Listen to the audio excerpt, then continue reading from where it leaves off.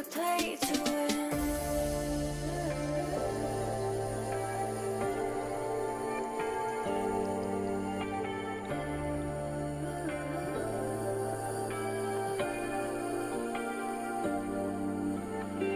We fear that love is hard to find. It's in your heart, but it's in your mind. Are we playing this game? Are we playing this game? Are you too afraid, or are you getting in? Let the games begin, 'cause I play to win.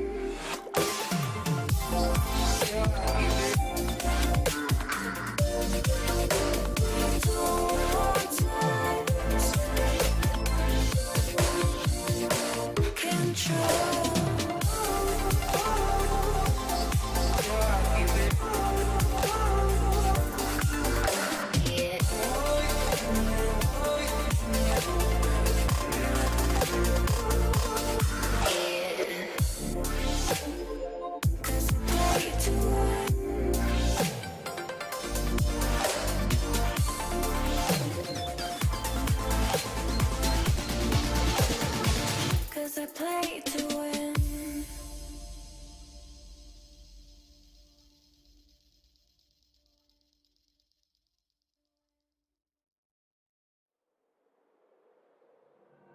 Running round like dollars in the wind, bending over backwards just to let you in. I told you that one day ain't never enough. You tell me I hate you, I still call you up. If we don't got trust, we can never have love. I was putting in the hours, I was.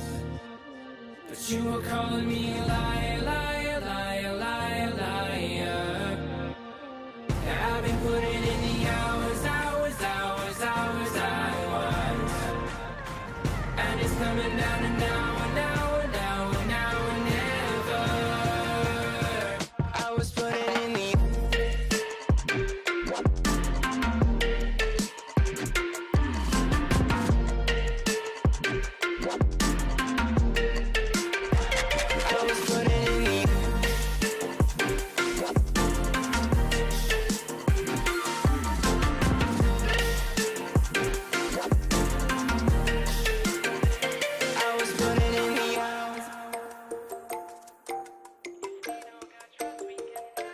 I'm sick of fighting the things that you said. I don't wanna burn all our bridges ahead. I'm tired of going to bed when you left me on red just to turn up the noise in my head. I told you that one day ain't never enough. You tell me I hate you, I still call you up. If we don't got trust, we can never have love.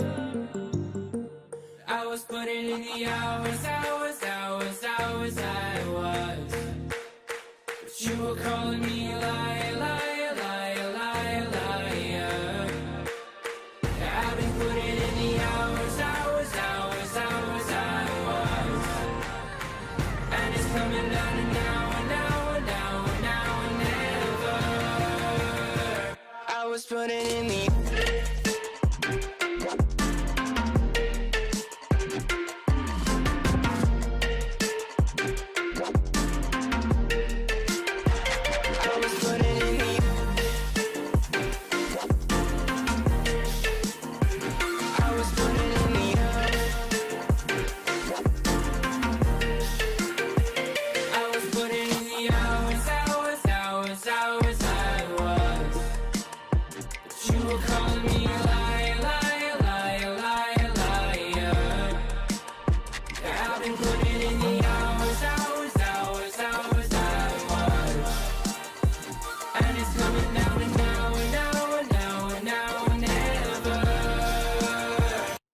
putting in the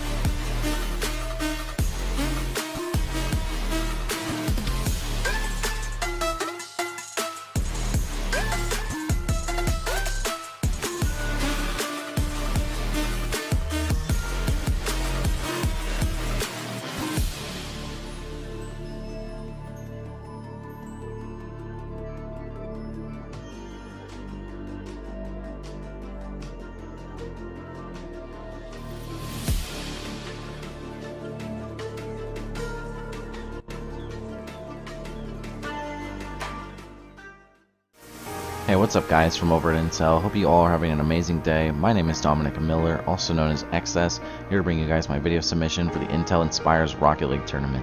So what exactly would this scholarship do for me? It would bring a lot of opportunity to myself, it would save me a lot of trouble with finances moving forward through my college career. It would also give me a lot of motivation to continue playing Rocket League as much as I do. It would also be one step closer to making my dream come true of one day becoming a professional Rocket League player. Playing for a major esports org, that would just be amazing. It would overall just change my life in so many different ways for the better. If I were to earn this scholarship, I would also make sure that I come to the table with many ideas of how to improve and grow the esports community, such as making sure to keep players motivated to keep pushing to the top, giving them some words of encouragement if they need it, telling them, what they can do different to improve, and just overall keeping them with the game, as well as encouraging new players to come join the fun and give Rocket League a shot, see what they think, and just overall see if it's something they might want to do. I also live stream and I meet lots of amazing people through that. I make sure that I give them some really good tips and tricks if they ask for their road to improvement. I make sure that I do anything I can to help them in any way possible to make their lives just that little bit easier.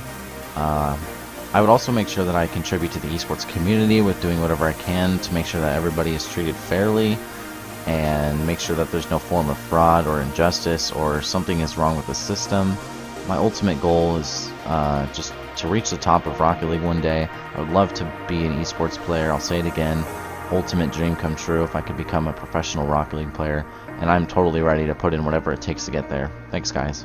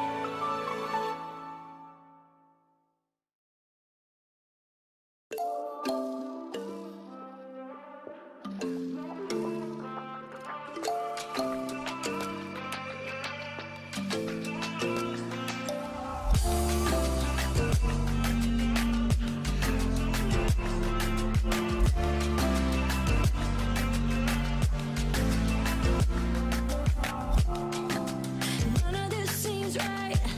What am I holding? Hello, my name is Isaiah Avilo. I am 17 years old and I go to Kamehameha schools here in Hawaii, and I play a lot of video games. I played Rocket League for the first time back in 2016, so 4 years ago, and I actually got introduced to it by my friend, and I played it at his house for the first time. It was for fun.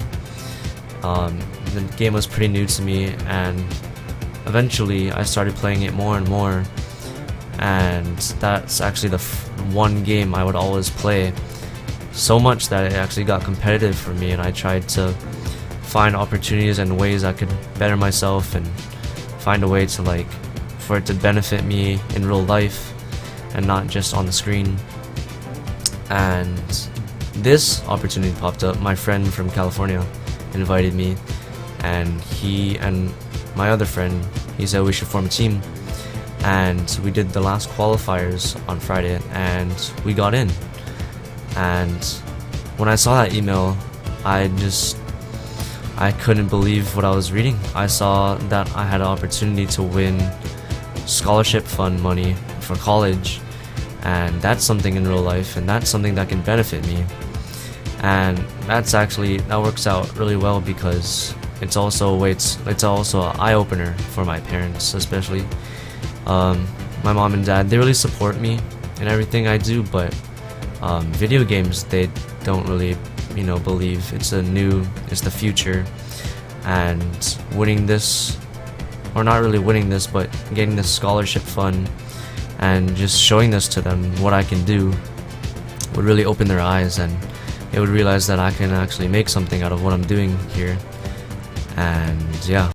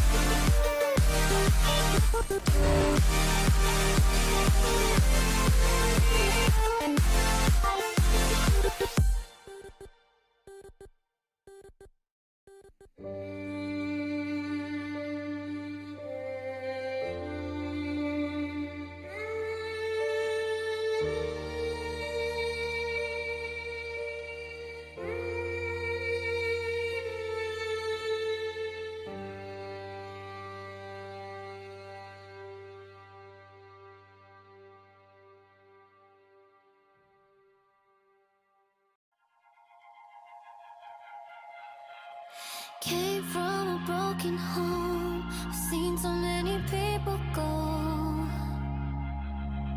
Learn to make it on my own. It's easier for me to be alone. So how are you? Keep cutting through. Claiming you're not like the other guys. And only if I could give you a chance. Show me that you mean it. We'll feel some type of way.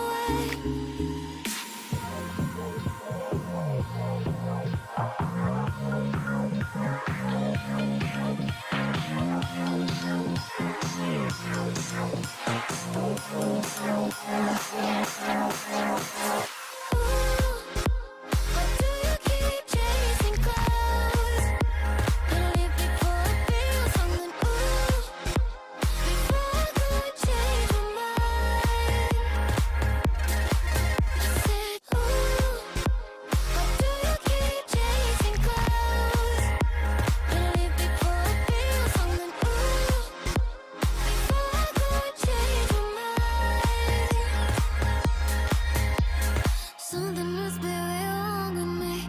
Keep wanting just to see you show up at my door. Et même quand je suis froide, un peu indifférent, tu continues tout de même de montrer tes efforts. I'm trying to keep my heart in peace. I just can't think about the way that I feel. It's too hard to trust. I mess it up. I just can't risk to be falling like this. Oh, ooh. Why do you keep chasing clouds? Ooh. If I could change my mind.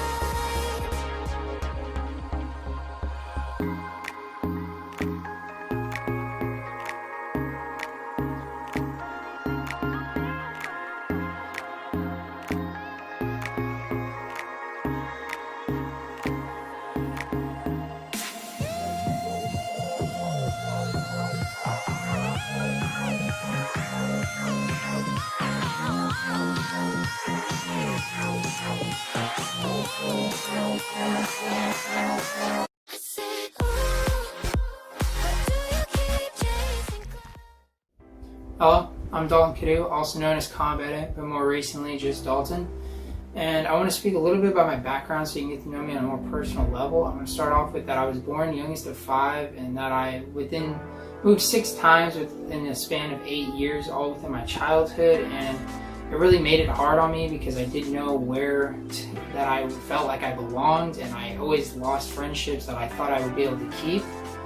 And I first saw my love or inspiration to play with Rocket League when I saw Kronovi play back in Season 1, and when I saw that, I bought the game 5 times, 4 copies for my friends, once for me, and my love for Rocket League only blew up. I started to log hours and hours, and now I have over 4,000 hours, and I use Rocket League as an outlet and a stress relief.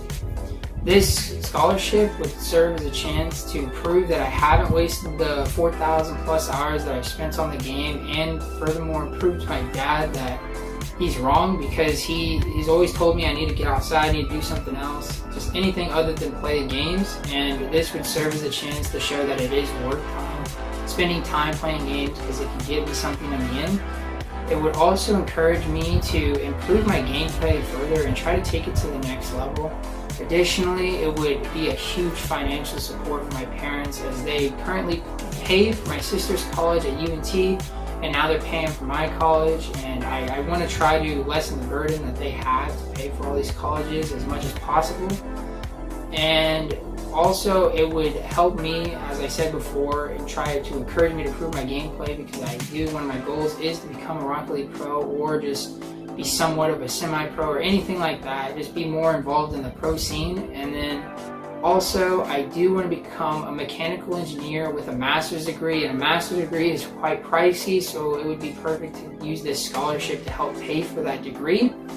I've been involved in the esports community all over the place. I've played in multiple tournaments, community tournaments, weekly, daily, monthlies, and I also try to keep a non-toxic, positive, sportsmanlike vibe every tournament, and showed people that this community is a great place to be, because there's some people aren't like that. And I've also helped the UTD Rocket League Club make the CRL esports scene for the first time, and hopefully we can keep doing that.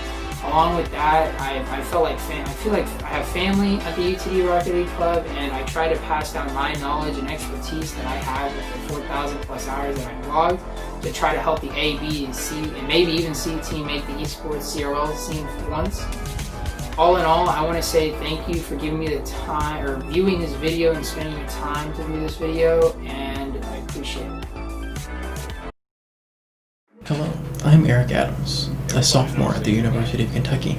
I'm a mechanical engineering student, and some of my hobbies are guitar, robotics of course, and Rocket League, which I play competitively for the University of Kentucky. As far as my story goes, I have had a love for robotics and engineering for a very long time. I have been on a robotics team of some sort since I was 8 years old, and in my senior year of high school I led my team to create a robot that ranked 12th in the world. I've continued to pursue my passion for engineering in college, joining a robotics team freshman year and helping start another one over the summer. My dream job is working with robotics at NASA, in particular autonomous rovers that explore other planets.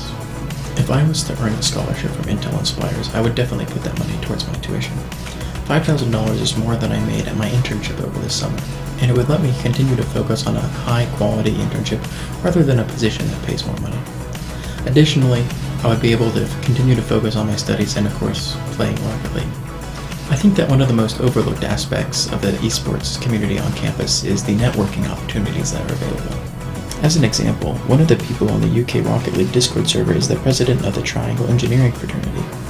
As an engineering student a year younger than him, I have been able to pick up some important information, and it's nice to have someone to look to for advice on pretty much anything regarding engineering. I want to promote the community of online gaming, and I think it's especially relevant now because of how it's possible to build relationships regardless of geographical or cultural differences. On just the UK Rocket League server, we have people from UK, NKU, EKU, WKU, various high schools, as well as a few pro players. The larger esports club Discord that I moderate has more than 1,000 members, including representatives from companies that have sponsored the club. As more and more activities continue to go online, I think that now more than ever, building an online gaming community between UK and local high schools is important. Already, the university has hosted KHSAA sanctioned championship events for League of Legends and Rocket League, and with high schools in the area being online, we have a great opportunity to promote a high school esports and in turn generate interest in UK's esports club. I have discussed hosting a Rocket League tournament open to any Kentucky schools, and we're in the beginning stages of planning a potentially in-person event utilizing the new esports space on UK's campus. Overall, I'm very excited to even be able to apply for this, and thank you for considering me. Whether it's building robots or playing Rocket League, I always want to follow my dreams, and that's my goal. Okay, hello, my name is Andrew Meisty. My in-game name is Feisty on Rocket League. And so for the answers to the questions for the Intel Inspires tournament, the first one says, if you were to earn a scholarship from Intel Inspires, how would it change your life? What would it mean to you, your family, and your goals? So I said that if I were to earn a scholarship from Intel Inspires, it would change my life in the sense that esports has always been a goal of mine. So it will put me one step closer to hopefully playing for a college and growing as a player. This scholarship would relieve some financial stress along with opening up the opportunities for colleges I could attend and play Rocket League at. For the second question, it says, how have you helped or grown in the esports community, or what are some things you would do to grow or improve in the esports community?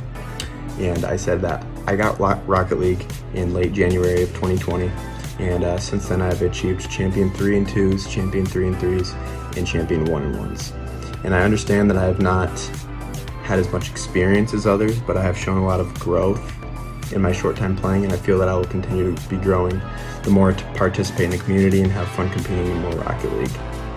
My first esports experience was around summertime with a small league that averaged like 20 viewers on Twitch, but ever since then I've played in a couple small tournaments, with Intel Inspires definitely being the largest one I've played in, and I really appreciate you guys. Thank you. Welcome back, everyone, to EVGL's Intel Inspires, helping gamers all over North America achieve their gaming dreams. I'm your host, Avion, and for our next interview, we have Avion. What were your goals coming into this? Hey guys, my name's Avion. I stream, play Rocket League a lot to continue trying to improve, right?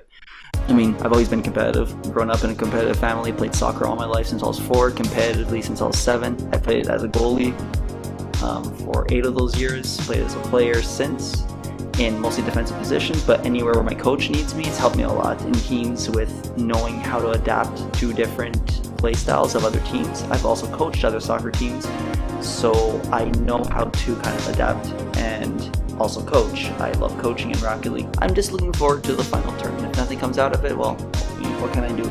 But it'd be awesome if something could come out of it. How wonderful. How wonderful.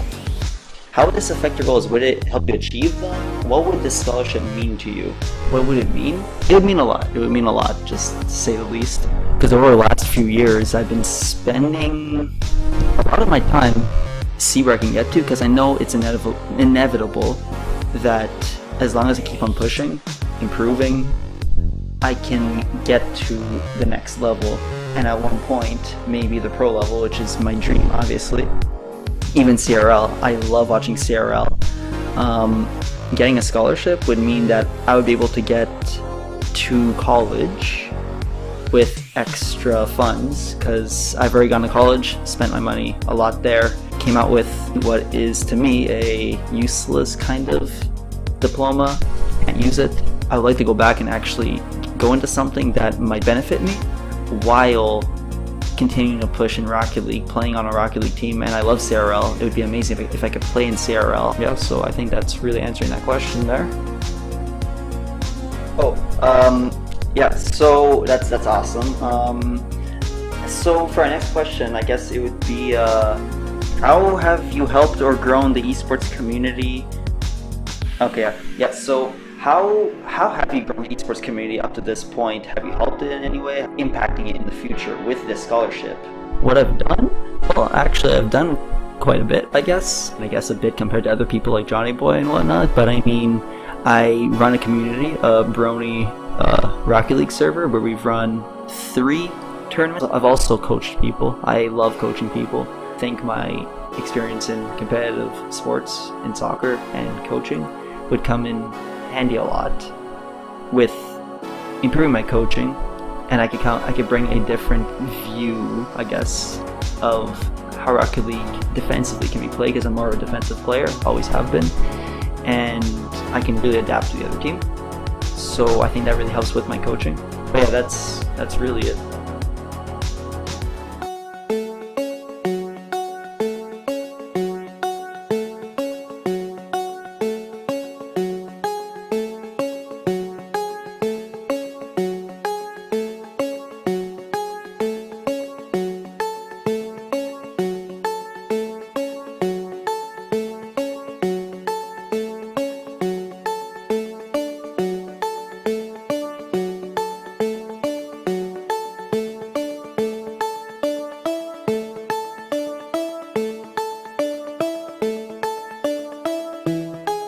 There has always been a softly spoken idea, a simple phrase that's echoed throughout time, written in all languages and understood by all dialects. It's an intrinsic natural phenomenon experienced by everyone and seen throughout nature since the foundation of the natural world. A marker for human progress and innovation, reiterated only through its repercussions rippling through our history like a ruby thrown in a river. Some consider it to be the diamond absolute statement for life on this planet. Men and women who have fulfilled its meaning are carved into stone in our museums, painted onto cave walls thousands of years ago and stamped across the internet in videos, comments, and likes. These shining examples of humanity, of skill, of passion, and of commitment live on. Their memory, their legacy is eternal, never to be forgotten, because their voices are mimicked by birds singing in the streets, by the roars of lions and the bites of sharks. They are the athletes, the gladiators, the warriors, the gods, the goddesses, our heroes, our villains. These myths and legends echo throughout our timelines like a bell calling to action until they are rung by another. In a way, everything in history, everything that has ever happened has led up to this very moment. Stories are made by their ideas, myths made by their ideals, but legends are made by their will. Fortune favors the bold. Where there's a will, there is a way. These phrases that have lived through the generations of our icons tell the same story. They all push toward that one simple word that continues to press forward in cultures across the globe. The individual mechanics on display here. Bill's not able to get Sir Hex. Probably doing a little negative voodoo right now. Sean's gonna put this ball in. You know it's gonna be Damien dead, and Soulfind gets the double kill. That's gonna be a 2-game side. But no, he's still alive. He wasn't showing on the screen, but he is still alive as well.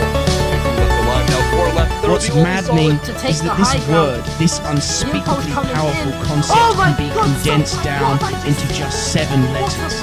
But what's crazier still are the people that take these 7 letters and turn them into something brilliant, something outstanding, something that will stand the test of time and join the song of echoing heroes throughout the rest of human history.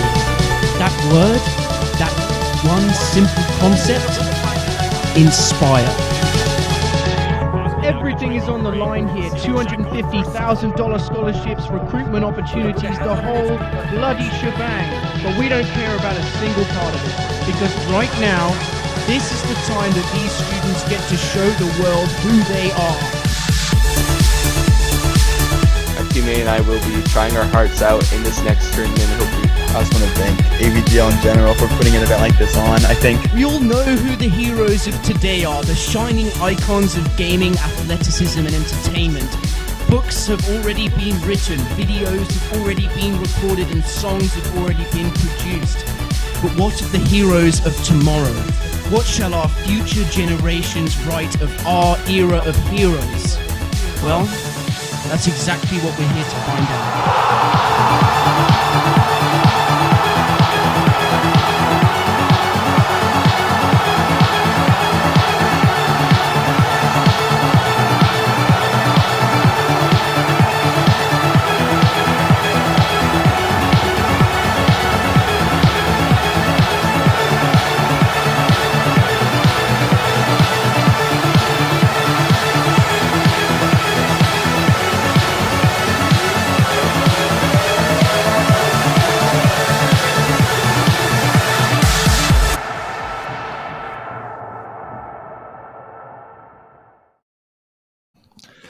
Hello, ladies and gentlemen. Welcome in to the AVGL-sponsored Intel Inspires series. It is the Rocket League Finals, and I've got 2 guys on the mic to carry the broadcast through with you all. Sam and Seb, the S Brothers. How you guys doing?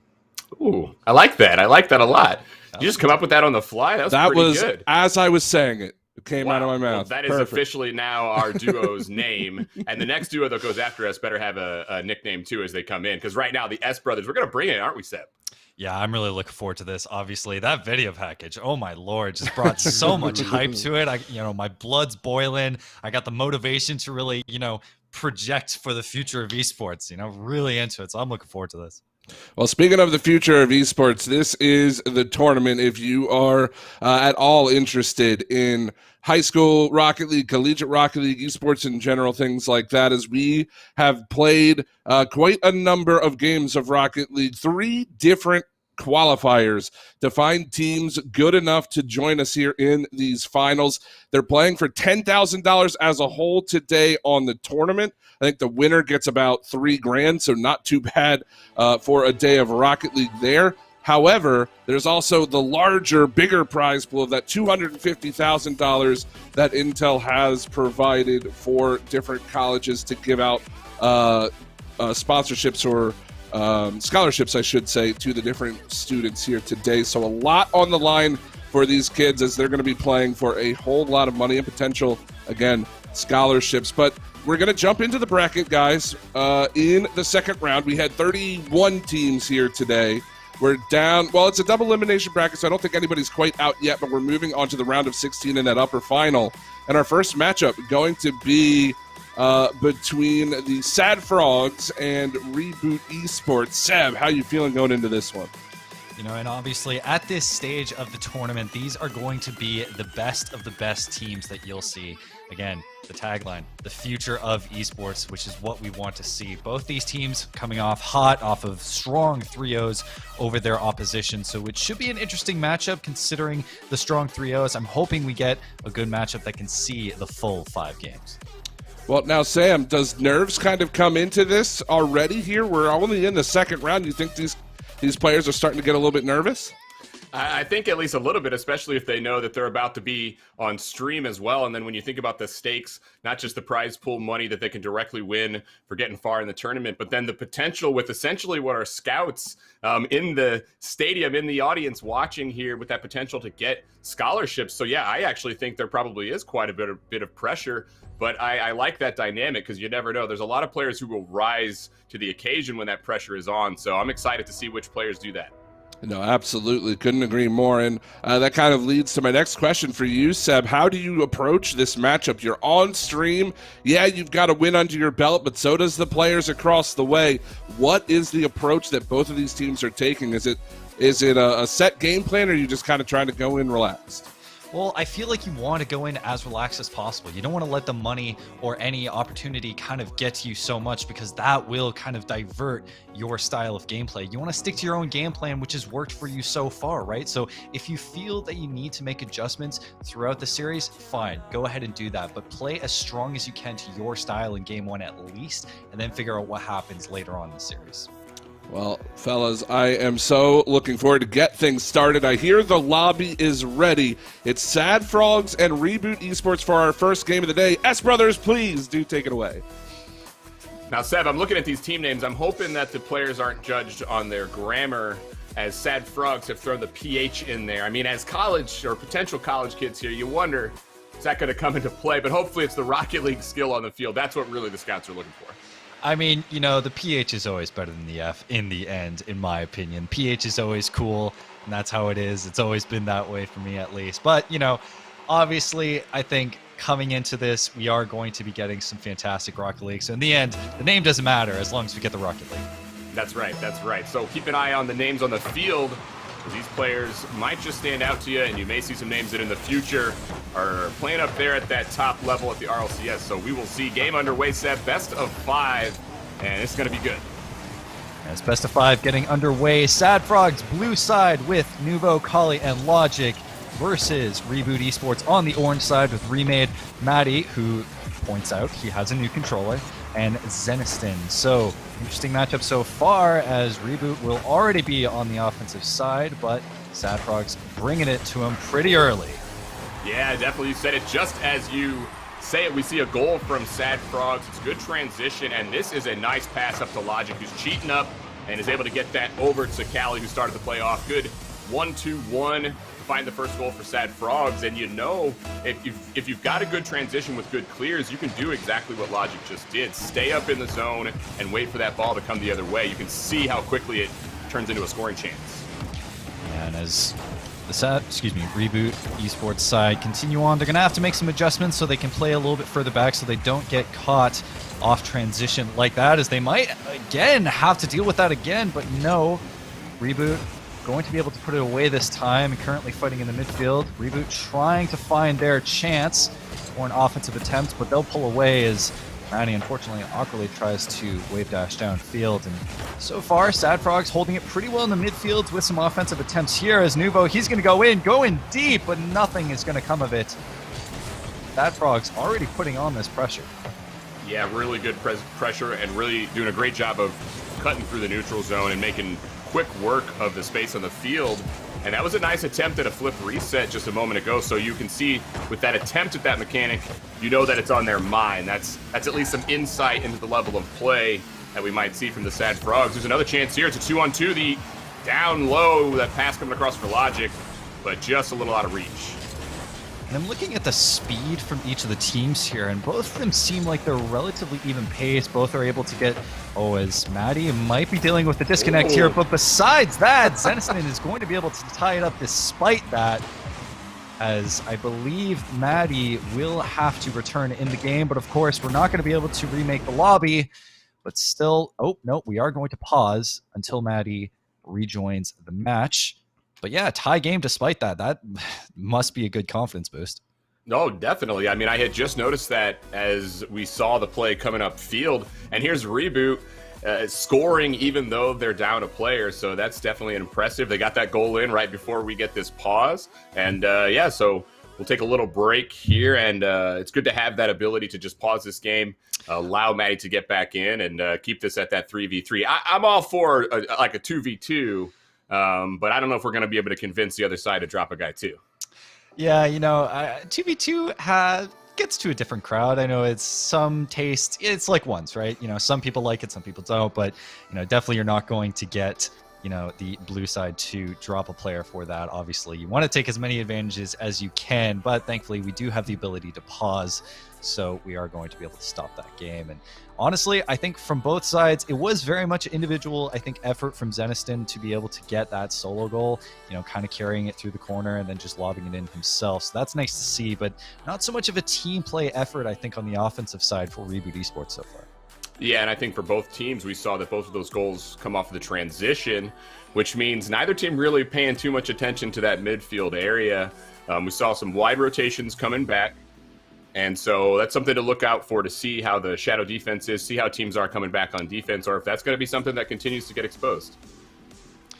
As we're still trying to get Maddie in the lobby right now, seems both teams are pretty okay with the state of affairs. But again, we have 3 minutes left in the game. This is a best of 5, as both teams are chatting to figure out what we're going to be doing. I believe, let's take a look at the stats here. Zeniston Remade already have 258 and 208 points respectively. The shots, oh man, there's only been one shot on the Reboot side, despite Maddie leaving. And on the Sad Frog side, we have 5 shots already. So that's pretty good within the first 2 minutes. Yeah, and I think that is a good indication. Sometimes shots might be the entire indication, but yeah, with those shots, you could see that the play from Sad Frogs was very good early. They had some real good push-up field and some scoring chances, but we'll see, because Reboot getting that game tied up, it's going to change the complexion of things. We still got over 3 minutes to play, so we're going to take a quick break, guys, as we figure out what's going on with Maddie's connection here. Hopefully we'll get him back in, and we'll be right back with some more action. Do not go anywhere.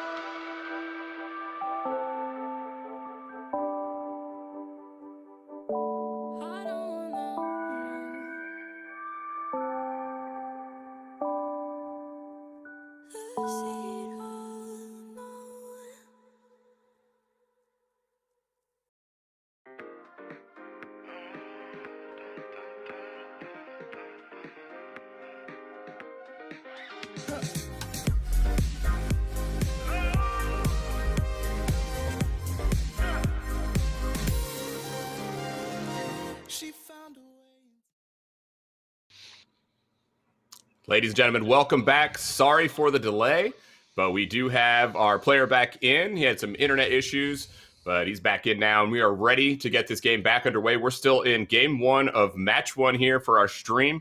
We're in the second round of the $250,000 scholarship stream available here, and also we got $10,000 on the line, guys. So we're going to jump back in. And we just saw a goal, if you remember, from Reboot Esports. Quite the goal indeed, considering that Maddie had already disconnected. Yeah, of course. It is nice to see Reboot find their way back in this game, considering how much they've generally struggled, I think, so far with the transition from Sad Frogs. I think they've had a good amount of attempts so far, as Eniston is going to carry it downfield. But Maddie is back in the server, so hopefully we'll be able to see his impact played through.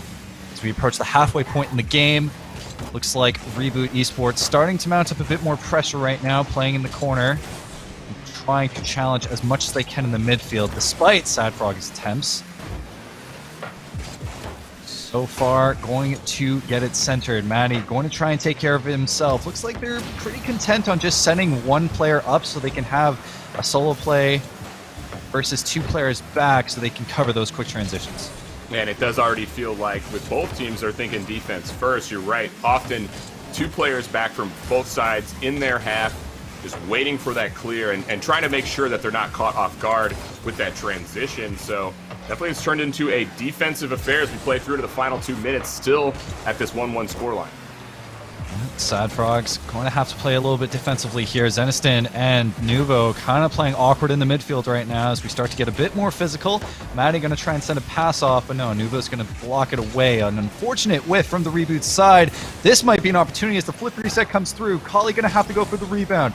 Can he get the second touch? There's not enough sauce on that, unfortunately, as Reboot will look to establish a midfield presence. Unfortunately, lots of whiffs coming through from the Sad Frogs side, which might give the perfect opportunity for Reboot if they can transition quick enough, but unfortunately not the best touches coming out on the defensive end. Yeah, still just focusing on that first touch and then waiting back. It at least allows you to have a defender back at all times, but I think for Reboot, they got to watch out because they're starting to cough the ball up more and more to the blue side, and it's leading to these scoring chances. You see Kali put that ball on. Zeniston makes the save, but they won't keep it out for long as Nuvo follows up on the rebound. Yeah, Zeniston just not in the best position. Neither did he get the best touch off that post, which of course just served it up perfectly for Nuvo to convert. And Sad Frogs get the lead. And there you go, the lead back here for Sad Frogs. They did get the first goal of this game. Saw Reboot respond. Will they have that response here? They've got under a minute to do so, and they got to find a way to get out of their own end. We're starting to see Sad Frogs push up further and further. A lot more confident on that offensive side. Nuvo puts one out. Kali nearly gets there. Not in time, but time running out for Reboot. I'm really noticing that Sad Frogs just seem so much more confident on their offensive plays. They're trying to go for a lot more crazy stuff as that will float over the defender. Maddie, just from outside, able to tie up this game with 30 seconds left. This game is getting spicy. And it was full send again here for Reboot. They get their second goal off of transition. And for Sad Frogs, you saw their confidence in the way that they pushed upfield, but that meant they were just too far forward, couldn't get back, and now we have a tie game yet again. Ball coming back down, Logic in the air. They're looking for the touch, finds it, but Remade with a big save. The Savior medal there for Reboot keeps them in this game. And unfortunately, even though it was double commit, it was one that saved their game. As we approach the last 10 seconds, Sad Frogs do have possession of the ball, but it will go over. They have one more opportunity to try and net themselves a goal. Logic will go up for it, send it off the corner, but it will touch the ground. And in game one of this best-of-5 series, we go to overtime. Overtime, and really a surprise, honestly, as you look at the way this game has unfolded. Sad Frogs with the majority of the pressure, piling on shots, 9 shots for the blue side and only 2 for the side of Reboot. So it was just those 2 opportunities for Reboot, and they cash in, and now they have an opportunity to steal this game in OT. As Reboot pretty content with playing that one-man up style, though I'm wondering how much is that really going to work against this Sad Frogs defense when Sad Frogs are more content with trying to go for more team plays. Is Nuvo going to get the touch with no boost? Can he actually make anything out of it? Collie going to be playing in the corner. And Reboot kind of playing out of position here. Logic's going to serve it up, but a fantastic save from Zeniston. Remade is going to have to send it downfield. Can he get it on his own? No, he runs out of boost. You can see that the pace of the game is starting to pick up. Not the best touch from Zeniston, and Collie will be able to convert. Sad Frogs win game 1. Yeah, Zeniston coming back. Had some trouble here on this touch, and that clear, not enough.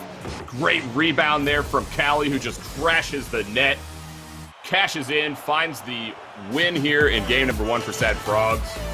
Looked like maybe Reboot were going to sneak away with this game, but the team that scored first ultimately is the team that gets the victory here. And we talked about the number of shots that were coming on from Sad Frogs. It just felt like their offense had a little bit more than Reboot, and in the end, it is that offense that finds them the win.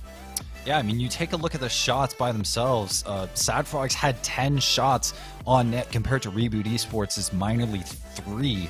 You know, and that was just kind of a symptom of how Reboot chose to play their offense. They only had the one man up, didn't really go for too many passing plays at all unless they had midfield control. So they were content with keeping 2 guys back as soon as that first transition goal went through. But unfortunately, it just net them very little opportunities throughout the rest of the game. Yeah, definitely. And you can only score so many times when you're waiting on those opportunities like that. You've got to drive the game, drive the offense, and really force the other team back. We didn't see a ton of that from Reboot, and we'll see if they can get that going here in game 2. It is a best of 5, like we said, Seb, but going down 0-2, not the position you want to be in, no doubt. Fortunately, Sad Frogs establishing themselves pretty early in this series, and I'm hoping that Reboot will be able to make some adjustments, especially on the offensive end. So far, Sad Frogs, they're playing a little bit more confident, trying to go for as many touches as they can, blocking on the wall, etc. Looks like Reboot, they're finally getting some confidence on the offensive end. Hopefully it'll give them some opportunities. It's 30 seconds into this game. They're already looking to get something in transition. Maddie's shot on target, and it will be converted into a goal for the Reboot side as they get the lead. And the first time that we see Reboot find that lead, and it is a really good transition upfield from Maddie. You talked about how they had some confidence. You could see it right out the gate. Reboot were pushing up. They were trying to close that space that they were giving to Sad Frogs in the midfield, and Maddie just steps up and takes it, finds that goal. That's that confidence, I think, that's going to get them back in this series. It's definitely a symptom of just trying to assert yourself more on the offensive end. So it's nice to see that Reboot are trying to get that Oh no! Collie able to net that one as the defensive rotation just looked confused. Remade not able to get that touch, and no one was able to get it. Unfortunate stuff from the Reboot side. Yeah, and I think the defense off by Logic in the air there. Logic looking for a touch, but doesn't make the connection. And often at this level, when you get to a certain level, whiffs can be almost as beneficial as touches sometimes when the defense is expecting that touch and it doesn't happen. So it is fortunate there for Reboot, or for Sad Frogs, but I'm sure they'll take it. Tactical fakes, of course, very existent in Rocket League. Hopefully more teams will be able to use those, but with that being said, Sad Frogs able to tie up the game off of that touch as the double commit will come through in the midfield. This might hurt if Sad Frogs can move into transition, but no. Again, the same double commit in the midfield, which forces Remade to have to play it a bit more awkwardly, but still pass to Maddie, a little bit wide though. And Reboot somehow, despite the double commits in the midfield, are able to generally keep it in the offensive zone until now. So far, decent defensive effort from the Reboot side. Yeah, but they definitely got to watch out. I think you're right to call that out. They're often leaving one man back, and you get those odd man attempts back the other way. It's only a matter of time before Sad Frogs are going to capitalize, but this is looking a lot better for Reboot. They're just clamping down on offense, starting to cut this field in half, rotate it mid, and make sure that they keep this ball deep into the Sad Frogs zone. Logic. Oh, no! Oh, that must be that new controller from Maddie, as unfortunately the flip back. We've all been there. You're already flipped. You can't stop your momentum. You see, he tries his best to get out of the way of that ball, but taps it in. That's just an unfortunate touch, but it will give Sad Frogs the lead. Yeah, and Maddie definitely realizing his mistake. But I mean, part goes to Logic, who was able to find his way around 2 defenders, nearly around the third, but was able to 50-50 it into the wall, which was just fantastic stuff from him. So definitely part of the offense. As Nuvo tries to control it, but Remade is able to knock it away. We have about half a game left. Reboot definitely wants some revenge for that own goal. Back pass to Zeniston. Kali going to be able to get the save, and Remade not able to get the rebound. Unfortunate stuff, but the offense is coming out swinging. Yeah, that's a real good scoring chance for Reboot off the back of a demo.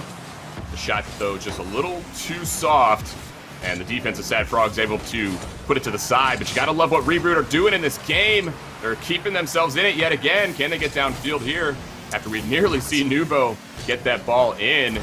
If they can keep this close, I keep clenching up a little bit because these are some chances in front of their net, but somehow they're keeping the ball out. I guess that's all you got to do for now so they can find that goal.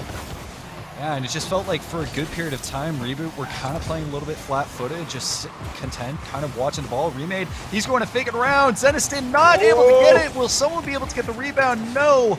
A minute and a half left, and slowly but surely, Reboot's time is running out to tie up this game. Yeah, but you gotta like the continued pressure. It was a real good chance from Zeniston a moment ago. Starting to see Sad Frogs just turtle up on defense, waiting back, trying to ride out this 1-goal lead here. We've got a little bit over a minute. That's a nice flick from Nuvo up over top. Can't find the accuracy. I tell you what, though, Reboot have got to watch out. They're leaving their net open at times, and thankfully for them, the accuracy just has not been there on the other side. And now, back the other way, Zeniston gets it done.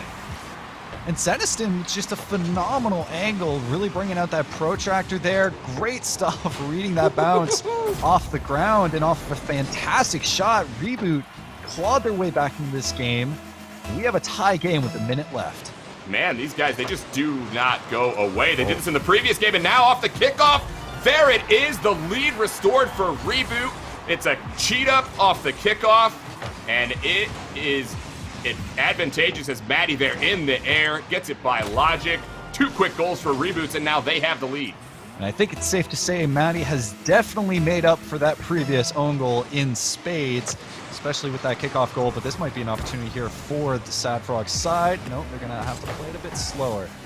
Reboot doing a phenomenal job of just not giving up, keeping the mental game strong, keeping their, keeping the momentum up so they can find their way back in this game.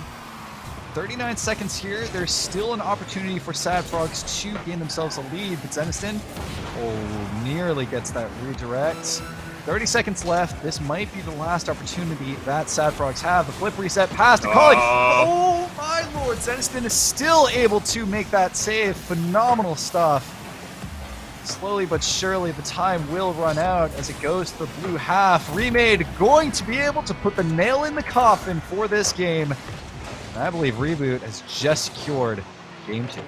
Yeah, that's going to make it that much harder. And again, it's Maddie, this time with that assist. Gotta like this guy and what he's been able to do. I mean, he shook off that DC earlier, shook off that own goal. Didn't keep his head down, just continued to focus on bringing Reboot back into this game. And now that's 3 unanswered for Reboot. Looking for more here into the air. Don't find it, but it's not going to matter, as we will see Reboot Esports tie this series up 1-1, and this was a real big victory for them, because even coming into this game, Seb, Sad Frogs had the momentum. They were looking pretty good, but Reboot, they got that first goal, managed to get that lead back a little bit later, and they hang on. Yeah, Reboot definitely, it's such a stark contrast to what we saw in game 1. So game 1 was very much, excuse me,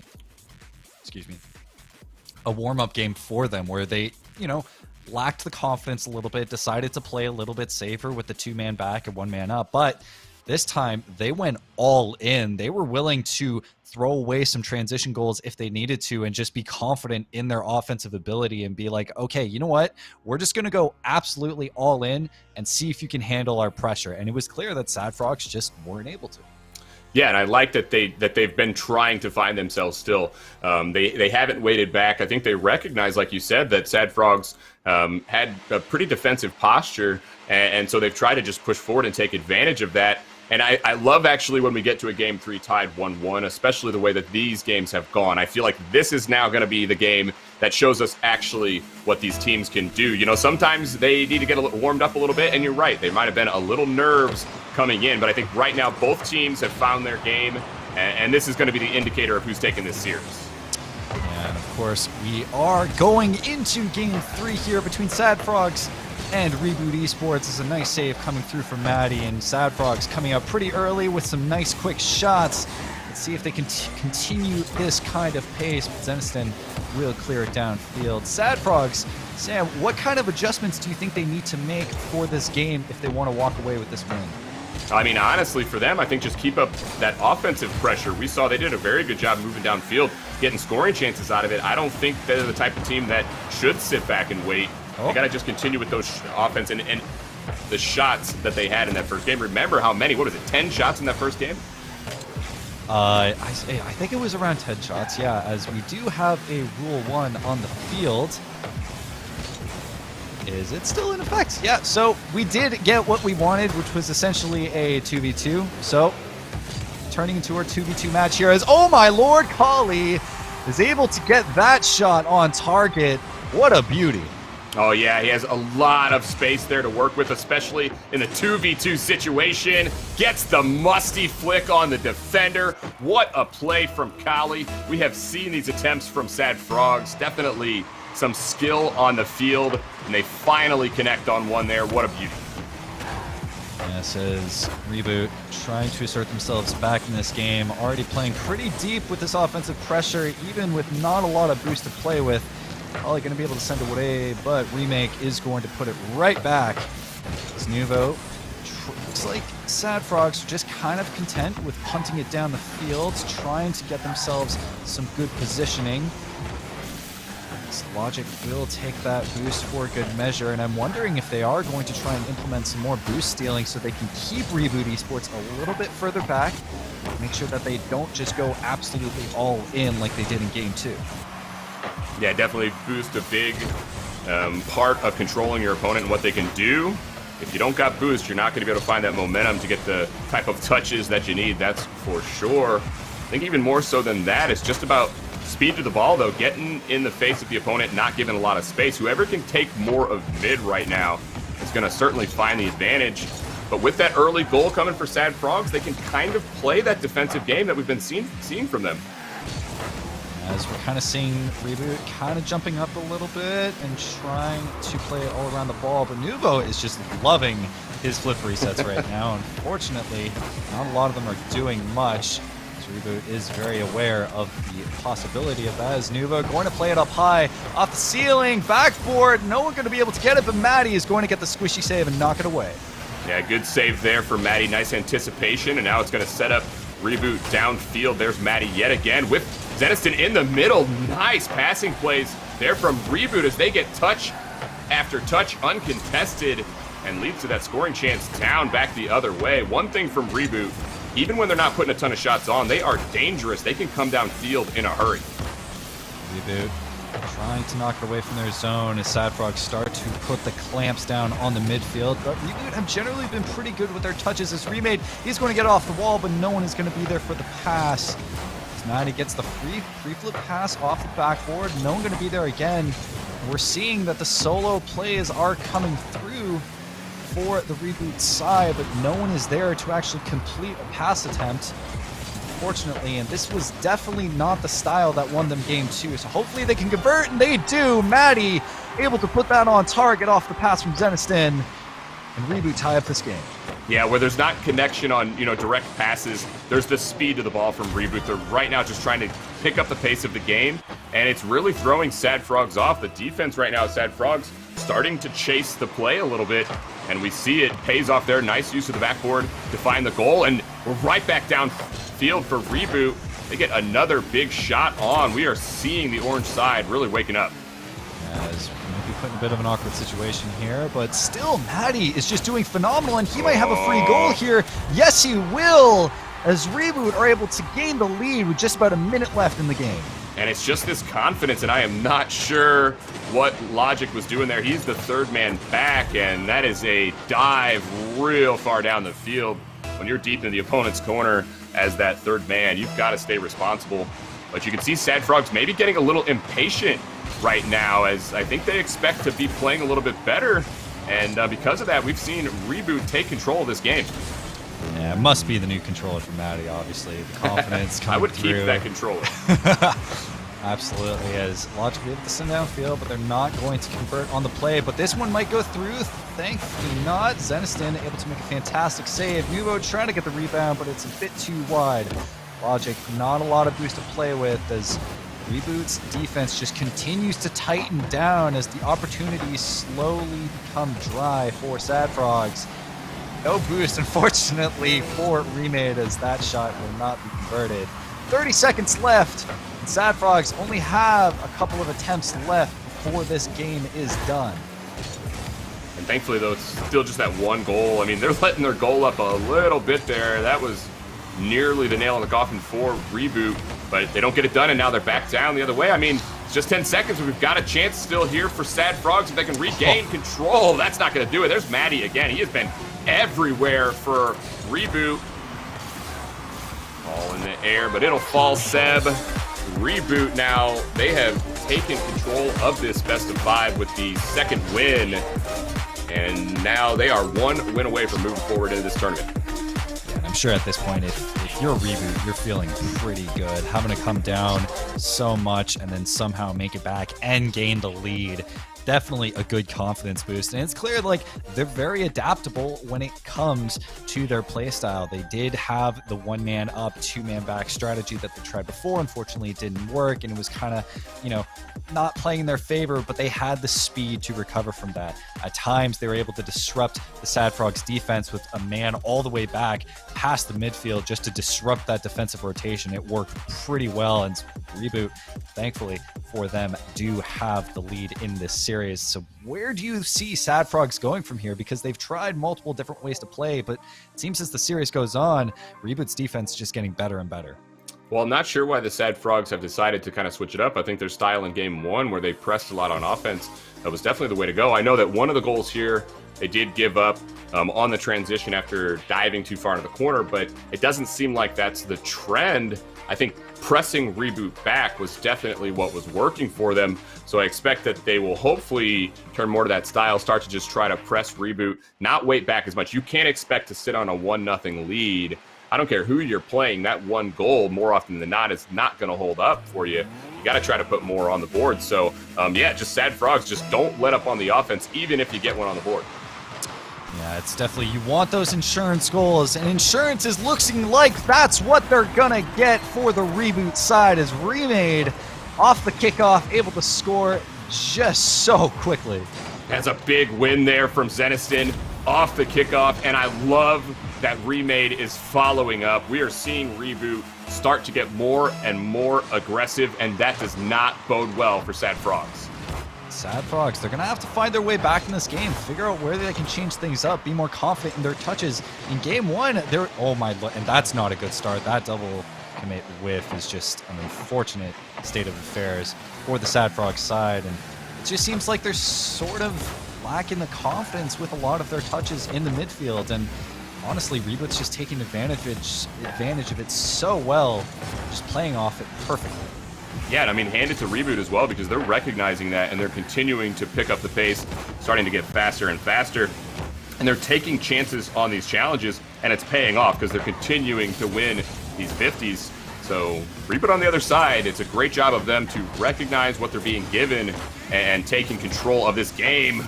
Oh, that one going to bounce down. Remade doesn't get it. Going to need some help from Zeniston. He's got no boost. But there it is. Remade back around, and he gets it out. And to me, it just makes no sense why... Oh, is this one going to float over? No, well, Zeniston's there for the save. It makes no sense to me why Sad Frogs... That ball was in the air for so long, and it was so free. You see 2 players with it. Why not have a player up there to at least try and convert on any mistakes? I understand a couple of them were going back for some boost, but at least have a man there.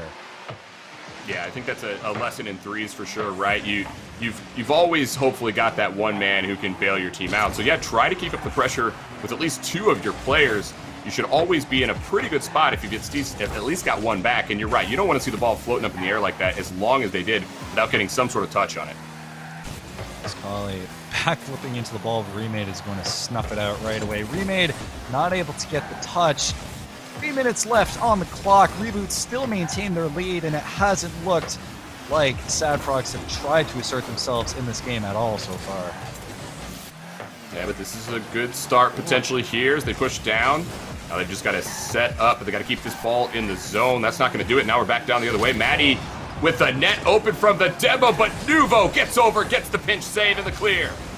Phenomenal save from that. That might be the boost that you kind of need to focus on these goals in transition. Unfortunately, Zeniston is going to block that from happening. But Kali in quickly to keep it on the orange side. Man, you know what I am kind of missing those flip reset attempts from the Sad Frog side. A lovely pass coming down, but no one is there to respond as Nuvo going to keep it in that midfield. And so far, Sad Frogs getting more attempts, unfortunately just not having the confidence to play on it.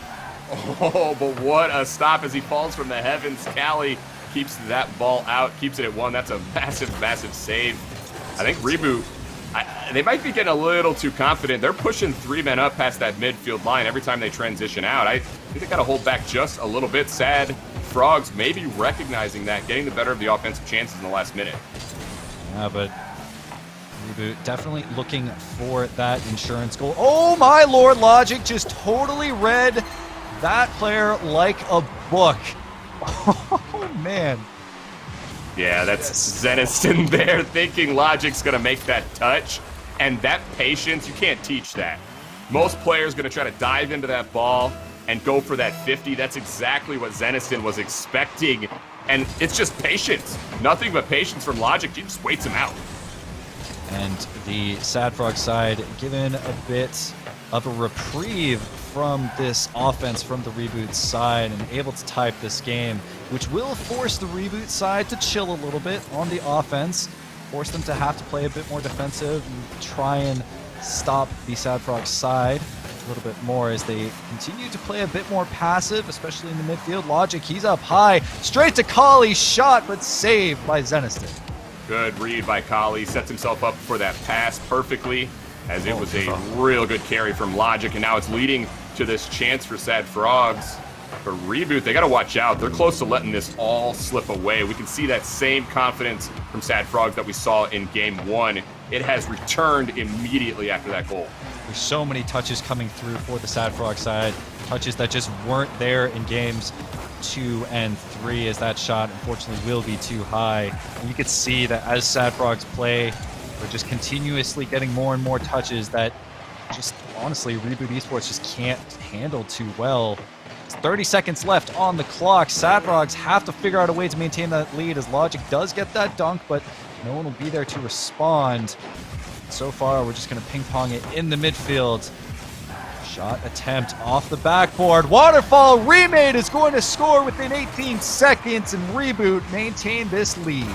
Oh, what a chip to the moon, and the waterfall down, read perfectly from Remade, as Reboot still taking advantage of that midfield that has been open for them a lot of this series. They regain the lead. They are now 1 win away here. If they could just hold on, and that goal there may just do it, gives them some breathing room as they find 2.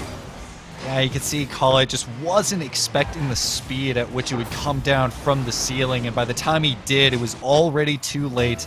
The shot was on target, and 14 seconds left. It's looking pretty dire for Sad Frogs. Yeah, this is a moment where they've got to just go all in, full press. This is a chance across the net, though. Cali not there. Can't dive for it, and that will do it. Not enough time to put 2 on the board. Reboot Esports, they battle back at 3 straight victories here to put Sad Frogs down into the lower bracket.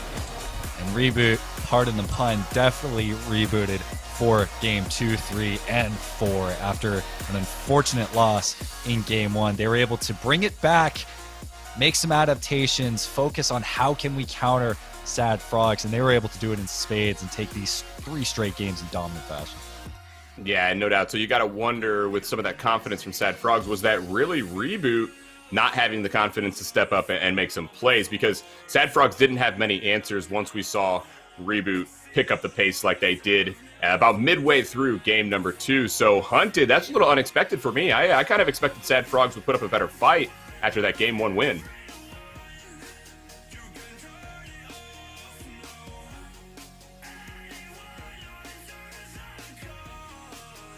Yeah, I can hear you. They might not be able to hear you. He's saying great things, broadcast. That was actually one of the more lucid points I've ever heard Hunted say. Well,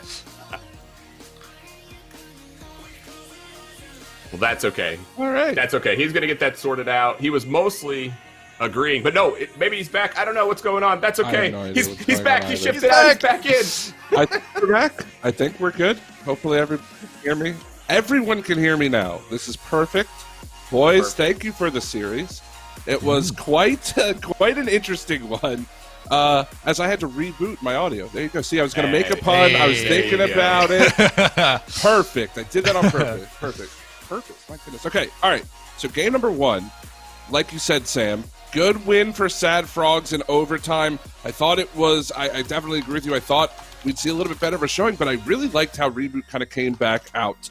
And didn't let that affect the rest of the series there for them. They win 3 straight. Now, I do want to ask the both of you, we'll start with you, Sam. What do you think did change for Reboot going from game 1 to game 2? Well, there was some mention of nerves coming in. You got to wonder if that actually did come into play here, because that game 1, I don't think, was an indication of what we really started to see from Reboot.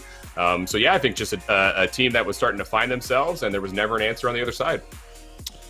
Well, again, and it can be a little bit disappointing with this being a double elim bracket, Seb. It's not the end of the road here for Sad Frogs. I mean, yeah, it's going to hurt to take a loss, but what are some positives that you see from them moving forward that they can take into the next match? Well, I believe that Sad Frogs do definitely have the ability. I mean, we saw it, with just the insane amount of flip resets they were just able to put off willy-nilly. So they clearly have the ability. They clearly have the pace to match up against some of the better teams. But I think it's just the confidence. As soon as Reboot were just able to find their own groove, they had no way of being able to adapt to it. And then once they weren't able to adapt to it, they just lost all confidence in their touches. We saw a smidget of it come back in that last game where they just were totally able to dominate the midfield and just get so many good touches on the ball. But unfortunately, Reboot were able to score once again and eventually net themselves the series. But Sad Frogs, I don't think they need to keep their heads low. I think they do have the confidence to get through it and the ability.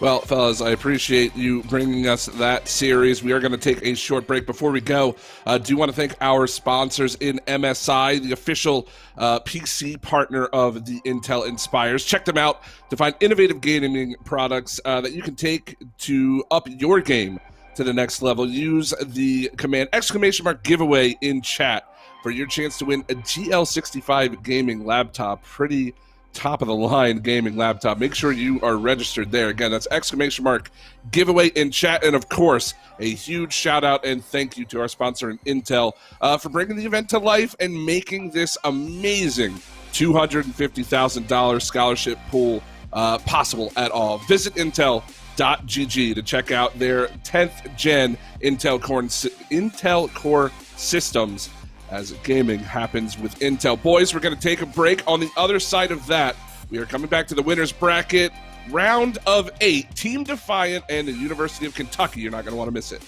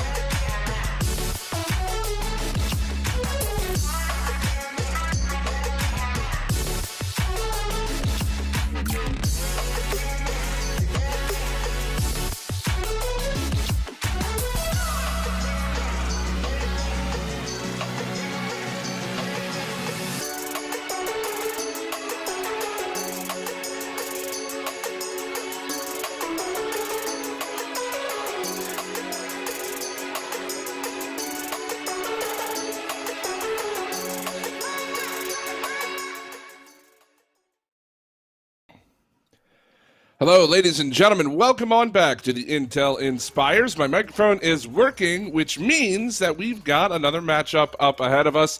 S Brothers are back again. I'm just going to keep calling you guys that. I hope that. Hey, I love okay. it. Yeah, definitely. Seb and Sam back on the broadcast. And we've got a pretty good matchup here. Team Defiant versus the University of Kentucky in that winner's bracket round of 8. The lobby, I think, is already set and ready to go. So I just want to get your thoughts real quick here, Seb and Sam. We'll start with you, Seb. What are you expecting out of this matchup? I mean, University of Kentucky has made themselves known in the collegiate scene as a pretty decent team to contend with. Of course, Team Defiant coming off of their previous matchup in a 3-1 win. Actually, both these teams coming off a 3-1 win. So can't really expect too much as far as, trying to predict whether or not it's going to be a close matchup considering the sides of the bracket. But we know that University of Kentucky does go against some pretty strong teams in the collegiate scene.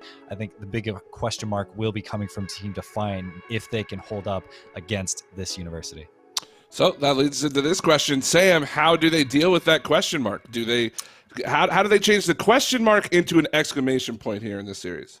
Well, I think it kind of depends on if they know what to expect. I agree with Seb that Kentucky is a team to look out for. And so if Defiant knows that, then they're going to have to try to establish themselves as fast as they possibly can. It may be a matter of stopping the flurry of Kentucky early. Honestly, I'm not sure.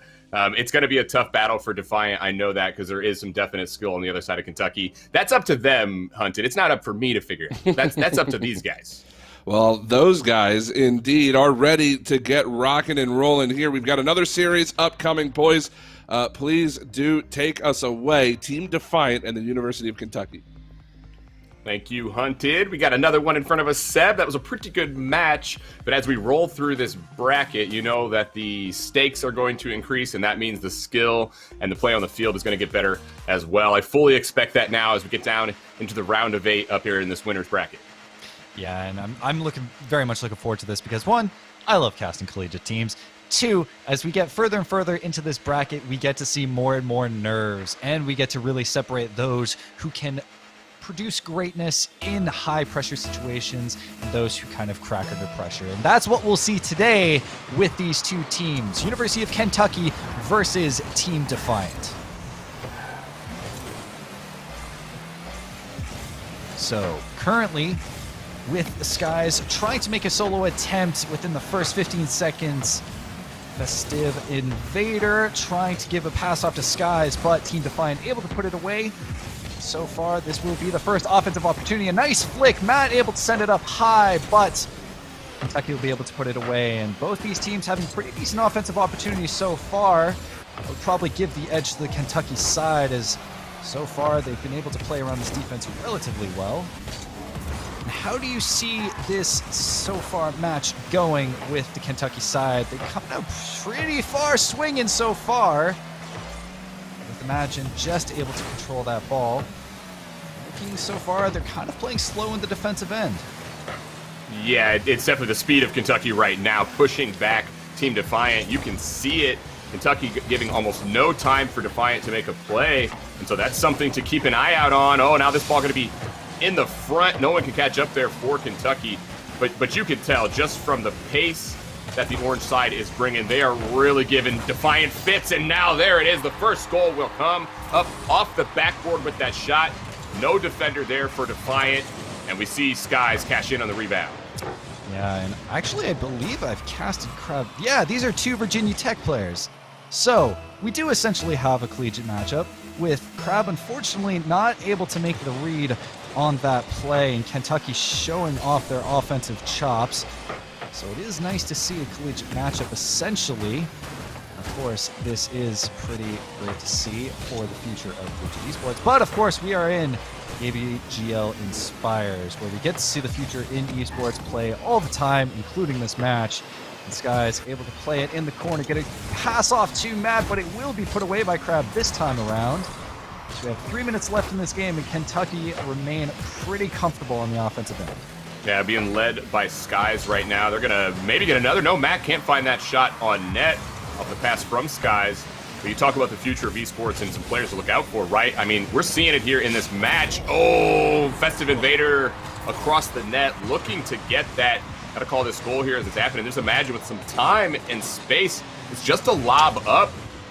And you see, I think, Invader thrown off just a little bit by Imagine as he came through.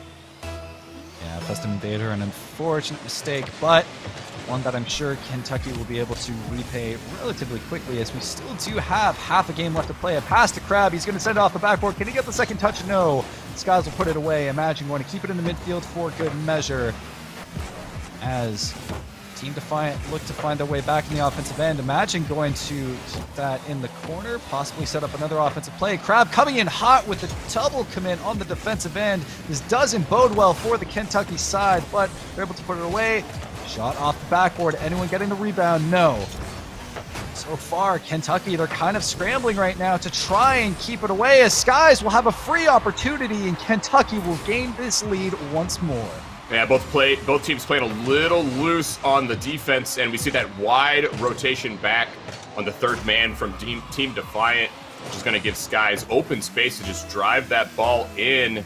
That's a tough break there for Team Defiant, as they really started to push after they got their first goal, but now they'll have to battle back yet again. So far, definitely the loosey-goosey defense not working out so well for Team Defiant, as Skies will be able to beam that one into the net. And we see there Imagine into the corner. It's these defensive miscues from Team Defiant that are really making it tough for them right now. That's the final defender in a 1v2, and you've got to make a decision. He just decides to crash into the corner, tries to stop that play before it happens. Not able to get it done, and Kentucky, 2 quick goals now to really gain control of this game as we push into the final 2 minutes. Oh, shot opportunity will be put in the upper 90. Unfortunately, Matt just couldn't get a read on it. Phenomenal shot from Crab. Great stuff from him. His Team Defiant slowly but surely whittle away at this lead. Yeah, I mean, that was a really good placement there on that shot from Crab, and he's got time in the air and manages to sneak it into the corner. And it was a good idea to do so, as there was a defender coming across the net. Now the shot coming there. Defiant will cash on the rebound. Can't find it. And we're going to see Kentucky keep it out. Festive Invader having to use all of his reactions to put that one away. Not the best touch from Matt. Got to scramble to try to net that ball into the net. Kentucky still struggling with getting it out of their zone. Festive Invader, not the best touch. Defiant not able to put that on target. Minute and a half left, and currently it's just been all Team Defiant on the offensive zone. Yeah, and the boost is really running low here for Kentucky. They need a clear bad. Festive Invader tries to take that ball on himself, but gets demoed for his efforts. Finally, though, Kentucky, they get some breathing room here and get this ball downfield. So far, it just feels as though Team Defiant not being aggressive enough in the defensive end, playing a little bit too passive. But we are in the midfield again as a double commit in the midfield. This might be really bad for Team Defiant if they want to maintain this scoreline. Unfortunately, Kentucky doing a good job at keeping their lead. With 49 seconds left, we have a 4-2 scoreline. And they will pad on to their lead. There's Imagine in the air. He's not maintaining that defensive position, and he's looking for that outlet. You can't blame him, as Defiant still needed one more goal to get this game tied up. But you still have got to remain defensively responsible. Kentucky, they take full advantage of that mistake. They get the 2-goal lead back, and now they just got to hold on to this final minute. And it's going to be tough for Team Defiant to come back.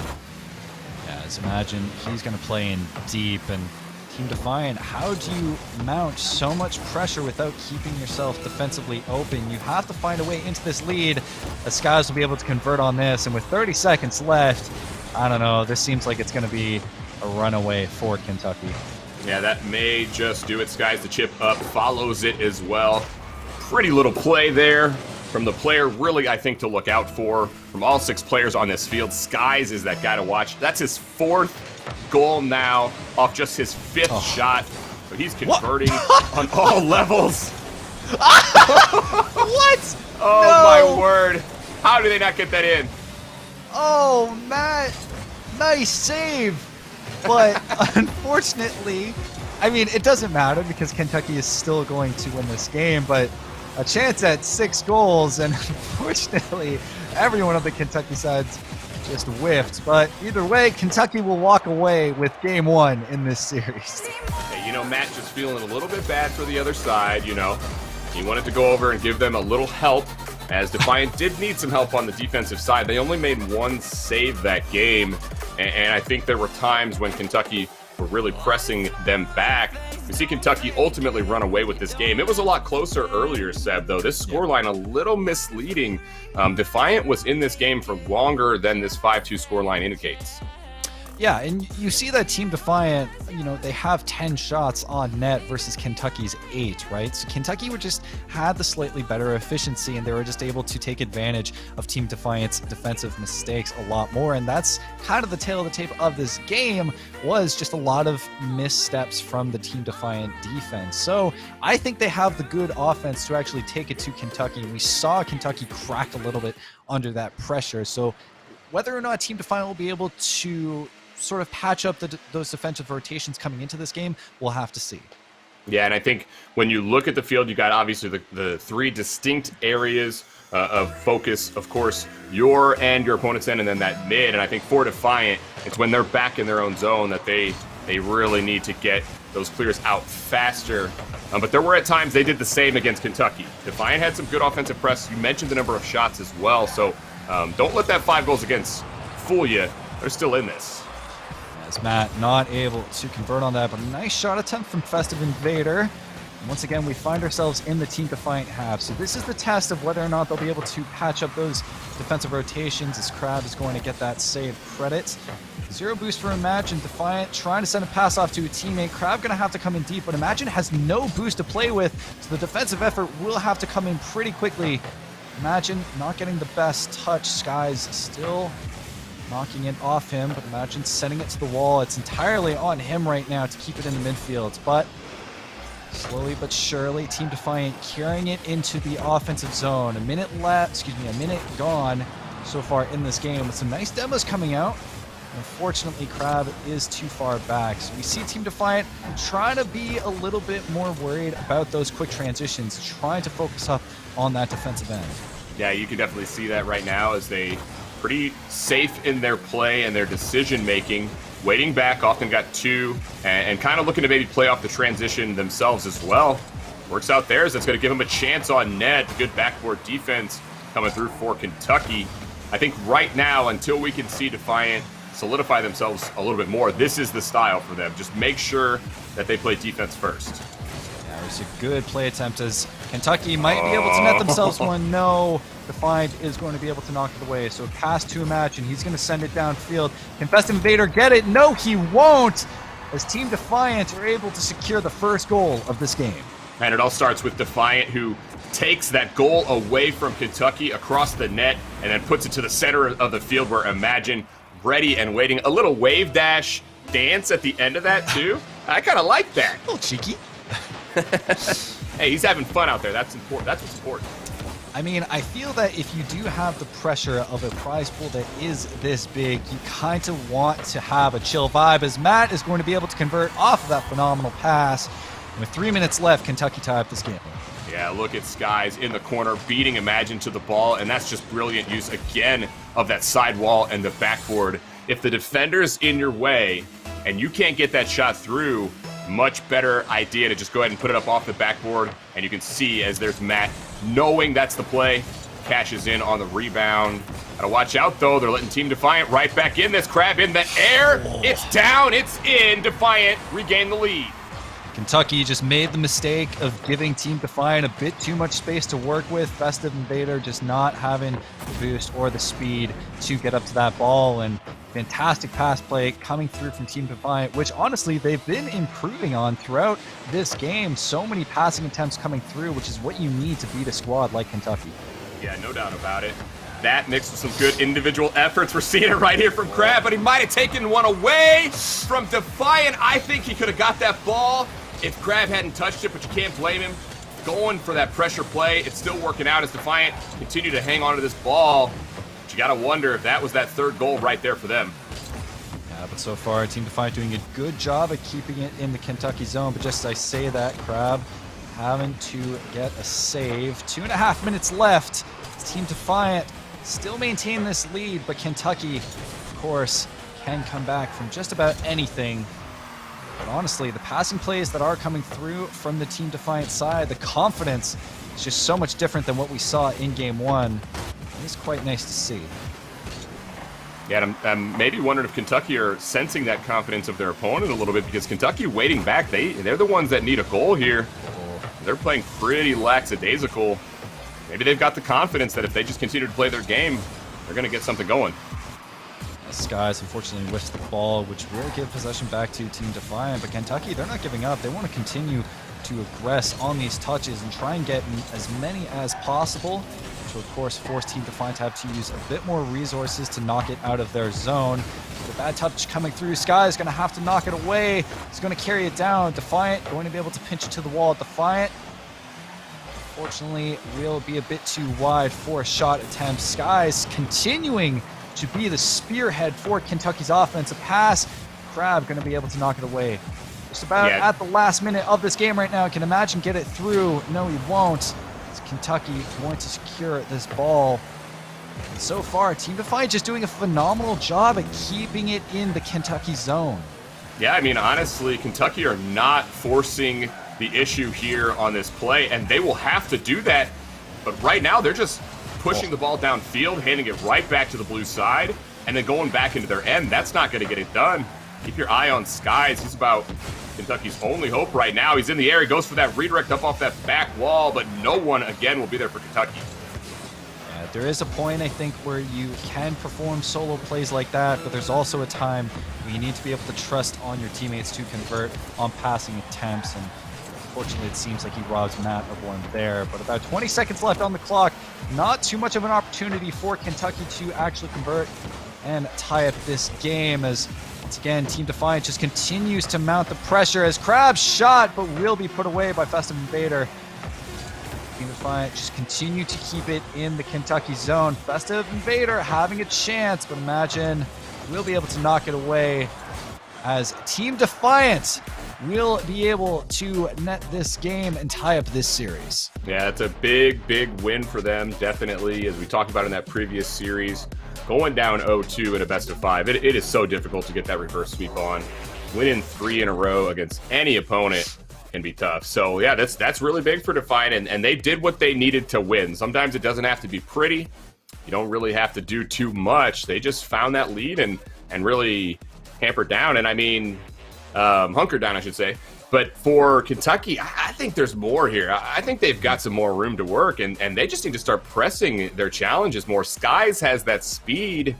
I'm just not necessarily seeing it from Matt and Festive. They've got to find a way to keep up.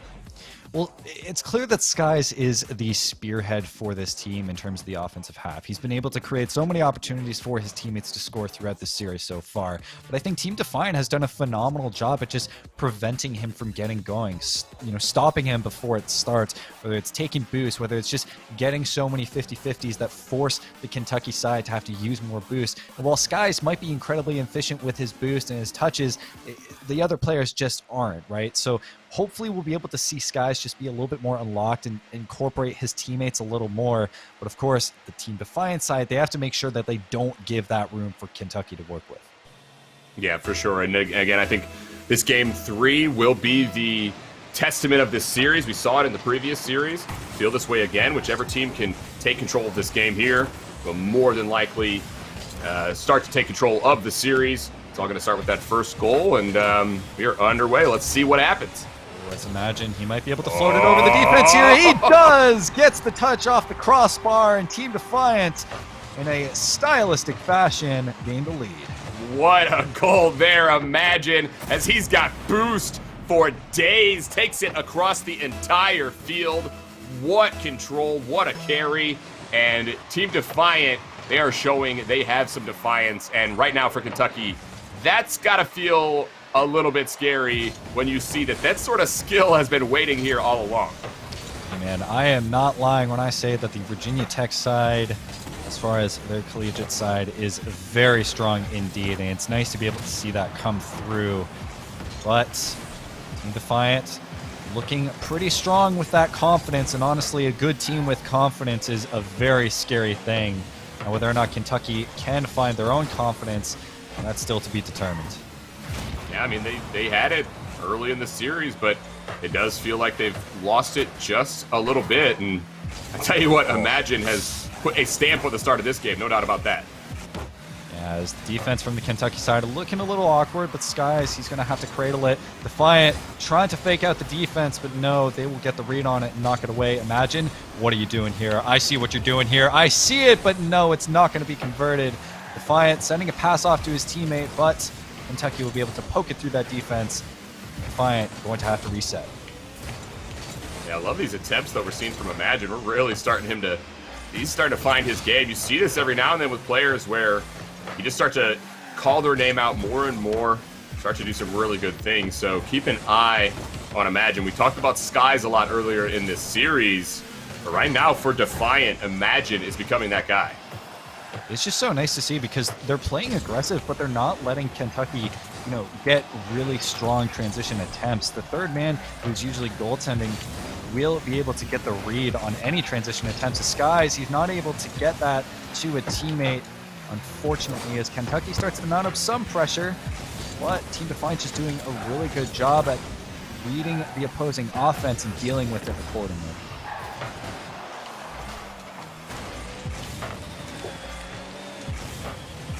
Two minutes, 40 seconds left in this game, and Team Defiant holding it in the defensive zone a little bit. Kentucky doing a good job at trying to set up some offensive attempts, but unfortunately, passes are looking a little jumbled, not too strong, and Team Defiant dealing with them with ease.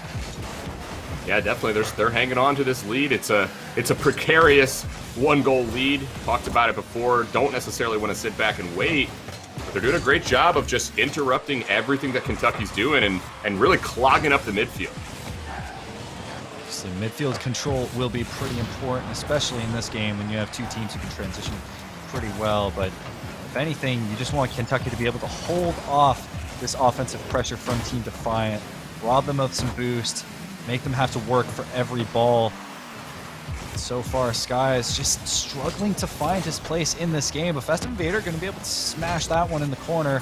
Crab going to have to carry it. Skies able to put it over his head. Can anyone convert? No. Festive Invader going to knock it off the backboard. Matt not able to get the best touch. Skies will be blocked away. It's Kentucky with about a minute and a half left, doing a good job at mounting this offensive pressure, but Defiant, he's doing such a good job knocking it off the backboard, but no one is going to be able to get the rebound. Team Defiant, every time they have the ball in the offensive zone, it's just so scary. Yeah, and that carry was fantastic there from Defiant, nearly just finishing off Kentucky. If he buries that, I don't know that Kentucky come back. Team Defiant, once again, in the defensive zone, and Kentucky just not able to get the touches that they need to set up shots. Looks like Defiant is trying to play around this defense right now. We'll knock it off the corner, go off the ceiling. It'll go right to Skies. Imagine, force back a little bit. Skies, he overshoots the ball, tries to get the boost, but doesn't get anything out of it. 45 seconds left. Kentucky still have a mountain to climb, despite the fact it's only a one-goal lead. But it seems like this defense from Team Defiant is just totally unbreakable. 30 seconds left. This will be the match who determines the lead in this series. So far, Crab a little wide, but Imagine going to be able to knock it back off the backboard. Matt going to send it to Skies. Crab pre-flip, but not able to get the right angle. Either way, so far, Team Defiant have done a fantastic job at just focusing on the offensive side and preventing any opportunities for Kentucky, as they, as far as I know, will be able to take this game and take the lead in this series. Yeah, that's a big, big win off the back of just a single goal, which is almost more of a statement than putting goals on. We've seen Defiant really shut down the offense of Kentucky in these final two games, or these past two games. And now they've got themselves in a great position to take this series just one win away. I'm ready. I'm ready enough. I'm getting us in this. I'm ready to see this. Yeah. Now, I really got to ask, though, in terms of, these teams, obviously Kentucky came out swinging in game one, but then as the series has gone on, Team Defiant has just seemed to take over the series. Is there any adjustments that you think Kentucky can make to try and just stymie this offense from Team Defiant? I'm trying to adjust my camera. That's the adjustments we need to make right now. But you're right. Kentucky need to make some adjustments. I mean, look at the scoreline. Don't look at me. Don't look at me. Look at the scoreline there in the bottom. Look at those 5 goals. Where did those 5 goals go? Where did the 5 goals from Kentucky go? Because the offense has completely dried up. Just 1 goal in the past 2 games for Kentucky. That is not going to get it done. So what do they got to do, Seb? They got to score some goals. Kentucky do have to score some goals, but Team Defiant has just been so good at reading every offensive play they try and attempt. Of course, they're able to get as much of their car on that ball and just get great touches with good angles so they can knock it away. Excuse me. Sorry. Oh, Lord, a nice shot attempt, but Skies, of course, having the savvy to save it. Crab not able to get the best touch. He will get the second touch. Imagine just whiffs it, unfortunately, as we essentially resume Game 3. And so far, the offense from Team Defiant has been suffocating for the Kentucky side. So far, about half a minute into this game. Crab knocks it up high. Fortunately, Sky's just willing to just punt it downfield, which to me that is a little worrying. Oh, trying to go for the bump attempt, and it will work. As Festive Invader going to be able to convert on that one. It seems Kentucky has maybe found a strategy to actually compete. Yeah, I mean, it's all-out offense, right? Just put your foot down, pedal to the metal, and just start putting shots on. I mean, that's a good one there from Festive up off the backboard. No fear to go for that rebound. That's what you want to see, is that aggression. So far, we're going to see how Team Defiant responds, because they did have a good first minute of this game.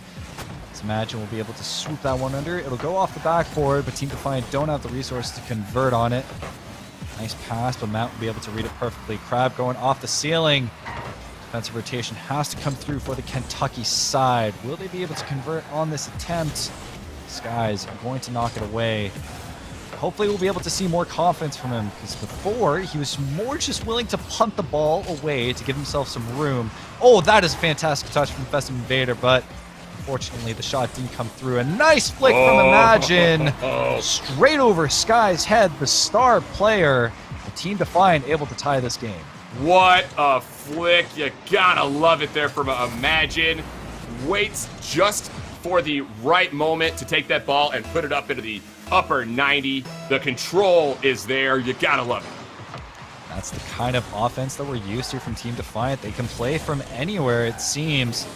But Kentucky, they still have a chance for this series so long as they get their touches, but that is not a good start, as Imagine will be able to convert off unfortunate double whiff from the Kentucky side. Yeah, you see 2 men up. Even if you don't make a touch there, that double commit will kill you every time, as neither player gets a hold of it, and Imagine finds his second. Not nearly as pretty as the first, but they count just the same, and that gives Team Defiant the lead. Well, I imagine, pardon the pun, that the unacceptable were that Festive Invader was trying to make an attempt for it. Skies was already up, and he was like, okay, Festive's got this, so he backed off. And unfortunately, that led to the double commit because he did whiff that. So Matt, that is a fantastic dunk, but it will be a little wide. Crab still able to dunk that through, and Skies has to punt that away. But once again, this offense is so strong, as Imagine again is able to convert and continues Team's Defiant lead with 3-1. And that's a real smart play there as well from Defiant off that side wall to put that to the center. All 3 defenders for Kentucky were there in the box, but the pass just out of reach for Kentucky, and it's another goal for Defiant. They're really starting to warm up, and look at the patience here. Now he waits out one, tries to wait out the next, doesn't get it, but he's still going to have control of this ball. Defiant, the player, and Imagine are really starting to put the team on their back. It's insane how much confidence they have and just how much they're able to read this Kentucky defense, because they've been playing against it for so long now. essentially because they've essentially been on the offensive end the entire time, so they know how the players tick at this point. And they still have just about half a game left, so I'm excited to see what else Defiant can actually pull off. 2 minutes left in this game. Matt, he's going to be able to get the flick over one, but Imagine will be right there to put it away. Skies pass off, will be put in the corner. Can Festive Invader convert on this? Defiance not getting the best touch, and so Kentucky starting to mount some offense right now, but they need better reactions than that if they want to find themselves in this series again. And it looks like they're willing to go back and just reset. Yeah, they definitely have got to start to push on some of these rebound opportunities that are coming out. You got to be able to rotate it mid. Can't always go back for that far back boost. We see two players go back for boost for Kentucky, and that ends that offensive opportunity. Every time you go back that far, it's just going to tick away more and more of the clock, and that is not looking good here for Kentucky, especially after you see a block like that, as we see Defiant get in the way of that shot. And I'm looking at the shots right now. 9 for Team Defiant and 4 for Kentucky. So same recipe as the previous game, just nothing coming through for the Kentucky side. It's Defiant. He might be able to fake out someone here, but no, it'll be back in the midfield. Imagine going to knock it up. Full tank of gas for Defiant. Nothing will come through. This Crab will have to challenge this in the midfield to give time for his teammates to go back. But as the clock winds down, as Team Defiant continue with this offensive pressure, I have a hard time believing Kentucky are going to be able to find their way back. Yeah, I mean, they're not getting past the midfield line right now. It's a big lead, 2 goals here for Defiant, and they're just waiting back, waiting for those clears, and then putting the ball right back down into Kentucky's zone. Here's another shot going to come through. Festive Invader will make the save, but time running low. This is the final opportunity here for Kentucky. Matt's going to have to get this ball out center. He cannot. And that will do it here, as we're going to get ourselves a... Okay. I don't want to call it just yet, as that goal, surprise, Defiant had a chance on the backboard, doesn't get it. And now Kentucky, maybe? Maybe. If they get lucky with the kickoff goal, it is possible, but very, very rare, as that one will go down. Matt needs to get a good touch on it. Skies, he's the only opportunity. It'll be set in the corner. Can Skies make it? No! And Team Defiant will be able to walk away with this series 3-1. Oh, why did I say in Game 5? What am I watching? That's it. That calls it. I do apologize. Yeah. Defiant, what a victory. I mean, we looked at Kentucky. I looked at Kentucky. If you'd have asked me coming in who was going to win this series, I would have said Kentucky. I got a lot of confidence in their play, and Skies is a player that I've seen before. Yeah. But this is a team game. Not, one individual not going to really carry you. Though Imagine did a great job of nearly carrying a team. I mean, if you're going to carry someone, Imagine pretty much did it there with the 3 goals. Yeah, I mean, obviously the 2 other members of the team were Virginia Tech members, but I don't believe Imagine is on the roster. It was clear Imagine was the MVP of this series. He was just absolutely insane. Obviously, there was that nice carry with that touch to secure that goal off the backboard. Fantastic stuff from him, and he was just an absolute nuisance to Kentucky throughout this game. No doubt about it. Hunted, we're going to bring you back in. That turned into a very, very interesting series. I really expected that we would see that Game 5. Maybe that's why I had that in the back of my mind. But in the end, Team Defiant just too strong. Yeah, well, I mean, it kind of reminiscent of the series we watched just a little while ago, right? Team Defiant comes out a little bit slow, right? Kentucky gets that first game win, and it was rather convincing. I think it's 5-2, right? Game number 1 to Kentucky, and just defiance from Team Defiant, I think, in that series. Well, yeah, I mean, I'm a host, man. It's literally the only job that I have. I have to think of them as we're watching the series. But a good game all around, again. Want to get your thoughts here. You talked about Imagine. I was going to ask you questions about Imagine. Let's keep talking about him. Seb, what did you like so much from the play of Imagine in that series to help his team to the victory? Not even just the fact that he was willing to take individual plays when he felt like he needed to step up for it, but he was willing to get his team involved. There was a lot of times when Skies, he was trying to make things happen on his own, but he wasn't able to rely on his teammates. But Imagine not only was able to do the individual plays, not only get his team involved, but also continue the offensive pressure by cutting rotations in the midfield to, keep it on the offensive side.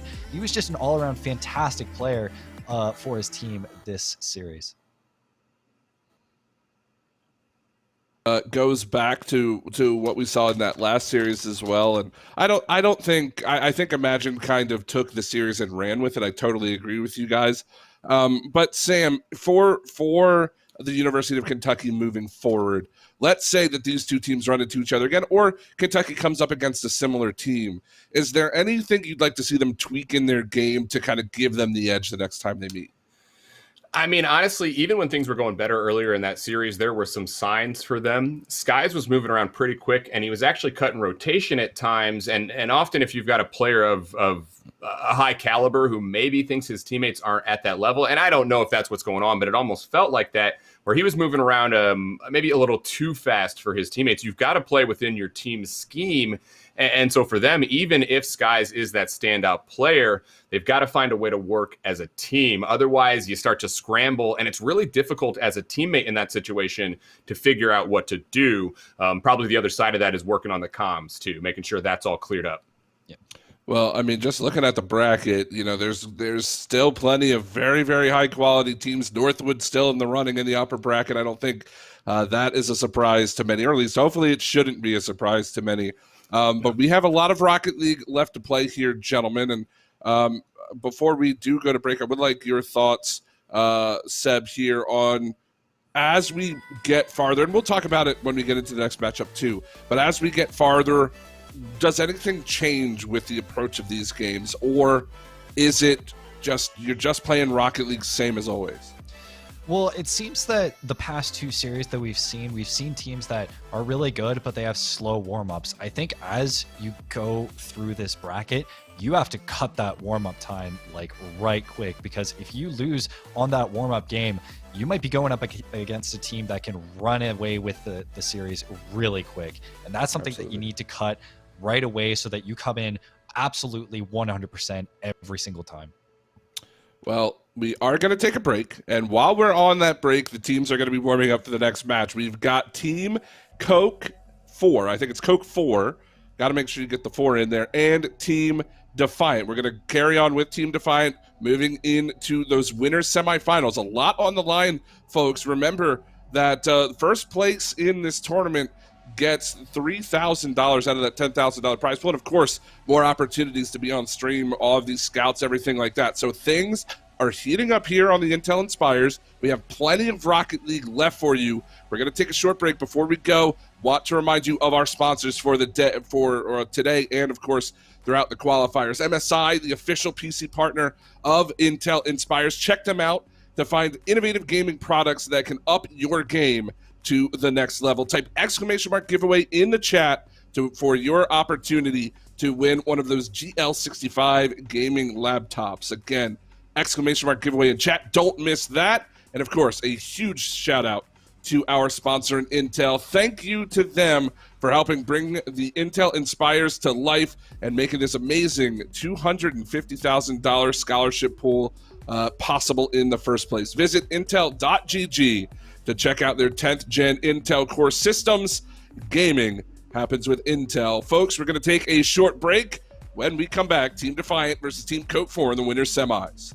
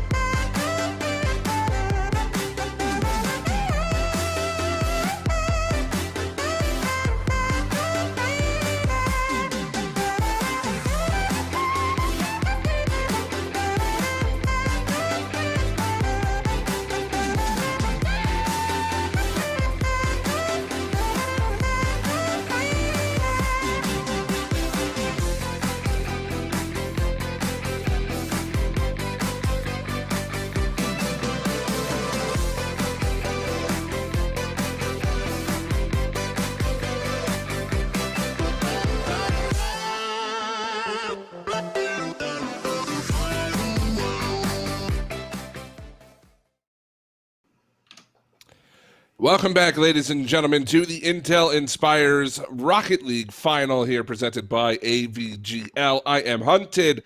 Joining me in the booth, Seb and Fuzzy. No, actually, that's Sam, the S brothers. Welcome back. Welcome back. Hunted, we can't be the S brothers if my name has now been changed to Fuzzy. Come on, guys. Well, come on. It's your Sam, aka Fuzzy, or like in parentheses. However you want to do it. Whatever. We'll figure it out after the show. But anyways, boys, we've got another Fussy. good one here. Got to follow Team Defiant after their win against the University of Kentucky. They are now facing Team Coke. And unfortunately, the players got a little overzealous. They've already played game one. Team Coke has won that one 4-2. So we're going to be kind of jumping into the series there. But, I mean, thoughts? You just watched Defiant win. Seb here. Coke has beaten them in game one. What are your thoughts on that? Well, we saw that Team Defiant has been slow before, right? So we can only hope that they'll be able to warm up once again, despite coming off a series, I know. But, you know, if they have a slow start to a series and then they continue to progress as the series goes on, we might get a good series. Well, Sam, key point. What do you think Coke has to do to beat Team Defiant?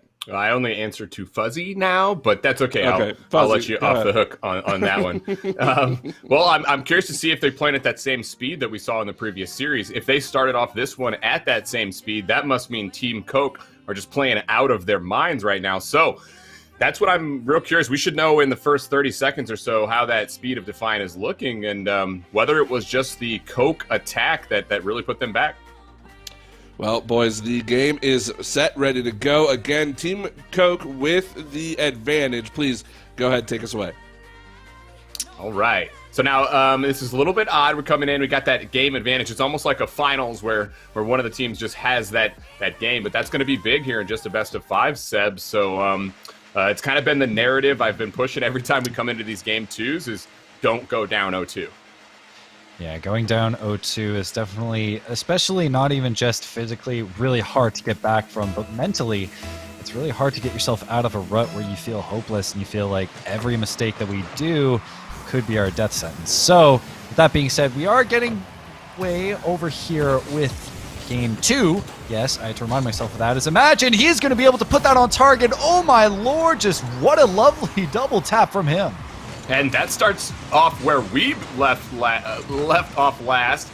Maybe something in the middle there in that game 1 to kind of stop Team Defiant. But right there, that's a lot what we saw in that previous streamed match where Imagine gets some space in mid and just absolutely takes control.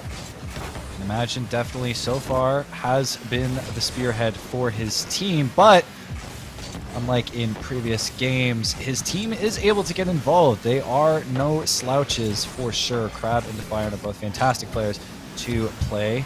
Turtle, he's going to be able to send a pass to Husky, but it will be intercepted by Imagine once again. Now, I'm really excited to see what Imagine can actually bring us, and obviously I want more clips, man. You know, despite the fact there are Crab and Defiant, I want more clips from Imagine.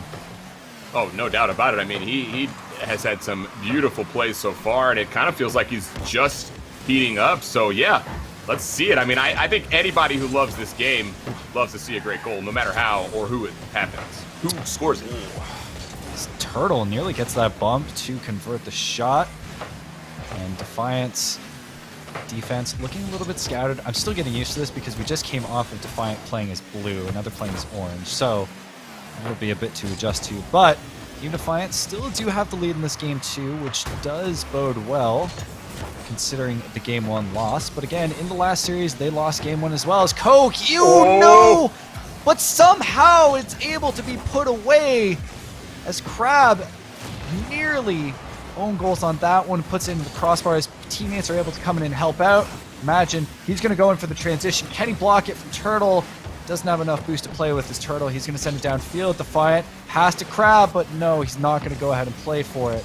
But still, Team Defiant do have control of the ball. Bad bounce off the wall, gives Turtle an opportunity to send it to the corner, pass off to a teammate. Coke comes in. Are they going to be able to get the rebound? No, they're going to back off it. Imagine he's going in deep for the demo. Can Defiant put the shot on target? No, it'll hit the post. After all that work from Imagine to get that demo, unfortunately, that offensive attempt fails. Team Defiant have to start over. Yeah, and they should be thanking themselves if they had a big stop earlier, as Team Coke had been pressing for about a minute and a half now, almost entirely down in the Defiant zone, as the Defiant defense really being put to the challenge right now. They're trying to hold on to this slim 1-0 margin. And I like that Team Coke, they're able to kind of slow it down on their zone to try and actually prepare a proper offensive attempt. Coke, he's going in for the demos. He's still a threat as a pass to Turtle will be able to tie up this game for Team Coke. Yeah, and you see there's Husky and Turtle in the mid. The ball over to Coke. I don't think that was a purposeful lead there by Turtle, but it works out perfectly as Coke is still up in the zone, puts that ball in, and then all 3 players of Team Coke there, really, any of them could have cashed in, but now they got to make a stop. The shot not on, and they will get the ball out.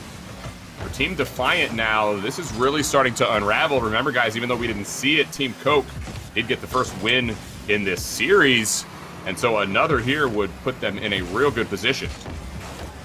As Team Defiant tries to get back that goal, continues to mount some offensive pressure, but I do want to point out that, yeah, it might not have been a purposeful pass, but Coke was just had the phenomenal awareness of the pitch to notice that that was coming to him so quickly as well, and still make up for it, as this might be dangerous.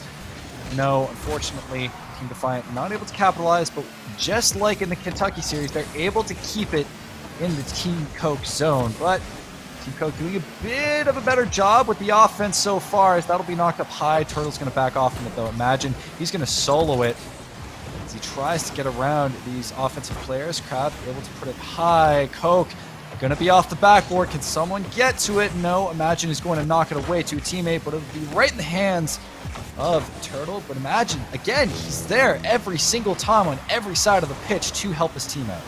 Oh, no doubt, but he's not going to be there for that. Husky has an opportunity but can't get that rebound. The net was open. That's a tough play as Husky was in the air and out of boost. But Imagine can't do it all. He definitely needs some help from his team right now. He does put it on, though. Gets a shot. Turtle with a save. Crab cashes on the rebound. Imagine, though, he's the man. He does it here. He's really the reason this play gets started. And I'm noticing right now that, unfortunately, they didn't have a lot of boost on the defensive end. So, of course, perfect placement from Crab, as this one might net through as well, but no, Coke going to get the demo and be able to free up some room for his teammates. It'll go off the backboard. 30 seconds left in this game. Team Defiant still have the lead, but of course, the offensive pressure from the Team Coke side is very oppressive in their own right, but Crab not able to put that on target. No one there for the rebound. Imagine is up. He's just there to keep it in the zone. Whittle away some time. That shot will hit the post. 10 seconds left, as this might be what a pass. The last attempt. Good pass, but it'll be knocked away. Still a chance, though. 0 seconds. Can they convert? But no, Imagine will be able to put it on the ground. Coke, shot on target, but just saved by Team Defiant, and they're able to take game 2. Wow, so close there in the end as the pressure from the blue side was mounting. It felt like the ball was going to hit the ground, and then nope, there's another one. They keep it up. Nope, there's another one, and it's inching closer and closer to the front of the Defiant net. But they do manage to get that ball down, and they get this series tied up. Like we said, blue team had played a game outside of the stream, so they had come in with this 1-0 lead. Yep. Team Defiant, though, they're able to battle back and get things tied up. It really was some fine play from Imagine. We said his name a lot, and for good reason. He's been doing everything for his team, really led them in every stat category, had that goal that was so crucial early, and then also made some big defensive stops as well. So Imagine is the guy right now for Defiant, no doubt about it. On the other side, Seb, I think Coke, he might be that guy for Team Coke, the namesake of this team. Yeah, Coke has definitely done a good job at giving his team some openings, whether it's through, bump pressure or just, holding down the midfield a little bit and just relying on his team, relying on his team to make the plays generally, but he's the one that's actually opening things up by being that man that's ahead. So obviously Coke versus Imagine here, both of the star players of each of their individual teams. I mean, Imagine has just been putting in so much work, especially on the offensive end, going in for those demos, creating opportunities for his teams because his team can convert on those. Just phenomenal stuff from him. But we are going into game 3 right now. We have a tie series between Team Coke and Team Defiant, as Team Coke get away pretty early. Crab going to be able to get that demo to give his team some room, as Imagine will carry it up. But I was streaking because I just joined Team Defiant. I wanted to be on the field. I had to get away, though, before they noticed. You got to sub in. Of course, Sam the sub would be everything that Team Defiant would need. And of course, if he was on the field, it'd be a nice 3-0 for them. So despite that, of course, Team Defiant needs its actual players on the pitch. Turtle, pass off to Husky. Back pass to Coke. He's going to be able to put it in the corner, but not the best bounce for them. As, that'll go right over Turtle's head, and quickly Team Coke need to go for that defensive rotation, find a way back. Crab playing a little bit awkward off the wall. You'll Imagine just stuffing that ball right away once again. As Team Coke, they're going to have to work for it as that one just leisurely rolls by the net. Team Coke being forced to take every inch that they can to get it out of their side of the field with as many touches as possible. The Team Defiant, that doink, is that going to flow through? Team Defiant's not going to be able to convert on it. Just over a minute into this game, and so far Team Coke just has to fight for every inch of this field. Yeah, they really are. As you see, they're trying to carry the ball out as an individual, but Team Defiant stepping up and taking that ground away. Real good scoring chance just a moment ago, and this game has started with Team Defiant deep in the blue side, and they have not let up. But there we go. That's a big demo, but Husky will get taken out in return as 2 demos back-to-back make it even. But what a phenomenal redirect from Turtle. Unfortunately, Coke, he wasn't able to convert on it. Husky, he's going to go to the ceiling. And now Team Coke starting to mount this offensive pressure right now, keeping it in the midfield, trying to drown out the Team Defiant side. It's the longest that we've been scoreless for, so who will score first will put a lot of pressure on the opposing team as the time runs out. Yeah, we've already played about half a game here, still remaining scoreless, as both teams just sort of collapse back into their defensive side whenever the ball gets into play, and then they're trying to work for that clear. Seeing Defiant struggle for that here, and this is similar to what Defiant did previous in the game against this Team Coke side. So both teams have proven that they can really press the opponent back. What a pinch. Are you kidding me? The power. That thing was like a frickin' beeline to the net. It had a string on it. What? Wow. 151 kilometers per hour. And for American units, I have no idea what that is in miles per hour, but I'm sure that's fast. That was insane. That was nearly 100 miles an hour on the MPH side of things. And like I said, that thing was just moving. It didn't have any arc to it at all. If the net wasn't there, I'm not sure it would ever hit the ground. But Team Coke have been given a gift. Now, whether or not they can gain themselves a nice, comfy insurance goal, that'll be the question as Team Defiant will look to come back from that one. Husky putting off the backboard, but Team Defiant having a bit of a breakaway, but that demo will stop it in its tracks. Imagine trying to set his teammate up. Crab is going to send it up high. It'll go off the backboard. Turtle will knock it away. About 1 minute and 40 left. Team Defiant are still looking for a nice opening as they only have 2 shots on net versus Team Coke's 1, which was their 1 goal. Yeah, that one shot that has been the defining moment of this game is honestly Team Defiant have still had the better of the play, but Team Coke just relying on the monster clear, that big pinch earlier. I'm still not over that. Yeah, that was an insane pinch and might be one that actually nets Team Coke a game in this series, which would be quite the achievement for sure. Of course, Team Defiant want to stop that from happening as they have about 1 minute left to work with. Defiant able to get that block on the defender. Magic coming in, but he will whiff it. Crab knocking off the corner as Defiant once again putting in the corner.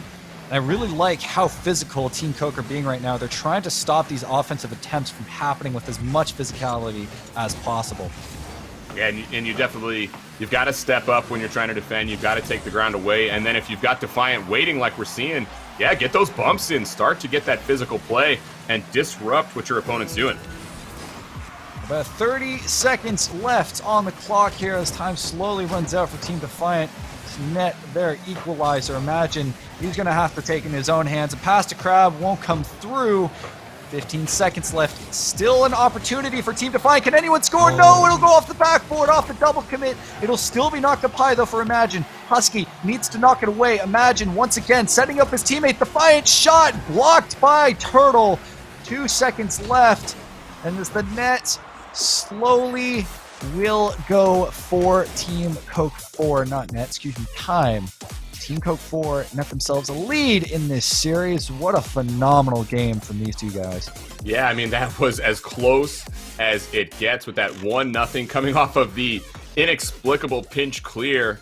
Like I said, I'm pretty sure it went through the back of the net and is still sailing on somewhere out there. That had that much power on it. And sometimes that's all it takes is that fortunate clear. For Coke, they were able to get it done with just that 1 goal. I'm not sure if that's the game plan moving forward, if they want to try to rely on that, because the scoring chances for the blue side were definitely limited. Oh, yeah. As I think we could all say, Defiant had the better of the play. But in the end, it only matters if you're able to find those goals. Defiant cannot there as they get shut out. And Team Defiant definitely weren't able to turn on the Jets as early as we'd like. I think it was maybe in the last 2 minutes or even minute where they were able to get all of their shot counts, right? Before the longest time, it was just 2 shot attempts, but then slowly, in just a very short amount of time, they were able to just put on like 6 or 7 shots on net. But unfortunately, none of them went through despite their best efforts. So Team Defiant will look to fight their way back in this series, as we know that they can, as Game 4 gets underway. Looks like, this might be an attempt for Team Coke, but no, unfortunately it won't be. A pass straight to Turtle, but he will whiff it, unfortunately, as Team Coke comes in swinging with their offensive attempts, but that might waterfall. Can Imagine net it? Nope, not going to get the pinch. It seems both teams are out to play right now with as much offensive pressure as they can muster. Yeah, no doubt about it. That was a real good start to this game for Team Coke, but now they're back on the back wheel, and Crab fully recognizing, diving into the zone, gonna step up and crash that net. See that pass out to Defiant, though, as well. That is an absolute beauty. Through two defenders, right on the tape. And obviously, these two members, both on the same Virginia Tech squad, so know each other pretty well and are familiar with how we play. As that shot attempt, Imagine, that won't be on target, but Kenny, yes, he will. He'll be able to convert on it immediately as Defiant, within a minute of this game, come out to a 2-0 lead. And that's a beautiful transition. That's exactly what you want to see from a player exiting the zone. He's to the right side of the field on that right wing, looking past the entire way. It's a fantastic outlet feed, and then Imagine does the rest. That's the player you want to feed the ball to, no doubt about that, if you're the teammates here on this Team Defiant squad. And now for Team Coke, they will have to battle against one of the bigger leads that we've seen in this series. Wow. They maybe will need another as that big clear from Imagine falls through. Yeah, and you know what?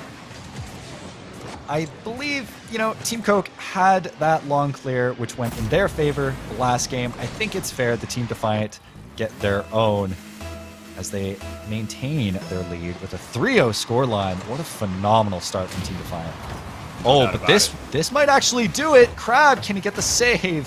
Yes, he will, but Team Defiant coming out to such a strong start. Yeah, this is tough. I mean, anytime you give up goals like this early, really the only thing that's going in your favor is there's a lot of time on the clock to come back. But it's definitely demoralizing. We've got 3 goals on the board for Team Defiant. We don't even have 3 shots on the board for Team Coke. It has definitely been one-sided. And it feels as though that Team Coke have had a couple of attempts to actually make it work.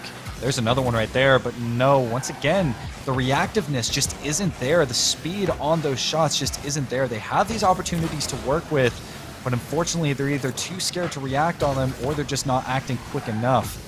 So hopefully they'll be able to actually change that up a little bit, focus on a bit more of their speed. Team Defiant are just content with keeping the ball. Oh, that's a little awkward, a back pass. Everyone's a little awkward right now, trying to figure out where they want to position. Husky will be able to center the ball, but Team Defiant able to knock it away. Once again, focusing it on the Team Coke offense as that demo will come through. Can anyone convert on it? Crab shot on target. A nice beamer will give Team Defiant the 4-0 scoreline. And that was a really good read from Krabs, getting into the air, seeing that there's no one on the backboard there for Team Coke, which means he's going to have that free shot. And in threes, if you have an uncontested shot up in the air, you've got to go for it. Almost always going to give you an opportunity to get that ball through. Team Defiant with 4 goals now, and they don't look like they're letting up. Again, the only thing in Team Coke's favor is the fact that we still have half a game to play, but I just don't know if they can do it at this point. Team Defiant looking so strong. Yeah, despite that pinch attempt was nearly very pretty, but yeah, we still have half a game left to play. And Team Defiant have gained 4 goals. So definitely a mountain to climb for Team Coke as 2 demos will come through. Might leave the defense a little awkward, but no, the bump will come through. Coke tried to solo this. It seems like the solo plays just aren't working out for them, but in the same vein, the team plays aren't working out for them either as they're being a bit too slow. Defiant, you're a little greedy there. Crab, though, will be able to convert off that rebound. We have a 5-0 scoreline. Yeah, and it's another transition, too. We're seeing this a lot from Defiant. They're exiting the zone with speed, and more often than not, that's really going to test the defense trying to get back. I think for Team Coke, they maybe start looking forward to the next game here, because this one has completely gotten away from them. 5 goals for Team Defiant, none on the other side. They're still looking for more. There is Defiant. Doesn't get it, but they don't need it at this point. Ooh, that was a nice pass to Turtle, so good shot attempt, but Crab easily able to read it. Turtle able to put that on target, but Crab easily saves it. As this pressure starts to mount a little bit and the boost starts to run out for the Team Defiant side, but despite that, they're able to get a good enough touch, and Crab with 804 points so far. Coke, perfect opportunity here. Can he force it through? Yes, he will. Team Coke finally on the board with a 5-1 scoreline. Yeah, but almost too little, too late. It is a nice play and a nice dunk on 2 defenders, but that's just the one, and they need 4 more. So they'll need a lot more of that if Team Coke's going to have any chance of keeping this from going to Game 5. Now, obviously, it seems as though this game is a bit of a wash. Where do you see, Team Coke improving for the next game? Do you just see them resetting their mental, or what adjustments do you think they can make? Well, I don't know. We saw this previously in the series, so I don't want to count them out. Because we saw a real strong bounce-back effort from Defiant, and then Coke turned around and clutched that 1-0 victory. But, I mean, when you've seen the limited scoring so far from the blue side, I think everyone will know that they can't give up the goals like they have been in this game here. If they give up a few early in the next game, that just may be it, as now Team Coke still just 1 goal in these last 2 games. Brazil? Maybe? Possibly. It's in the cards. I wouldn't mind that. That'd be nice. But I'm sure that Team Defiant, coming out of that last game, were just like, you know what? That entire game was a fluke. Let's show them that we can actually play. And they have come out and shown us that easily, as they continue with this dominant 6-1 scoreline. Still have 30 seconds left to play, as Crab is going to put that on target, but Coke is able to get the save. Now, the question is, are they going to be able to get to Brazil before the clock runs out? Imagine giving it to Crab, but it was a nice save from Turtle. As the clock winds down, I'm sure Team Coke is just absolutely looking forward to that next game. But that goal, will lift their spirits a little bit going to the next one. Despite that, though, still a dominant performance from Team Defiant.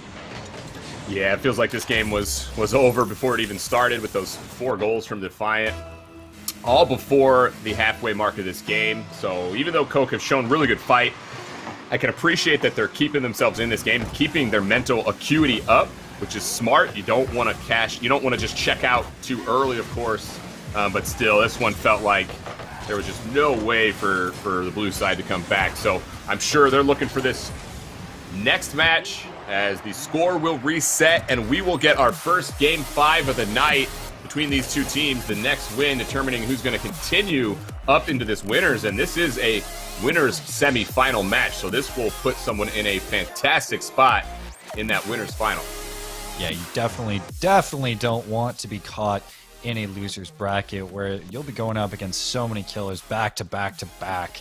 I'm sure a lot of these teams just want to be able to go off to the winners finals and continue their chance at this prize money. Of course, Team Defiant just coming out swinging immediately and all the way throughout this game. Team Coke not having too many chances to really find their way back in this game. But I will be really interested to see this Game 5. Obviously, there is a lot of pressure for both these teams, so the big question mark will be, how can they handle this pressure, and are Team Coke going to be able to make the adjustments necessary to take it to Team Defiant?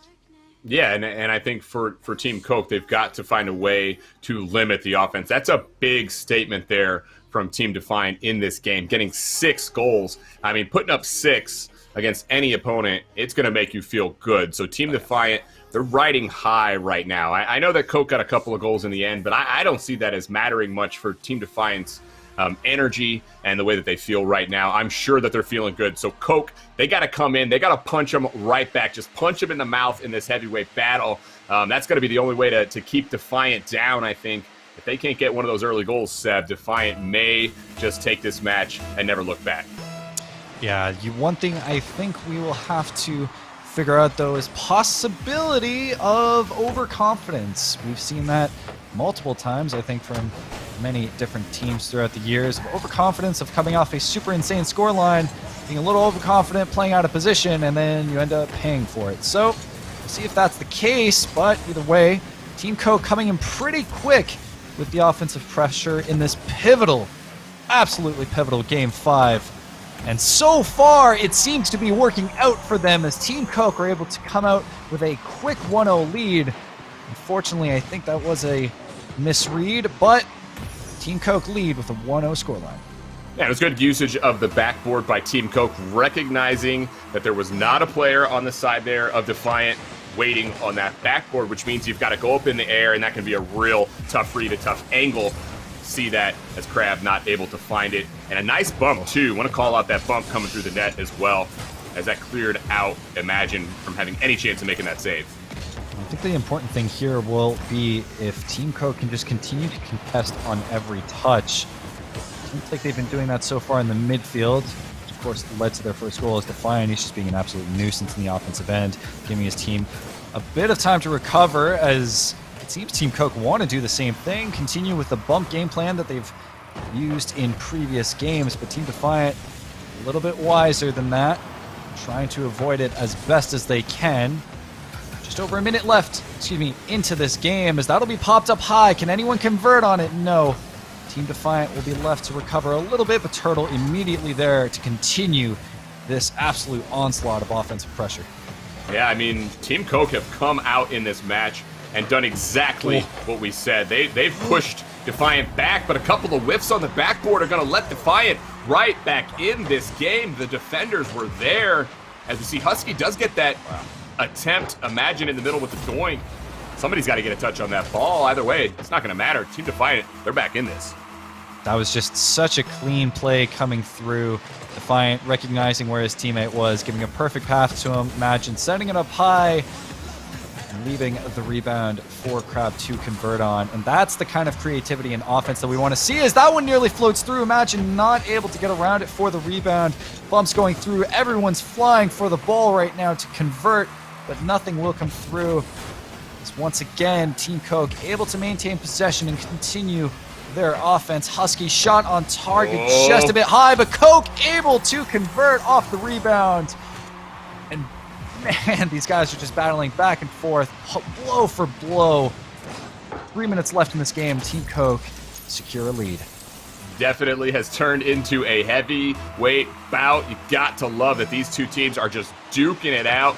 They're not focused as much on defense, starting to take some chances on offense. We love that as fans, as the goals are dropping. Team Coke regain the lead, and they are looking for more as they're pressing Team Defiant back. Imagine looks for a clear. That's not going to get it done. Going to give Team Coke a chance, but the ball will go downfield. Looks like Team Coke pretty content with just fighting for every inch in the midfield as things get a little awkward here.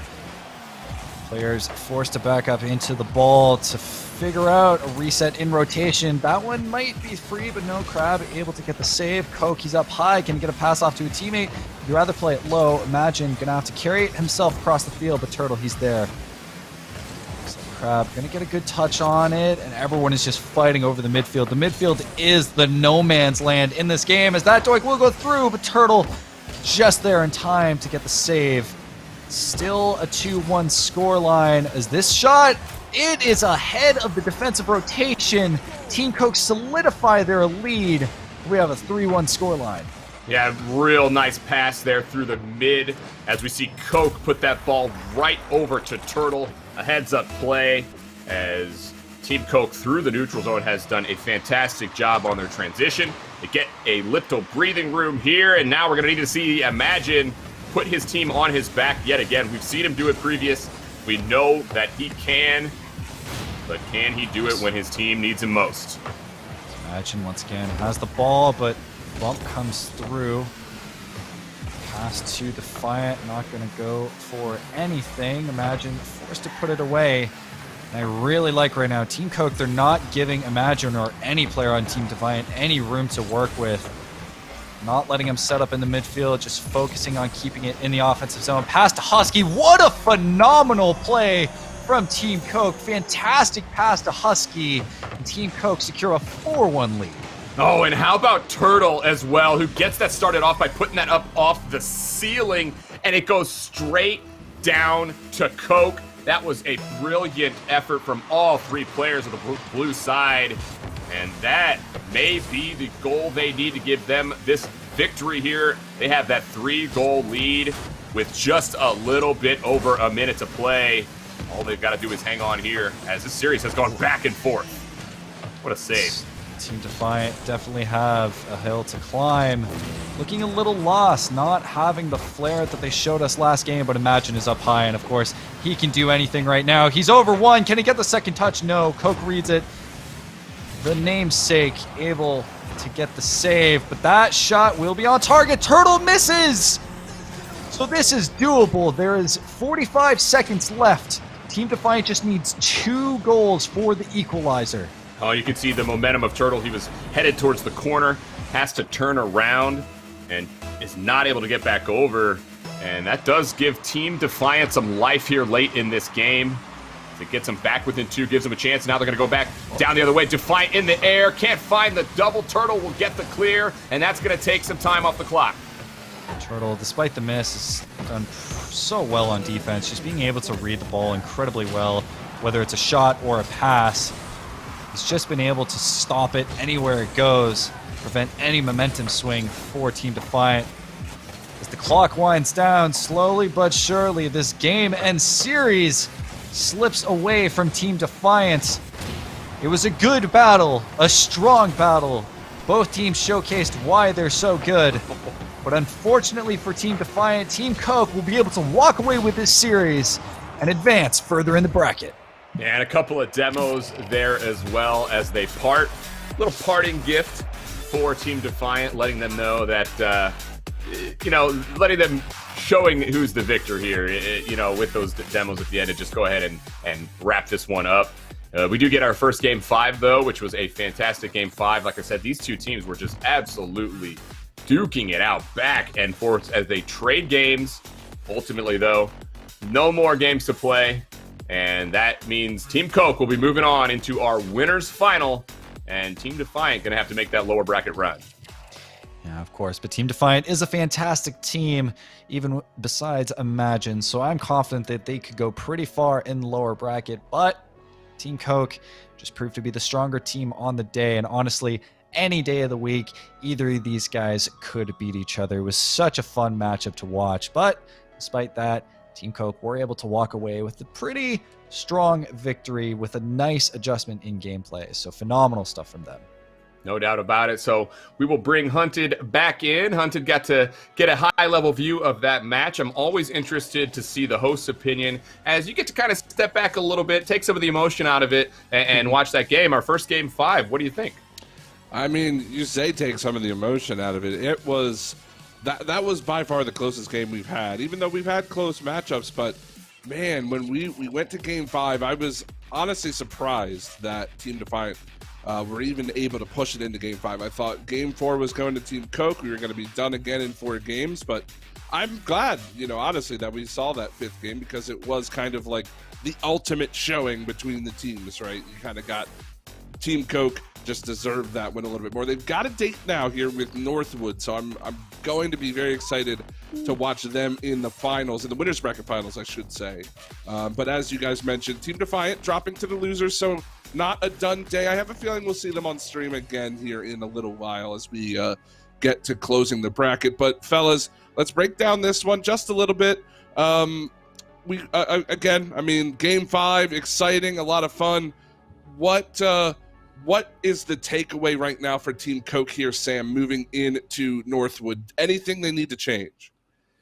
Well, they feel like a team that really feeds off of momentum. And I think the series swings that we saw as we went along, and that definitely show that. When things were going well for Team Coke, they looked almost unstoppable. They had really pressed Defiant back. But we saw what happened to them in Game 4 when things weren't quite going as well as they wanted. So I think they may be a team that their mental game and might be the main focus for them because we see the skill on the field. But often for a team like that, it's about scoring first. It's about getting on top first. They're going to have a tough time doing that against that Northwood team, though. I think as we all looked at this bracket and we looked at the top side of that bracket, we pretty much figured Northwood was going to be that team on that side. So this is going to be a tough test for Coke. Yeah, certainly Northwood, no surprise to be making it into the winners finals, and Team Coke going to have their hands full, but with how they played here against Defiant, I am hopeful. Now, Seb, Game 4, right? Things broke apart a little bit there for Team Coke, and Team Defiant really looked to kind of rally back into that, and that's one of the things I really appreciated about that team. imagine them being in another situation like that heading into Game 5. Anything that you'd like to see them kind of that kind of exemplifies their play a little bit more to take the next Game 5 they end up walking into? Well, I mean, Team Coke generally stuck with the same style of play, both in Game 3 and Game 4. Reminder, Game 3, they only won off of that insane pinch clear that somehow was able to follow through, right? And then they still kind of stuck with that same style into Game 4, where they just got completely figured out and destroyed. In Game 5, I really would have liked to see Team Defiant not only try and keep it in the opposing half a little bit more, but maybe even try more for demos, try more for bumps like they did in previous games to really disrupt that defense, because it was clear that a lot of Team Coke players were just in position to be able to save off of pivotal attempts. Notably, Turtle was just doing awesome despite that one miss. Yes, I know, but he still was just doing phenomenal at just stopping any attempts coming through. So get a bit more aggressive. Don't be afraid to just throw someone in there to go for bumps. Imagine was just so well at doing that in earlier games in the series. So I wish they kind of would have done that, and hopefully they take that going forward into the lower bracket. I'm really glad that you mentioned that pinch, because I remember watching it and I was awestruck on how they even were able to manage to find that one. And it feels like that was 3 series ago that we saw that, with how kind of back and forth, how long this series went. But yeah, again, I really liked this matchup, and I'm hoping for the best for both teams, but we do need to take a break. We're going to go to a short little break here. We're going to move into the losers bracket for a little while, and then we're going to start to round out the tournament here. But before we do go, again, want to remind you of our sponsors. A big shout out to Intel for helping bring the event to life, making the amazing $250,000 sponsors or scholarship pool possible. Visit intel.gg to check out their 10th gen Intel Core systems as gaming happens with Intel. And of course, our other sponsor today, MSI, the official PC partner of the Intel Inspires series. Check them out to find innovative gaming products that can take your game to the next level, just like that GL65 gaming laptop that is currently being given away. Use the command !giveaway in chat. You can register to win that awesome gaming laptop courtesy of MSI. But we are going to take a break, moving into the losers bracket. When we return, go grab your popcorn, because it's going to be a great round out of the tournament. Don't go anywhere.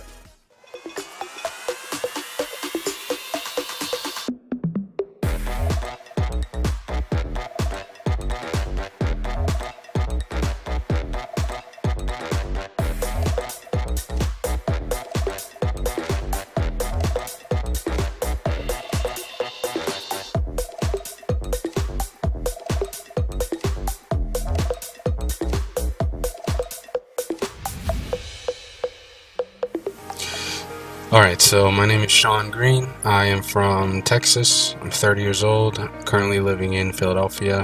I work full-time, I go to school part-time, pursuing a BS in computer science. I started school after high school. I went through 2 years at Midwestern State, played soccer for them, redshirted. My mother got sick though, unfortunately, and I had to work in order to help her. But recently, an opportunity came up where I can go part-time here and actually afford it. I'm paying out of pocket. So with regard to how the scholarship would help me, it would definitely help financially, because like I said, I pay for school out of pocket, and so. Yeah, and then getting me closer to completing the degree would help in terms of comfortability and better sustenance for my family in general. And then with regard to the esports community, I have a small Discord community that revolves around Rocket League primarily. My goal, my aspiration for that Discord is to pay for an academy team and a main roster, which is something that small organizations aren't doing, and to help people grow through Rocket League, even outside of Rocket League, if they're needing help with anything. Yeah, so that's it. Thanks for listening. Hello, my name is Vinny Billa, and I'm currently a sophomore in high school, and this is my first time participating in this tournament, and I'm actually glad and happy that I got selected into this because as a wild card, because it means a lot to me. I only play Rocket League on Xbox. That's not the only game I play, and like I actually grind hell on it, trying to get up into higher tiers and be a superstar and legend one day in Rocket League. Being in this and getting selected as a wild card is actually truly means a lot to me. Like, I've been playing Rocket League for like a year, and then the progression I made was actually pretty good. I actually made a lot of progression while doing this, and first time actually competing in the tournament, it was actually hard. And because I had to face against a couple of grand champs, but I still pushed my way through, and I've been practicing a lot for Rocket League, and it really means a lot for me to get selected into this. What am I going to do with this? Once I get the scholarship, I'm most likely either going to be trying to get selected into a good college, either with the scholarship of a game or soccer. Rocket League actually means a lot to me.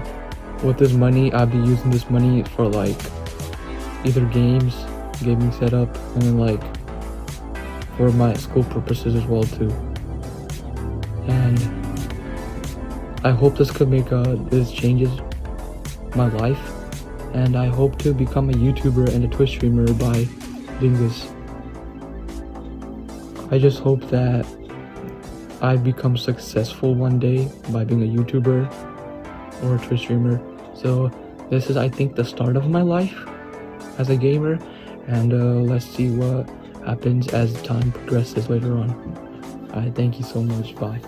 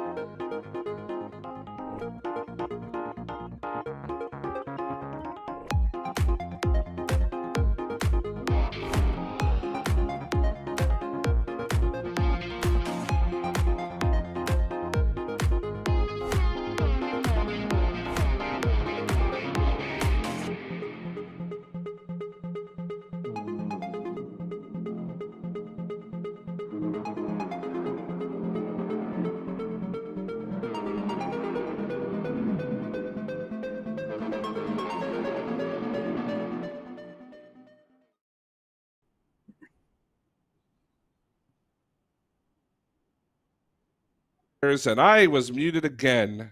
Goodness me. Welcome back, ladies and gentlemen, to the Intel Inspires Rocket League series here, presented by AVGL. It is Sleeky and Floms here in the booth with us to carry through the rest of the tournament. Gentlemen, how are you feeling? Sleeky, how you feeling? I'm feeling pretty good, you know. I've been watching things move along all day. It's been some really good games of Rocket League, and as we get closer and closer to the illustrious grand finals, I'm excited to see these teams, you know, whittling their way down and getting set for what is looking to be a pretty exciting conclusion to this tournament. Floms, how about you? Yeah, I totally agree. It's been great to see all these teams going through the bracket all day long, and here we are. You know, this is the final hustle for a lot of these guys, so let's get to it. Yeah, well, we, as you said, it's been a long day of Rocket League, and we have still a pretty decent amount of games yet left, but we are getting down to the end. We already know who's going to be playing in the final. That will be Team Coke versus Northwood, and we'll get to that one in a little while.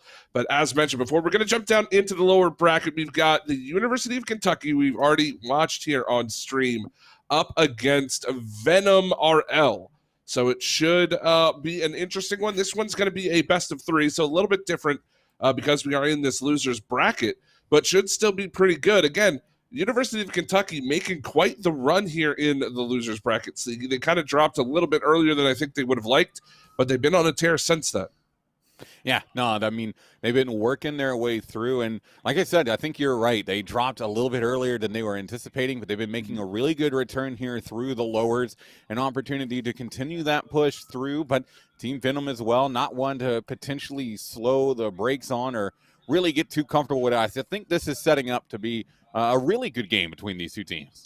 Well, we haven't talked too much about the prize pool, and that is one thing. Of course, with that $250,000 being handed out to different players here and there from different schools, at the end of the day, the winner of the tournament gets $3,000 straight up per for that team. Second place takes a $2,500 prize, and we're getting to that point where the money's starting to get pretty big. And Floms, you've been in a position similar to this in college Rocket League itself. I mean, how do you deal with knowing that money's on the line?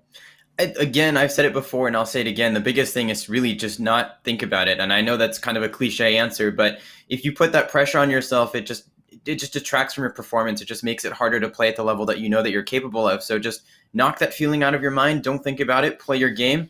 And then, hey, at the end of the day, you know, what happens, happens. For a lot of these guys, and for myself included in the past, it's just been, you know, kind of maybe not taking for granted, but being gracious and feeling fortunate to be where we are in the position that you guys have already gotten to. So look behind a little bit. Don't look too far ahead. Don't think about the prize and play your game.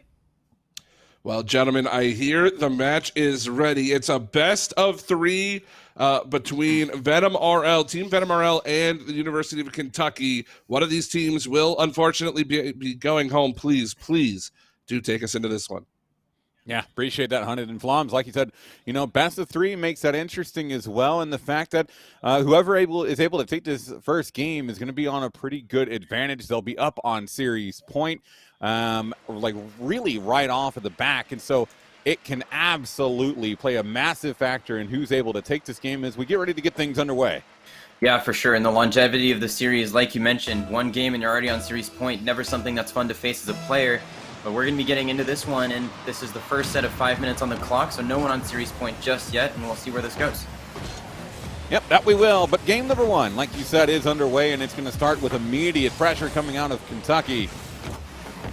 It'll be Matt looking to follow it through here on the left side in the corner. Back around, ooh, bit of a team bump there from Matt onto Skiz, or Skies, I should say. Back around again, cross field, Bolton looking for a shot just off the bar. Follow through from Venom's going to be high as well. And that was a great opportunity early on for Team Venom. Yeah, Venom coming out of the gate strong with an early shot off the crossbar. Unlucky for them not to be able to take the lead off that play, but Kentucky going to be looking to push right down the other way. They've got the ball stuck in the corner. This is where you want to have Team Venom, but Venom himself there with a 50-50, and they're finally able to move out. Another clear away coming from Skies. Sean back to Matt, looked to take the shot, but a good block came through as Venom clears his zone. Now back in the corner. Take away from Skies. Should be back down to Sean. Pass in midfield. Taken by Festive. In the corner again. We're seeing some good pressure come out of Kentucky. All the way across off the post. And Skies with the follow-up shot on the rebound, but he can't get it on target. Matt looking to play it in center again. It's out of the corner. Skies looking for a doozy, but he overshoots. That's a good clear coming away. And a lot of the early pressure here going the way of Kentucky. This is the first time we've seen Venom able to break out of the zone. And their play has been centered on counterattack so far. No fruition this time around as Kentucky's going to look to move back out and continue the offensive pressure they've had so far. Well, this one's going to bounce off the corner as Bolton able to pick it up and send it farther down. Good intercept. As Matt's a bit of an unfortunate flip. Sean just going to take a shot. Look to place it behind Skies. But the turn was there. Now Festive. Give away to Bolton. Open net off the post and in. And just almost 2 minutes into this game, we finally get our first on the board. And Venom strikes first. The transition, the killer for Kentucky here as the touch off the ceiling, not quite able to make its way to the teammate. And the ball is cut off. Bolton there to put that one away. And we've got Venom on the board first. Good kickoff. It's going to come over to the right side as well. Straight down. Matt in the air. Not quite able to beat Sean to it. Festive will put it off the side wall. Venom follow through. Festive able to chase it down. Skies will clear it all the way downfield on target, but Sean handling that one with ease as it was a bit slow towards his net. Another miss. Venom and Skies combined over on that right side. It comes back down to the blue. Skies again, just looking to try and sneak this center. Been some slow play coming from Kentucky so far as it feels like they're just trying to find a hole in the defense that they can put a pass towards, and there's a pass right there. Skies not able to find the follow-through, and they finally had their opportunity, but they're not able to execute on it. Yeah, and for Kentucky, I think there's two forces at play here early in this first match. The first is that Skies is the danger man. This is the man we're going to be looking towards to kind of get the play going, to get the play started, and then looking for either a pass or something from the supporting cast. But a lot of that has been a little flat for Kentucky so far. They've been launching the ball long, playing it off the backboard, and it's not been a strategy that's destabilized the Venom side so far. With the Venom side, on the other hand, being able to play into that hand that they're being dealt and just play it slow, play it off the counterattack, and they found the net first here, and they have looked the more dangerous side. Oh, and there's an opportunity that was dangerous there for Venom as well as he looked to come down close to being able to send that one through. And so now, sitting at right around 90 seconds left in game number one, it's still Team Venom holding on to that 1-0 lead. The Skies finding that save, able to send it all the way downfield as well. It'll be off the backboard. It's a bit of a kill. Matt follow through, but a great follow up from Sean as he comes off the back wall to find that save in a critical moment. And no one there for the follow-up in Kentucky. That was a golden opportunity to post their first goal on the board. Unfortunately, no one there to take that second shot. And again, the ball floating in front of the Venom goal with no one from Kentucky there to turn it home. This is going to be another clear downfield. 60 seconds left on the clock. Venom trying to play it away back to Sean. Skies quickly on top, gets another deflection over to the left side. It'll be Venom beating him to it in the corner as the demo comes through. Bolton, one hit, but not able to sneak around Skies. Time becoming a big factor in this game. Oh no, it's an own goal coming from Skies. Bolton looking to clear his zone, and it's not going to happen, and that's going to make it 2-0. And you hate to see that. The anxiety getting to Skies a little bit, rushes the ball that he doesn't really have a chance at getting to, and that one deflected right back into the own goal. We've got the break for Venom, and Kentucky now needing 2 to bring this one back even. Oh, that's got to be heartbreaking for him as well. Bolton just trying to clear it out of the area into the corner. Skies, speaking of corners, dropping this one in the top left, but now they still got 28 seconds, and they're still down. Just about able to sneak it in there. He gets it down. That actually deflects off the blue player back into the goal. This game isn't over yet, especially off the back of this kickoff, which we need to go the way of Kentucky for them to have a chance at this. Well, it is going to be in their favor. Skies towards the backboard. Matt follows up, but he can't quite find the touch he needs. 20 seconds now. Festive placing it into the corner as it comes around. Slight touch. Skies again back out towards Matt, but a great clear. 10 seconds. Sean placing one around. It'll be off wide. Follow through from Venom, also high, but time not really a whole lot to speak of. It's Bolton with possession. All they need to do is let it hit the ground. Skies will keep it up. Matt looking to play it across, but he can't reach in time. Festive in a good position, but it's too far left. And Team Venom will take game 1 and take themselves to series point. Yeah, and for Kentucky, it seemed like, maybe the way I describe it is they were missing tact in the midfield. It felt like a lot of the ideas were there, the plays were coming in off the backboard. Just unfortunately, after that transition phase into the offensive zone, there was just no one there to capitalize on anything they were putting into the middle. So for Kentucky, it bodes well. The defensive presence was there. They did a good job defensively if you bar that one own goal away. They just couldn't generate any offense.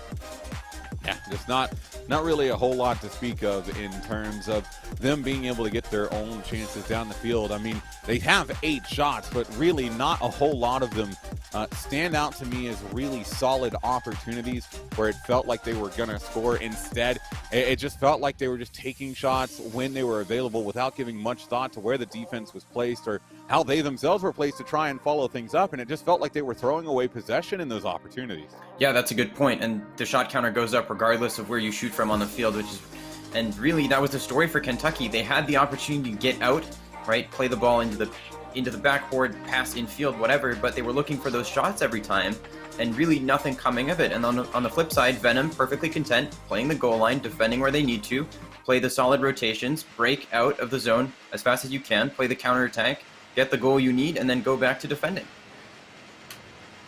Well, we'll see if they can make any of those changes here heading into game number 2. It's Team Venom on series point. Losers are best of 3, so Kentucky needs to win this game. Otherwise, they'll be watching the rest of the bracket. And Bolton starting things off, looking to get over Festive, but it was a good block. Sean on top of it again. We're getting a fight for possession as it comes back into midfield. Bolton will just take a shot, and it's a good save by Skies out in front. Bolton again out of the corner, straight down. Matt doing a good job of getting on top. Or underneath, I should say, rather, as he's able to find that clear. It'll be back to Matt again, but that's a bit of a missed touch. Skies able to follow it through into the corner. Matt not quite able to find that block. Sean now back down to left side of field. Another missed 50, and it feels like we're just trading possession at the moment as both of these teams still feel like they're feeling each other out, even though we do have one game gone already. Right, and with the shortness of the best of 3 series, that can definitely be a proponent of it, where everyone just playing ping pong, waiting to see what falls their way. The shot from Festive Invader, and he's going to be able to put Kentucky up, hopefully back into this series as they are 1 down. The initial save was there from Venom, but Matt with the follow and Festive Invader with the near post finish.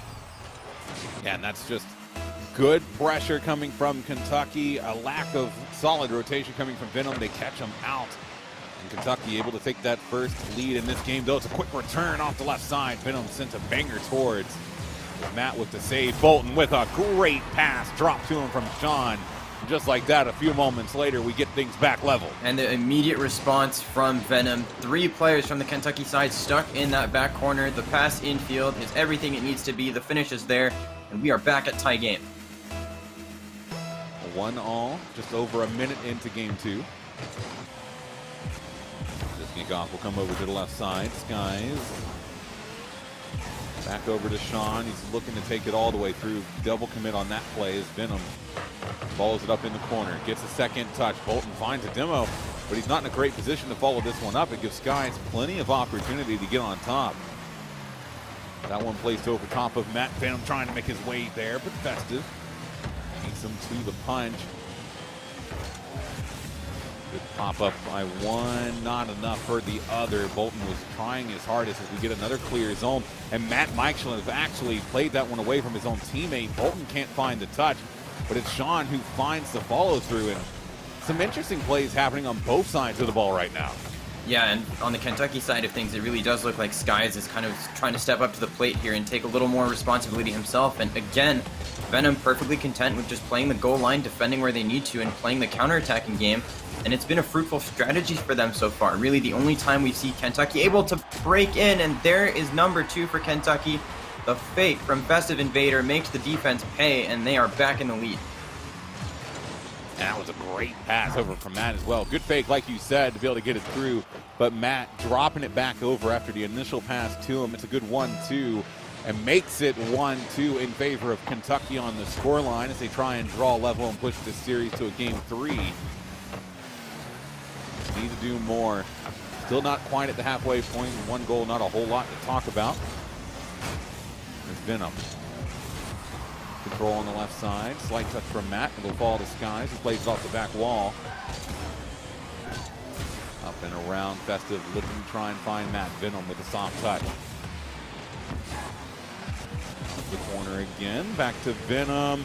Not quite there, but Bolton might be able to have an opportunity towards that, and he will. He'll be able to slide it right underneath the bar, and just like that, Team Venom draw level once again. Again and again, the counterattack paying massive dividends for Venom. This time it's Bolton able to get down the field in a timely fashion, beats both defenders, and puts that one away to bring us back to a tie game. And again, Kentucky caught out on the transition, trying to put on this offensive pressure, but giving the ball away and conceding off the back of it. Oh, follow-up shot from Sean, just barely saved by Festive. Can Venom get the follow through? It's a save on the line by Matt. Bolton with an opportunity. This one should come down for Sean. Finds the touch over to Bolton. Sidewall, Venom up in the air. Puts it towards net, but it's slow. Skies ends up skying it. Bolton was looking to challenge, but realized he was beat as he comes back down. Matt shot high. It'll be Venom again with the miss. Now we're seeing some pressure coming out of Kentucky, pressing into this blue half of field. The demo coming through, the shot on target, but Bolton able to make a big save. And play is not over yet. Sky is able to recycle this one back in towards Matt. Unfortunately, not able to do much with that. Able to turn on the wall. Is going to look to put this one in. That drops into the middle for Skies, who's there to turn that one home, and we're back into a Kentucky lead. And this is Matt again, gets the touch up off the ceiling and plays it perfectly down and around Skies, following it through just over top of Bolton. So 1:22 to go. Kentucky taking a lead for the 3rd time in this game. But 1:22 again with 1 goal is not really too much. Still ample opportunity for Team Venom to draw level yet again. They're playing defense at the moment. Sean trying to break out of his half, but it'll be a play again from Matt into Bolton. Follow through not there. Venom looks to pick it up. Gets it around 1. Good beat. Playing it over to the right side. He's got Bolton in support behind. He drops that one out. 50 from Bolton falls to Matt. Now cross again. Miss coming through. Sean can take his time. He's got 1 to beat. Plays it to Venom. Back to Bolton. Tucked the shot. It might have been more ample opportunity to play it back to Sean. Sky's now back with control. Gets it over top of 1. 35 seconds left on the board. And it feels like Team Venom scrambling right now to get any sort of pressure down the field. Yeah, I mean, again, best of 3 short series. They find themselves in a deficit. They've got to try to play this one, and Sky's going to crush the crossbar, not finding anything with that one. But Kentucky, again, still in this offensive zone. Venom really struggling to break out here as of the last minute and a half. Skies finds a touch, but this will be in a pretty good spot for Venom, but he doesn't beat Matt. I don't think he saw Matt coming. Final 10 seconds are ticking away, and this is the final opportunity. Skies plays it towards the other end. Festive looks to play it down. Venom into Bolton, back into Sean. They're keeping it in the air for now, but they're not going to be able to pick it up. And Kentucky will push this series to Game 3. And you've got to commend the adjustments coming out from Kentucky. We saw that first game, I should say, with a lot of meaningless shots coming through from midfield, from way downtown, just throwing it at the net, padding the stats, where this game, they were clinical in their finishing. They had a few key opportunities. They buried every single one of them. They went out of their way to create opportunities rather than try to force them in, and that was the ticket item for them. Yeah, it really was. And it felt like, an inverse of what we saw in Game 1. Venom doing a really good job of putting away their opportunities when they came, and Kentucky didn't. And then in this game, like I said, it's the exact opposite. We see Kentucky putting away their chances, really utilizing space well, I think, to get the passing plays off and to connect with each other. And we didn't see that from Venom. They were trying really hard to send it down the field, but it just wasn't quite enough. And so going into Game 3, I think it's going to be really curious to see who comes out of the gate with the passing plays, because I think whichever side we see able to put those together first, it's going to be end up being the side that I think we see walking away with this series. Yeah, and to go with that, on the Kentucky side of things, we talked about the lack of follow-up, and that was something that they were able to correct in this last game as well, right? Looking back at that first goal, there was an initial shot that's blocked out by Venom with an easy save, and then the follow-through comes in from Festive Invader to bury that one away. Or again, the second goal, the infield pass from Matt followed by a fake, right? These are all plays where you're beating the defender, which isn't something that they were doing in the first game, where they were just throwing out a single shot at the goal and then without really anything behind it to try and create any true danger of scoring. Well, it's been 2 games so far, win for either side, so the next 5 minutes will decide which of these 2 teams have their day in here.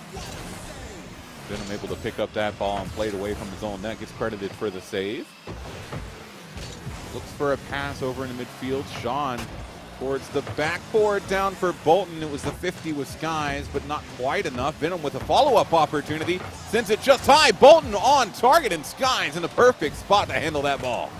And a great save coming through on the Kentucky side of things as they're finally looking to push out the 50 with Venom. Goes right back to the middle. Skies off the backboard, looking for the double touch, not able to connect on that one. And that's going to give the Venom side an opportunity to clear their lines temporarily here, albeit. Skies again into the corner yet again as well. Sean gets 1 touch, looking for 2. Pop up. Festive doesn't find the save, but Skies bailing him out. As it comes back across, Sean looked to turn in on it. Straight down, Festive. Sean and Venom both up. It's Venom that finds the touch. Bolton looking for the redirect. Venom just takes a shot. It's going to be high. Sean with an opportunity off the bar. Matt in disguise, and somehow that ball doesn't go into the back of the net. And the Venom side is probably kicking themselves right now because that is a tough one. The bar saves the Kentucky side, and then the double hit in off the goal line to keep that one out. And I am shocked that we are still at a tie game. I am as well. I really expected that one to go in on through. They straight down again and give away to Sean. Looks to wrap around, has the angle in the midfield, but Bolton not able to find the touch on that one. It was a really solid opportunity. Feels like the first really big missed opportunity of the game for this Team Venom side. As now we're seeing a lot of pressure come out of Kentucky. Follow through from Matt on Bolton. We'll play it into the corner. Venom beats one, looks for the other off the corner, but again, it's just a giveaway, and now they're going to have to reset on defense again. And the Venom side looking for a completely different playstyle than we saw in these first couple games here, where they were playing the counterattacks. They're much more proactive in this 3rd and final match of the series, trying to play downfield, trying to hold pressure, and it seems almost like they're a little bit lost. The passes are coming in, but there's really no one there to receive them, or we've seen them on the flip side come up empty on the end of passes a couple times. And come up empty a couple of times, but Venom, again, getting a good beat, but there's no follow-through from Team Venom at all so far. It's been really good chances, really good looks, but just people not in the right spots to be able to do what they need to do with them. As this one gets played over top as well. Venom trying to get set back in defense as Sean laying it short and down to the left side. Bolton will pick it up. He's got Sean back in support. Comes over, Venom now will take over control. Off the ceiling, Sean in the air, puts it towards Matt, able to find the save. It's another play out, and Matt able to block on that one as well. Bolton, 3rd follow through, but it doesn't quite go where he wants it to, off the sidewall. Sean takes one more shot, and another great save on the line from Kentucky. And Kentucky doing a good job of containing the pressure. This is the first time, or one of the first times rather, that we've seen the Venom side be able to hold Kentucky back on their goal line for an extended period of time, and Kentucky has been completely equal to it. It hasn't really destabilized them at all so far. Venom going to have to get a little more creative if they want to crack this deadlock that Kentucky has right now. That time is dwindling away, 65 seconds. It's a play out towards Venom. One pop up. Skies. To Sean, back across. Bolton plays it, grabs the boost. Straight down, Venom. Ooh, good pass actually over to Sean. Great vision, but not able to do anything with it. And 40 seconds remaining, still 0-0 in this game 3. We're getting closer and closer to a potential golden goal territory. Is Sean gonna take his shot? Oh, and high again. Venom follow through. More of the same. Can Sean get there? No. Can Bolton? Yes, but it's off into the corner. And it feels like if they would just lower their aim a slight, they would have so many more goals in this game. Yeah, I mean, the crossbar often can be the savior for a lot of teams, but to go with that, Venom has got to be careful here because they've had Kentucky on the back foot this entire game, and it could only take one moment to put it home. Oh, the save on the goal line, and no one there to finish it away. Kentucky right on cue with the golden opportunity, and unfortunately, they're not going to be able to put this one away, and we are going to overtime. And that last touch as well was on its way through. Kentucky going to be very upset about that one. They had 5 opportunities in a row there at the very end. Not a single one goes in. Sean almost able to end it himself there. Matt, quick transition down the left side. He looks to get the pass off back wall. Follow through's there, and it's going to be Skies putting it away 18 seconds in. And Kentucky completes the reverse sweep to move on. Yeah, and Kentucky coming back from down under, like you said, to put this series to bed. And Venom falling into the trap of, almost overconfidence, right? In that last game, you've got Kentucky on the back foot the entire time. They come out once at the end, come so close to putting it away right before the death timer. And then in overtime, it's all Kentucky, the first 10 seconds, game and set and match. Yeah, and just good vision and awareness there from Kentucky, especially at the end. It would have felt like a massive loss had they not been able to secure that. With what was it, 5 opportunities, one after another, and somehow Team Venom was able to consistently continue to find the blocks hunted. I know you were watching along with us. What did you make of that series? You're hearing a little bit. Don't worry about it. Okay. I think we're good now. Hi. I am here. Man, in that moment, at that, the 0 seconds, Kentucky's got the ball like right on the goal line. Big save, almost ends the game. I thought if that doesn't go in, Kentucky's going to lose this series. And I really thought that they were going to drop that overtime because that's how it goes, right? In Rocket League, it just happens that way sometimes. But well played to them. Really awesome series. Kind of sad it was a best of 3. I think if that was a best of 5, we could have seen all 5 between those two teams. But, I do kind of want to break it down a little bit. I think Kentucky, and, so you say otherwise if you think different, but I think Kentucky was just a better team in Game 3, even though it took overtime to win it. No, I agree absolutely. And to be 100% honest, I felt like they really should have scored in that final last effort push at the end. But no, they were rotating better. They were getting good 50s. They were utilizing space. And defensive Team Venom, they were playing solid defense. But it just felt like, especially in that Game 3, Kentucky was more in charge of the pace. And it usually ends up being that a team that controls the pace comes away winning. Absolutely, and pace is such an important thing. But I just the fact that series was as fast paced as it was, Floms. That's got to kind of be a good thing if you're Kentucky. Get up to that pace of play because it's not going to slow down anytime soon. Yeah, and if you look forward at kind of some of the rest of the bracket, a lot of heavy hitters still left to play against. So if you're Kentucky, you're going to need that pace of play going forward. Definitely one of the most important aspects of the game. But to touch back on that last game real quick, sometimes the manner in which it's done doesn't really matter, right? They spent the whole game defending, but sometimes the one opportunity is all you need. The overtime goal in this instance is all you need. And yeah, to go back to what you said, I totally agree. Kentucky looks like a better team in that last game. Well, they do have a date against Team KX here in a little while. I don't think we're going to be watching that one, unfortunately, but that is because we do have the winners bracket final to cover, and then we will jump back down into the losers to watch the lower final. So good luck to the University of Kentucky up against Team KX. That should be a fun matchup.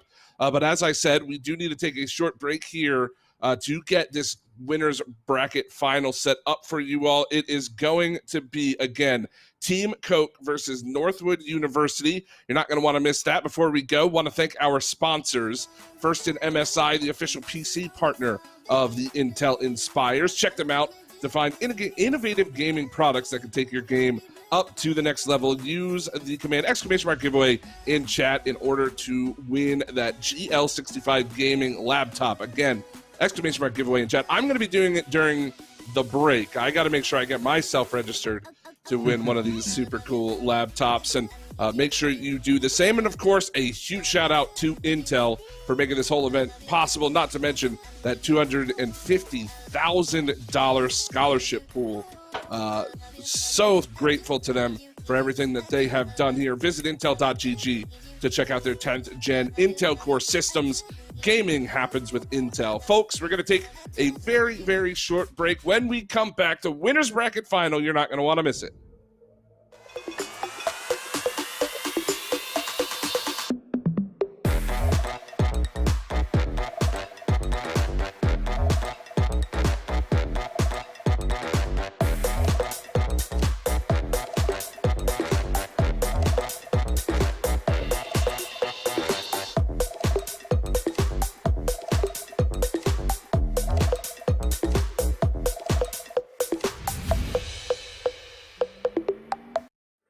Yo, what up? It's Cloud. I just wanted to kind of discuss what my goals were for AVGL and stuff, and kind of discuss how I kind of got into the scene and stuff like that.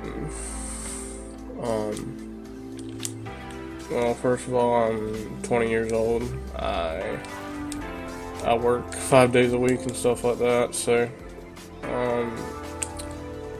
my goal would really to be able to play for like a professional organization or play in college or something like that, get a scholarship, use my scholarship to do kind of what I want to do in life, which is be a game developer and whatnot, have something to do with games or build computers or something like that.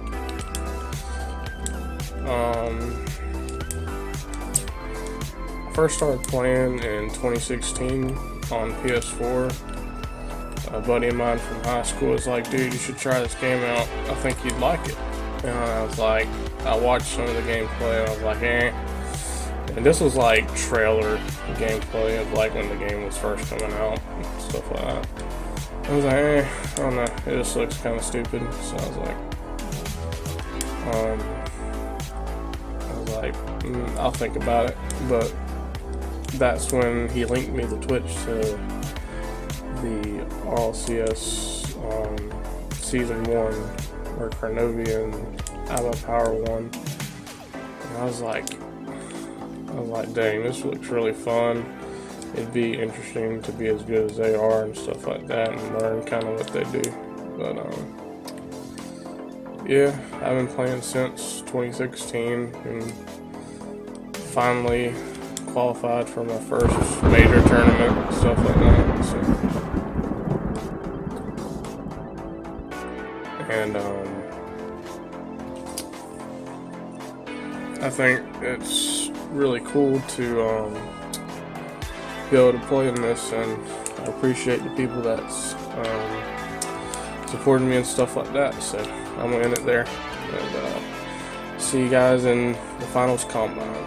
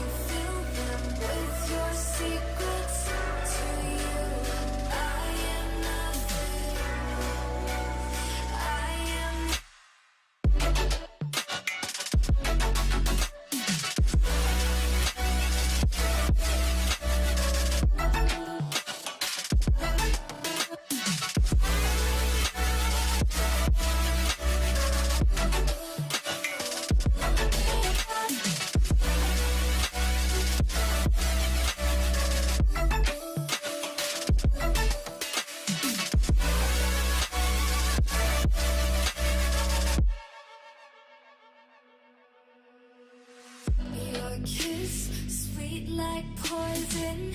You know you make me reckless. I'll run, but you are friction. Your touch feels like heaven. You make me hate all my sins. You are my religion.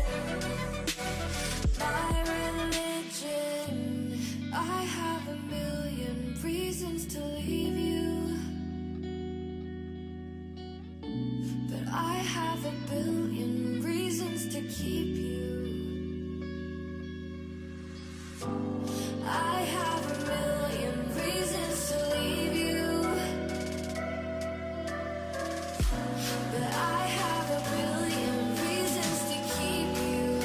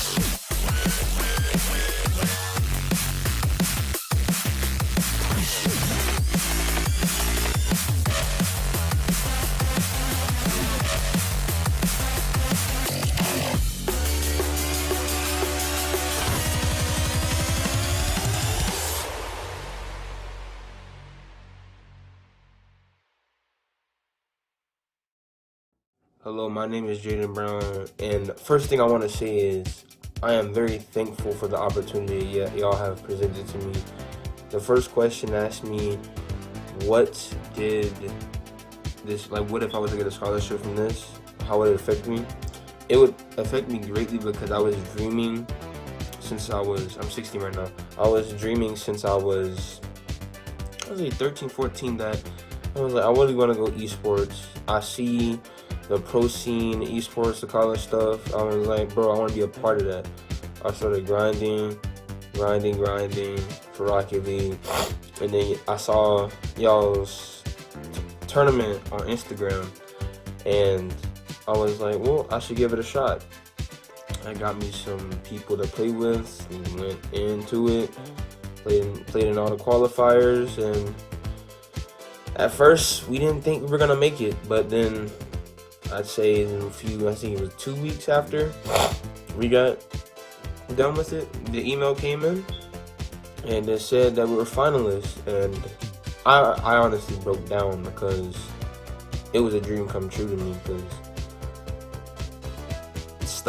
something like this is like to me it was unimaginable. It was at first, it was like, nah, you're never gonna get there, don't even worry about it, all that stuff. And now it's starting to become a reality, so I highly appreciate that. And the second question asked me, what would I do to make the esports scene greater?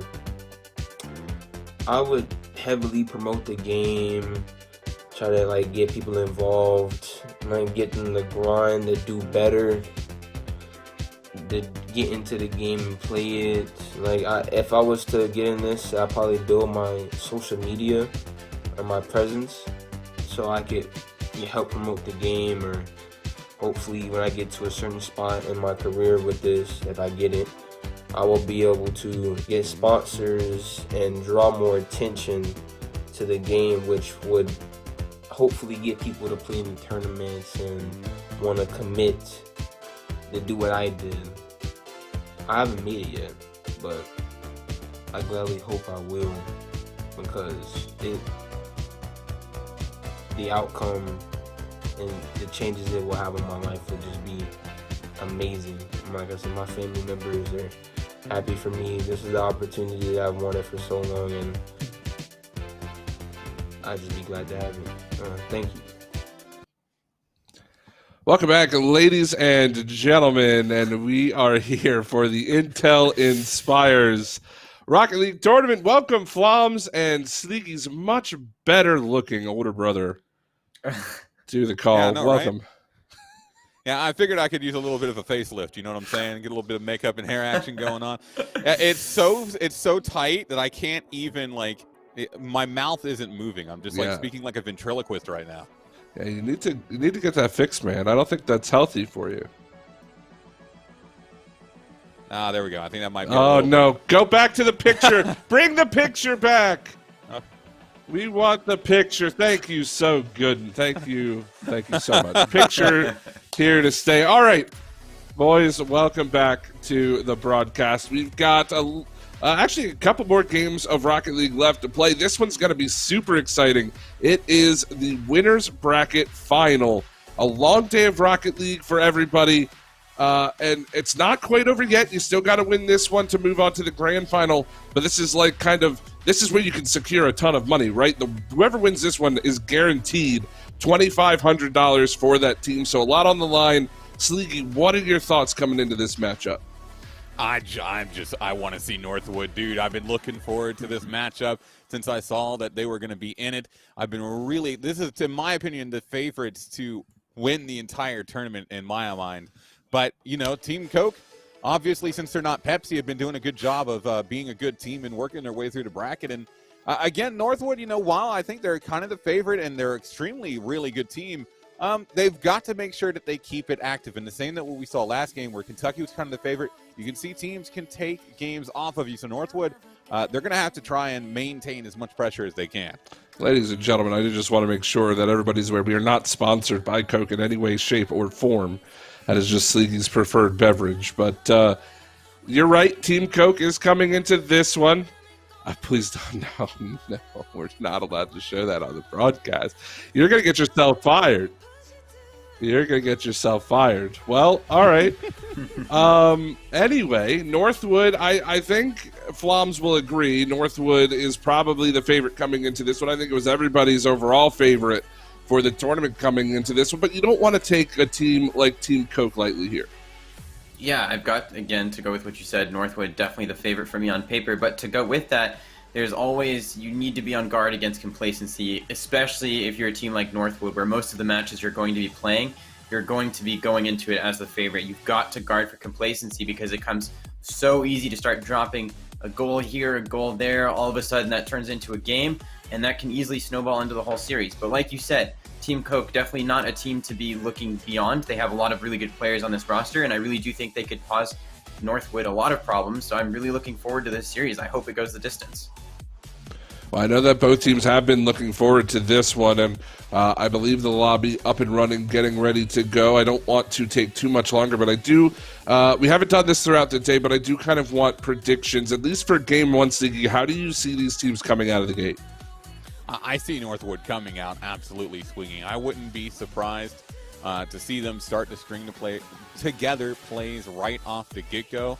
Again, I do think they're the favorite to win this whole tournament, which obviously means I think they're the favorite to win this game. I think if they come out and they really just hit pedal to the metal from the get-go, they'll be in a pretty good spot throughout the rest of this series. Well, boys, let's not keep them waiting any longer. It's the winners bracket final. Team Coke, almost forgot, we are not sponsored by Coke. Team Coke and Northwood University, please take it away. Yeah, and as again we look to get into this lobby, we are having a little bit of a server issue at the moment, so it'll be just a couple of moments before we do actually get in. But Floms, I'm looking a lot at Northwood in this series, but I haven't gotten too much on your sort of thoughts heading into this game. Again, like you said, it's hard to look past Northwood as the favorites. Again, they need to be on their guard against complacency because we did get to watch Team Coke a little bit earlier, and they were putting up some good plays that definitely have the potential to destabilize Northwood. But again, going with what you said, if Northwood comes out guns blazing, I do think it's going to be difficult for Team Coke to keep up the pace. But I don't think that's necessarily going to be the case. I'm kind of expecting this to be much closer than you're expecting, especially across the first game, and then potentially settle into more of a pattern and maybe going on to game 2 and 3. But I really want this series to start out close, both for our own enjoyment, but also for the enjoyment of the viewers. Yeah, no, I mean, I think that it is going to be a good series. I'm still not sure. Northwood is a really solid team. I expect to see good things, but Hopefully you're right. I would like to see this series potentially go to 5, as it does look like our server issues are resolved. So we should just be a couple of moments away from getting things fully started off. Again, Team Coke and Northwood is going to be the two teams facing off here. And winner, again, securing themselves a spot in the grand finals. Losers will have one more chance down in the lower finals. So it won't be quite over for them yet, but a win here, obviously, going to help a long way. Yeah, for sure. It's always on the double elim brackets. It's always a good feeling to be able to get yourself up into that upper bracket finals, or grand finals, rather, I should say. Secure that spot, secure the cash payment that goes with it, rather than having to kind of worry and panic about that losers finals, where it is, you know, back against the wall. You've got to win at that point. So whoever goes into this winning to get to the grand finals, I will probably be backing to win the whole thing. So I'm excited to see who that's going to be. Yeah, we will find out. I am, again, predicting a sweep in favor of Northwood. I would love to be proved wrong, but it's going to be up to Team Coke to try and to figure it out here in this series as we do get things underway. It'll be Northwood in blue, Team Coke in orange. And it's going to start with Team Coke in that blue half of the field, though we're getting a quick transition down the other way. Noxes, a powerful touch in the midfield. It comes down to the corner again, will come down. Side wall. Buddy. Out of the corner, Noxes dropping it down. The demo comes through, and it's the first goal on the board for Northwood. And first blood has been drawn, like you said. The ball off the backboard. Turtle not able to meet it. Gets a demo for his troubles, and Nox is there to open the score early. Now 1-0 without even 30 seconds being off the board yet. It was like we said, expected to see them get off to an early start, and that's exactly what we do here. Turtle looking to take a shot. That's going to be just an open setup. No one really back in the fence, and a couple seconds later, it gets back level.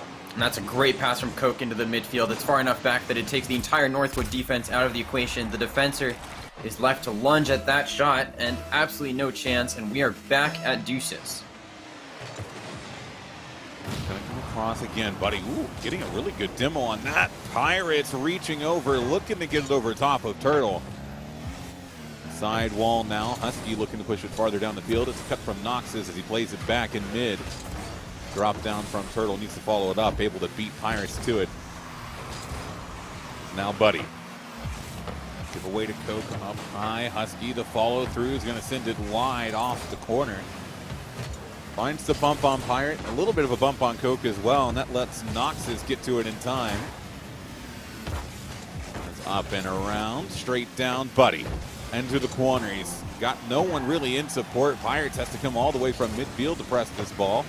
And it was actually in a really good opportunity, and they just didn't have anyone up to do anything with it. Yeah, and the pace of play has been a little slower than we might expect from both of these teams as Buddy looks to take this one up and over. Nox is there with the follow, but another great save. And again, both teams struggling to break out of the corner here. That's the first time we've really seen the orange side able to push out of the corner, where Northwood has had them trapped for most of the game. And even when they haven't, it's been Team Coke that's been holding Northwood in the corner. So not too many shots going, honestly, both directions so far, as this one from Buddy is again going to be over the crossbar. Over the crossbar, but they're still looking for this chance to break through. As Turtle playing it dangerously back. Nox is following it up. I'm not quite sure what Turtle was going for there, but it ends up keeping the ball in a dangerous spot, and it makes Northwood take the lead again. Yeah, and again, the physical play from Buddy puts Husky in an awkward spot where he's got to almost 50 his teammate on the goal line. Nox is not going to be needed to ask twice to finish that one and put Northwood back in the lead. 50-50 off the kickoff, going to be going back into the Northwood half. Noxes give away to Husky at midfield, takes the shot, saved by Pirates. The 50 comes through, it'll be Noxes. Was looking for Pirates, out to Buddy again. Good block from Husky. No one back in defense. Noxes not going to be able to make it back in time, and that's going to be Turtle getting now Team Coke back level again. And Buddy probably thinking that shot is completely wide open. Can't see Husky just off the side of his camera. Husky races across, gets the dunk, sets up his team, and we are again back to a tie game. Time game again. It's been back and forth to start things off. Buddy wins the kickoff, but it comes over to Coke. He cross over into the second half now. Turtle's shot will be high as Buddy transitions it down the field. Knox's miss on his follow-through. Now over to the sidewall. Buddy looking across field. Two Pirates out of the corner. A demo comes in, but still attacking pressures. Northwood backing off just a tad. Their demo could open things up for Team Coke. Turtle takes the ball, gets the flick over one, gets it underneath the bar, and Turtle now giving Coke the lead. And again, the physical play has been working on both ends of the field. This time it's Team Coke with the kill onto Buddy. Forces Pirates into a lunge, and Turtle with the flick into the top corner, and we have Team Coke on the board. And Team Coke doing a good job of taking advantage of that as well. They might have another opportunity off this kickoff. Husky to pick it up, get some good speed. A demo on one, but it comes out for Nox's. It's Coke. Quite enough speed. Out to Husky. Pirates taking a shot. Saved by Turtle right there on the line. It was a powerful shot coming across. And that giveaway will give Buddy time to think about what he wants to do here, though. He's got Turtle right on him. It's going to be backboard out. Coke into the corner again as Nox's looks to press forward. We'll get the beat past one, but not past two. Out to Pirates. Backboard right in the middle for Buddy. It's going to be a drop down and through, and that's Northwood now getting themselves back level. Yeah, and again, the play in the corner. Turtle takes it away from Husky, puts it in the corner. No one there to follow from Team Coke. Husky left in an awkward spot on the backboard, and Buddy with a clever finish to the bottom corner to put it under both defenders and tie the game. Well, 3-all with 1:23 on the clock. Attempted shot coming through from the Husky as Pirates coming over to this left side. Playing it in the air, was looking for Buddy at midfield. It wasn't quite there. Coke with a return. Actually dangerously close towards net. Turtle with a miss. Slight touch from Buddy, able to play it back into the orange half as Coke slows things down. Nox's right on top. Turtle started to move too far forward as Nox's was trying to get the demo on Turtle. Buddy out of the corner into Pirates, but it's no power on the follow through. Another opportunity will fizzle out for Northwood as they get set back on defense. Yeah, and every time it looks like Northwood is starting to grow into the game a little bit. Buddy gets that one through. The miss going to be coming through probably off of the fake, actually. Buddy might have done enough to convince Turtle that he was going to get a touch on this. Turtle playing the touch and no touch to be found, and that one drops right in for a Northwood lead. And it drops right in, and that's big with 41 seconds left in the game. There's still time. Only one goal. Turtle looks to make it possible as he plays it off the backboard. Be a big clear coming from Nox's. Picked up by Husky. That's actually a giveaway straight down. Buddy has to jump on top. It's Coke with the follow through, but Nox is able to beat him to it.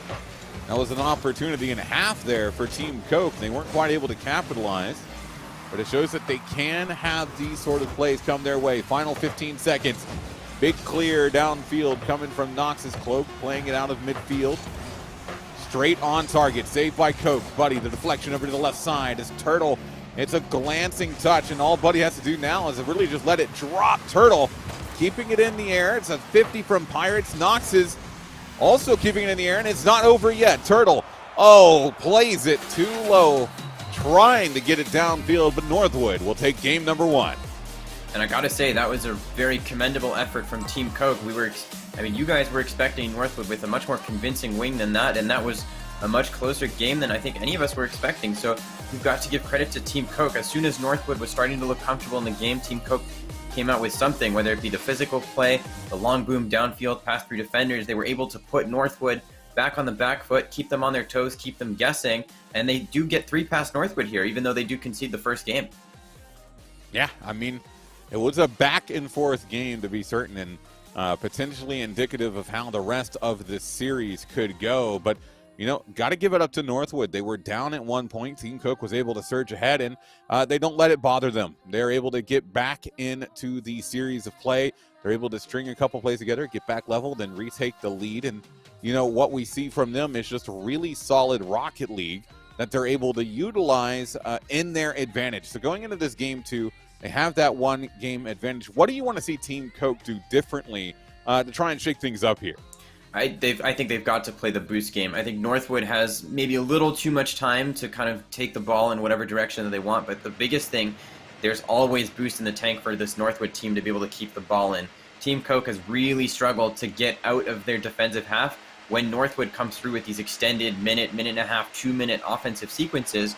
And for Team Coke to really have a chance to be able to put more offense on the board, they're going to need to be able to deny those mid boosts in transition, force Northwood to play a more dangerous game, a more risky game where they're doing whatever they can with the boost that they do have to get the ball through, and that's going to allow Team Coke really more space going down the other way to try and put some offense on. Well, let's see if they can string that together here. Northwood going to be looking to set themselves up on serious point if they can eke a win out. Buddy playing it off the backboard, touched by Coke. Comes out across again, knocked down there, but not quite to follow through from Buddy. He was in the right spot, but it blocked from a deflection off of the defender. Keeping it out of his grasp as Pirates now into the corner, give away to Turtle. Buddy back on top. This could be something for Noxus as he dropped it down, but Husky able to stay in the way. So getting a bump on his own teammate opens up the field for Buddy as he sends it down. Pirates close to getting a goal on his own. Knox is close to getting it on the follow through as Coke reaching for it. Buddy just a knockdown and through. It takes all three members, but finally Northwood able to get one on the board.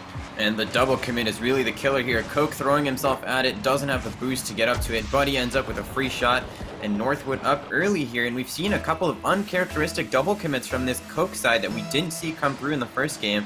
Part of me wonders if the nerves are starting to get to them a little bit. Off the scene. No, not quite. It's a high touch as Coke plays it over to Turtle. Back over to Husky. What a team play coming through from Team Coke. And they're able to get themselves back level. And that's just clinical, isn't it?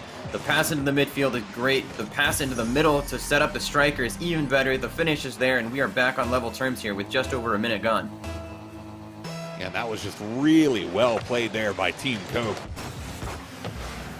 See if they can continue that on. Pirates with the pickup in his own half over to Buddy. 50 comes through over back. Off the back wall. Drop down from Turtle. Husky looking to play it across. Straight down. Pirates in the air. Will look to clear down the left side. Play away from Turtle. Knox is clearing his zone. One miss coming away from Coke. Buddy getting a big clear. It's actually towards net. I think it's just wide. It is. Coke will be able to pick it up. Pirates, though, giving him some trouble. And now that demo could be big, but it's not big enough. Husky able to get set back as Buddy grabs defense on boost. Boost on defense, I should say. Now with 3 minutes remaining, still tied at 1. It's an opportunity for Knox is just high. Buddy knocks it down, and it'll be 2-1 now. And Northwood instilling the false sense of security. We see that ball actually goes all the way back down to the Northwood end, just off the front end of the replay, which we don't see. It gives Team Coke just this false sense of security, thinking they finally got themselves out of the defense. And just as you get there, Northwood strikes right back with a lightning quick counterattack downfield, and they make Team Coke pay. This is backboard again. Oh, good pass out to Husky from Coke. Good enough, but it was a solid effort coming through as Knox is looking to drop that into midfield. Pirates was looking to reconnect with Noxus there. As Buddy not enough. So towards net, it'll be Noxus to play it away out of the corner. Turtle knocks it down, but straight into Pirates. He does a good job of handling that pressure, and now Knox is just continuing it down the other side of the field. Almost a double commit coming from Northwood as Buddy and Pirates will clump together, but it's Noxus that ends up coming away with the ball, taking a shot just wide. Opportunity for Pirates, but Husky's able to stay in the way. Can Buddy slow it down? He can, but that's a giveaway to Turtle. And it was another solid opportunity for Northwood that just doesn't go anywhere.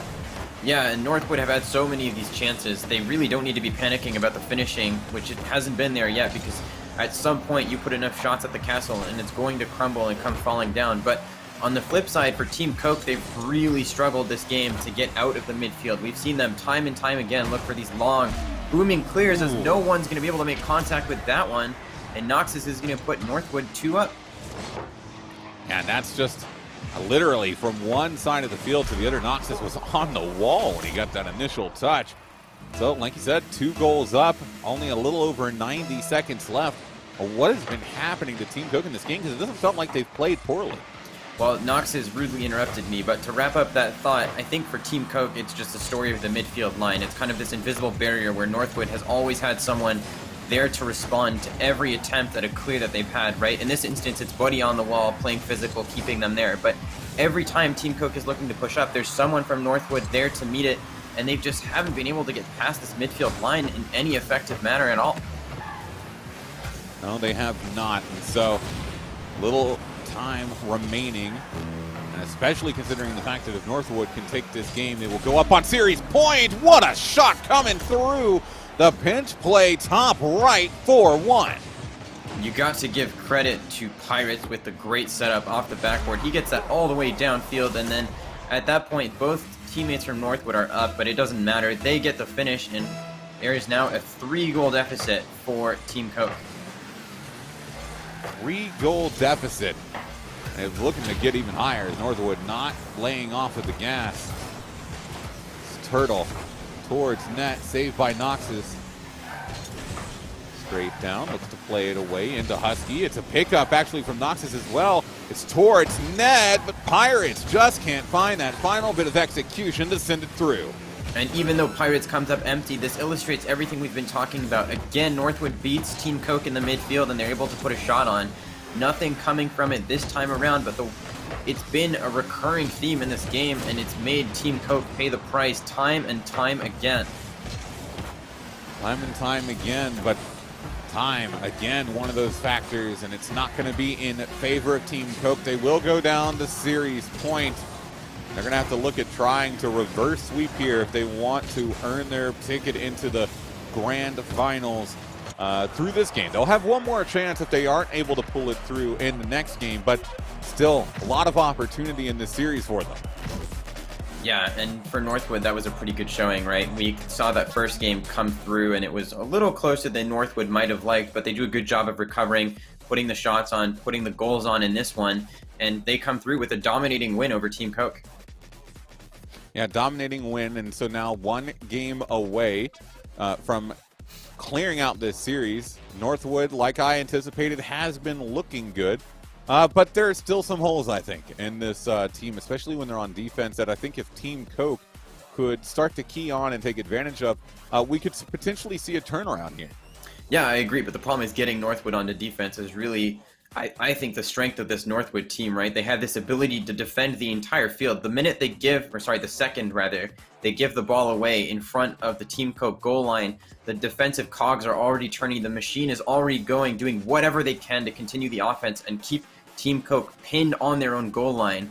And Team Coke hasn't found a way to solve that problem yet, right?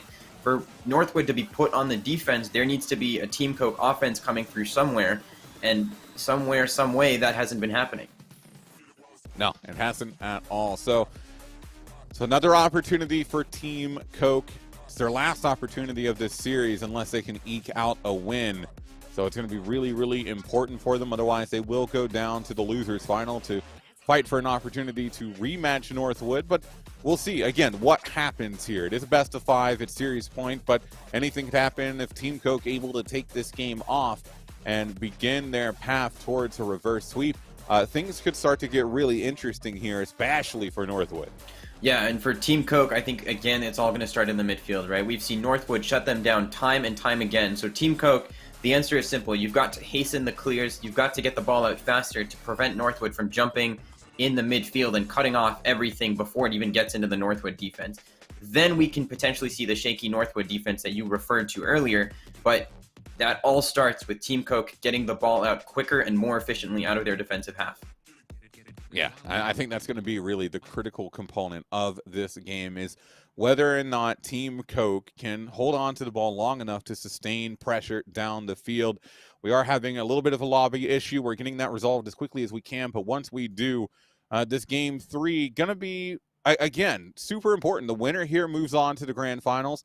The loser has an opportunity to redeem themselves in the lowers by re-entering their way into the grand finals, but having the knowledge of knowing you're in there right now is going to be massive for any team competing, especially these two right here. Yeah, Absolutely agree. But to go with that, there is also some danger, right? When you find yourself in a grand final like that, you're waiting for a best of 3, a best of 5, or multiple series to be played in the lower brackets. It's super easy to be cold and fall out of contention, if you will. And then you show up into a game against a team coming out of the losers bracket who's just been playing back-to-back-to-back series, who's going to be warm, rearing to go, firing on all cylinders. And it's easy to fall into that trap and potentially give a gameplay advantage to that team coming out of the lower bracket.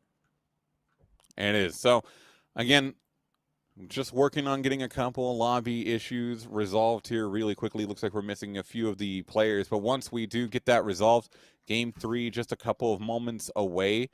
But, you know, taking a look at the bracket as well, I want to see if we know. Yeah, we do.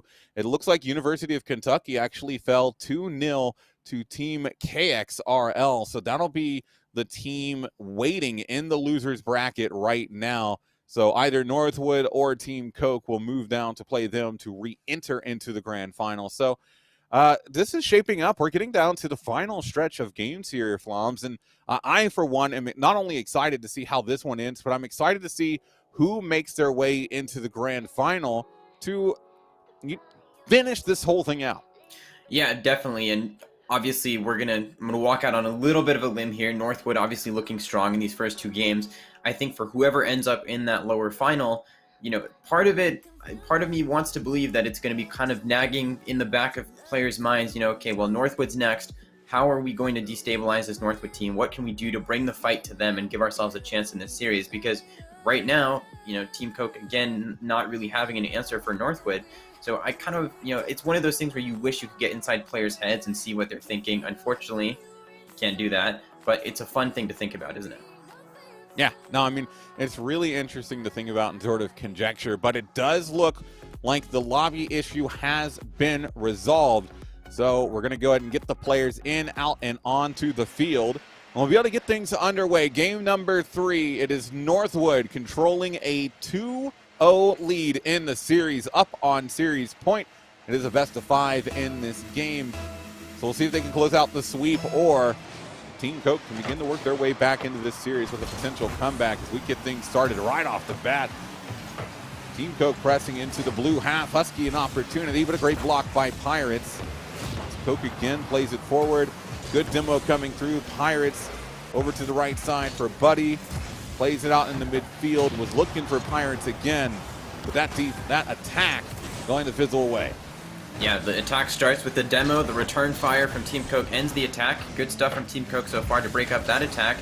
Finally be able to move out of their zone here as Turtle going to put this one long. And we've got more demos going on in the midfield. This has been a violent game so far, and neither team really coming out on the front foot.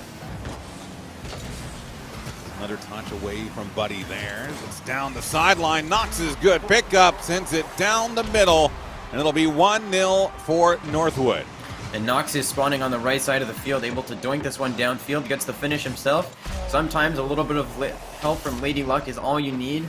Knox is in the right place at the right time to put Northwood ahead. In the right place at the right time, and like you said, getting ahead, very important for Northwood because now they control the pace a little bit. They do have that lead, and they have the series lead as well, series point. Buddy out into the corner, big pinch coming through down the sideline. Turtle plays it across to Coke, reaching for it. It's a drop down, but Knox is off the back wall. Will be Husky looking for a double as it comes out of the corner, but a great beat by Pirates. Coke again looking for an angle. Oh, so close from Turtle, but close, not quite enough. But a good attack coming through from Team Coke, and that's the sort of pressure we want to see from them putting on to Northwood. Yeah, and it all starts with the Team Coke player beating the Northwood defender in the midfield. And that one is going to be dropped right in from Buddy. We've got the break from Northwood with only a minute and a half gone on the clock. Only a minute and a half gone. But, man, 2-0. Northwood looking to really close this one out as quickly as they can. Another kickoff going to be coming over to this left side. All the way to Knoxes with the touch. Buddy trying to carry it downfield. It's a good 50 from Turtle as it sends it over to the right side now. Pirates is attempting the one to pick up. Midfield again, Turtle playing it away. One touch, Buddy Right side, Coke. Play slowing down a little bit here as it feels like Team Coke hesitant to try anything too audacious lest they make a critical mistake. I think if they go down by 3, things really begin to look bleak for them. It's a great pass. Pirates not able to send it towards net, but he is able to get it into the corner as Nox is going to send it towards Pirates, who was looking for the drop down, and that would have been a fantastic angle. And Team Coke has got to speed up the defensive plays right now. They're trying to get fancy and creative with the air dribbles on the way out, and sometimes that can be an effective strategy, but when you've got a team of the caliber of Northwood on the other side, ready to challenge every single air dribble as it comes out, you've got to get it out quicker in that, force it over the Northwood defense, and play the follow-up with a second player. You can't be trying to air dribble out of the corner every time. That's just giving Northwood a free ticket to continue the offense as we see here. And it is, and we're still seeing them apply that pressure. Good back pass. Pirates sends it just wide. The pop-up over top, and that's a missed opportunity for Northwood, though. With 2 minutes remaining, it's still looking good for them so far. They're holding on to that 2-0 lead. Transitional play right here. Turtle sending it towards net. It's the 50 on Pirates, but it's not on target. He tries to drop it down again. That's a pickup from Nox's. And that should be a goal, and it is. Turtle able to turn in on it, and that'll get them back within 1. And the double commit in the corner, maybe a little too much for Northwood to handle. The 50 comes into the middle from Coke. Turtle there to wrap that one up. And Team Coke still with a life in this game and hopefully the series. Yeah, I mean, 142, 1 goal. It's certainly a lot more doable for Team Coke. This pop-up comes away. Noxes down the right side and looking for the corner. Gets the demo on Coke. That one just dropping close. Coke forced to make the save. It's out of the corner and away from the side wall. Makes it difficult for Coke to follow through. Pirates now to the back wall. Straight down. Pirates. Oh, it's a shank over to the right side, and that's another missed opportunity. Buddy quick to get back on top. Will be Turtle not able to find his touch. Nox is towards, but it's wide again. Multiple opportunities here for Northwood to get back into a bigger lead, and they just haven't been able to close it out. Yeah, but even though they haven't found the lead yet, they're about to. Great save from Turtle off the goal line. The opportunity for Northwood is still alive, though. They still have Team Coke boxed in on their defensive half. No boost in the tank.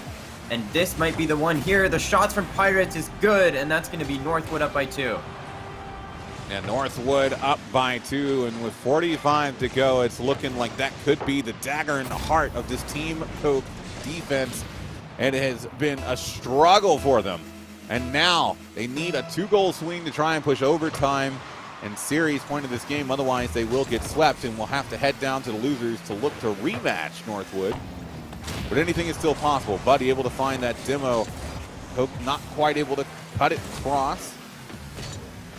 The corner will come. Husky with the clear downfield looking for Turtle. It was an open net, but he sends it into the corner.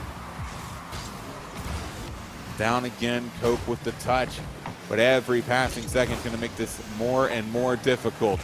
Back wall, Turtle trying to fake out Buddy. Pass to Coke. Intercepted by Pirates. They're not going to have enough time. Northwood will secure the 3-0 sweep and move on to the grand finals. Meanwhile, Team Coke, using up their one pass, will have to go down to the losers for the opportunity to rematch Northwood. Yeah, and overall a convincing series from Northwood. It never really felt like they had to kick it into the ultra-high 6th gear to really get that one over the line over Team Coke. But, you know, ultimately, I think it was a decent effort from Team Coke. It's just there's not enough there to take down this Northwood squad. No, there's really not. I mean, Northwood, I knew coming in, I thought Northwood was going to be a strong pick, and they end up proving that it was a really close game one. But from there, it just felt like Team Coke not really able to get anything going. They were struggling offensively to catch Northwood back. And Hunted, I know you were watching along with us as well. What do you make of that? Really, I guess you would say dominating performance from Northwood in this series. Hey, man, we talked about it at the beginning. I don't really think this surprised too many people. Northwood was the favorite coming into this one, and they will be the first team to secure a spot in the grand final. So congratulations to Northwood. Hopefully we will get to see them here in just a minute. We do have that lower bracket final. I do want to kind of break down this one a little bit, though. I mean, Team Coke, we watched them before. They've played a couple of close series. unfortunately, it just looked like they were a bit outpaced here, Floms, against Northwood. Yeah, I think in that first game they maybe had the element of the element of surprise and the jump on Northwood. But beyond that first game, I think Northwood had their number all the way. As soon as Northwood figured out how they were going to be able to shut down the midfield play of Team Coke, it was all over. And at that point, Team Coke was fighting for survival, fighting to get it off their back line, and every time they got it past the midfield line, Northwood was right there to shut it down, put it right back into the zone, and try to capitalize on the act of pushing out by Team Coke. Well, I mean, Team Coke, their day is not over yet, Sleeky. They've got another opportunity. They're going to be up against Team KX in that losers final, who did take down Kentucky. So will we see a rematch here in the grand finals? I guess we can get to that here in a little bit. But what do you think Team Coke needs to do to kind of change things up a little bit heading into this losers final?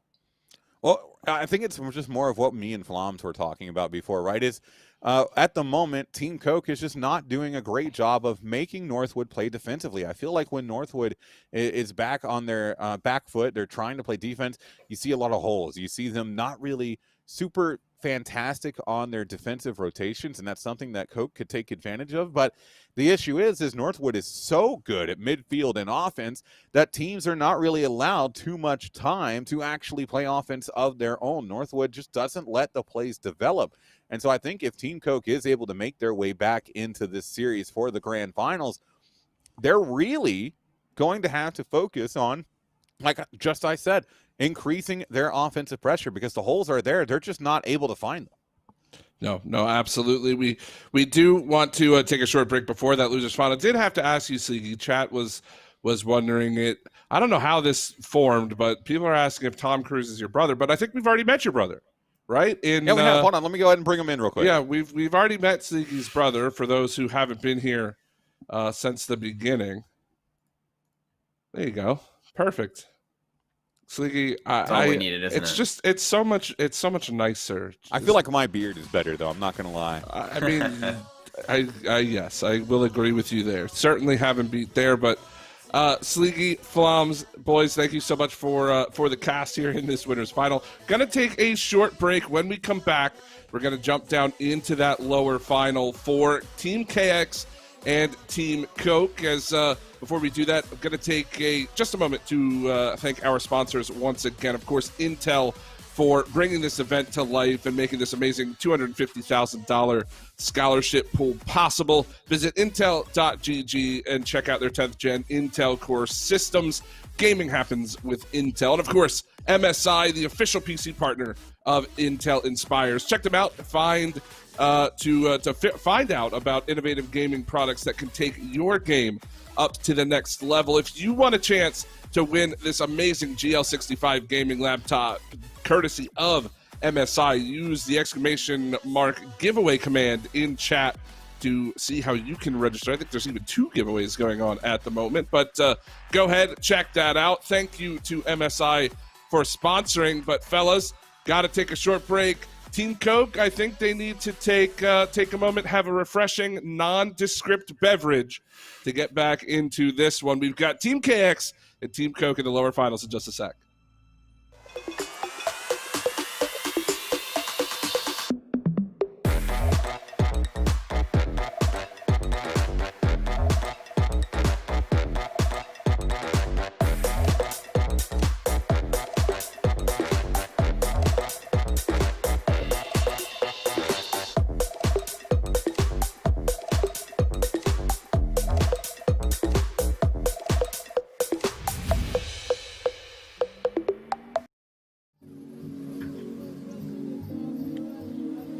Hello, my name is Zion Fox, and I'm currently attending Los Alamitos High School as a junior. I've been maintaining a 4.0 GPA since I was in the 9th grade. So my story is, my mother is African American, my dad is American Indian, and we come from the Rikara tribe. I've currently been practicing my Native American culture through grass dancing, as you can see on the video here, and I've been doing this since I was about in the 3rd grade. I've also been participating in track for a couple years now. So both my parents, they grew up in very underprivileged families and therefore needed to enlist in the military right after graduating high school, and then after they got out of the military, they could pursue their college education. I would like to follow in the footsteps of my parents. However, I would wish to start college immediately after graduating high school, and I would hope to get a degree in kinesiology, physiology, or biomechanics. So some of my goals are to play for a collegiate Rocket League team. I would also like to get a master's degree, and hopefully later down the line I can get a doctorate degree just like my father did a couple years ago. So some of my career goals are going to be, I want to find a job in the health or medical field, and one of my personal goals is to find a lifestyle and maintain a lifestyle that promotes not only physical well-being but mental well-being, and being able to maintain this for the rest of my life. And that's about me, and I hope you enjoyed, and hopefully you can enjoy the rest of this video.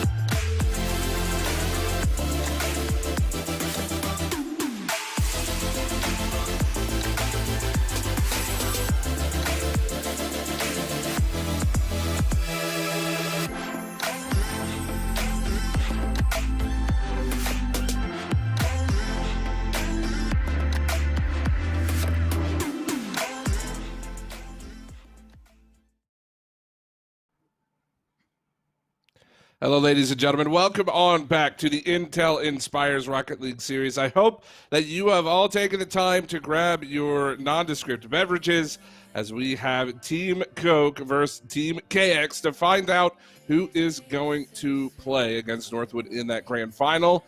Floms and Sleeky, I'm holding my hand up to introduce you guys. I'm not even holding it the right way. This is why we need these LAN casts back again. There you go. Thank you, Floms. I'm kind of like, we're going around the screen to introduce you guys. All right, here, high five. What the hell are you doing? You all right? You're backwards. You can't. Oh my God.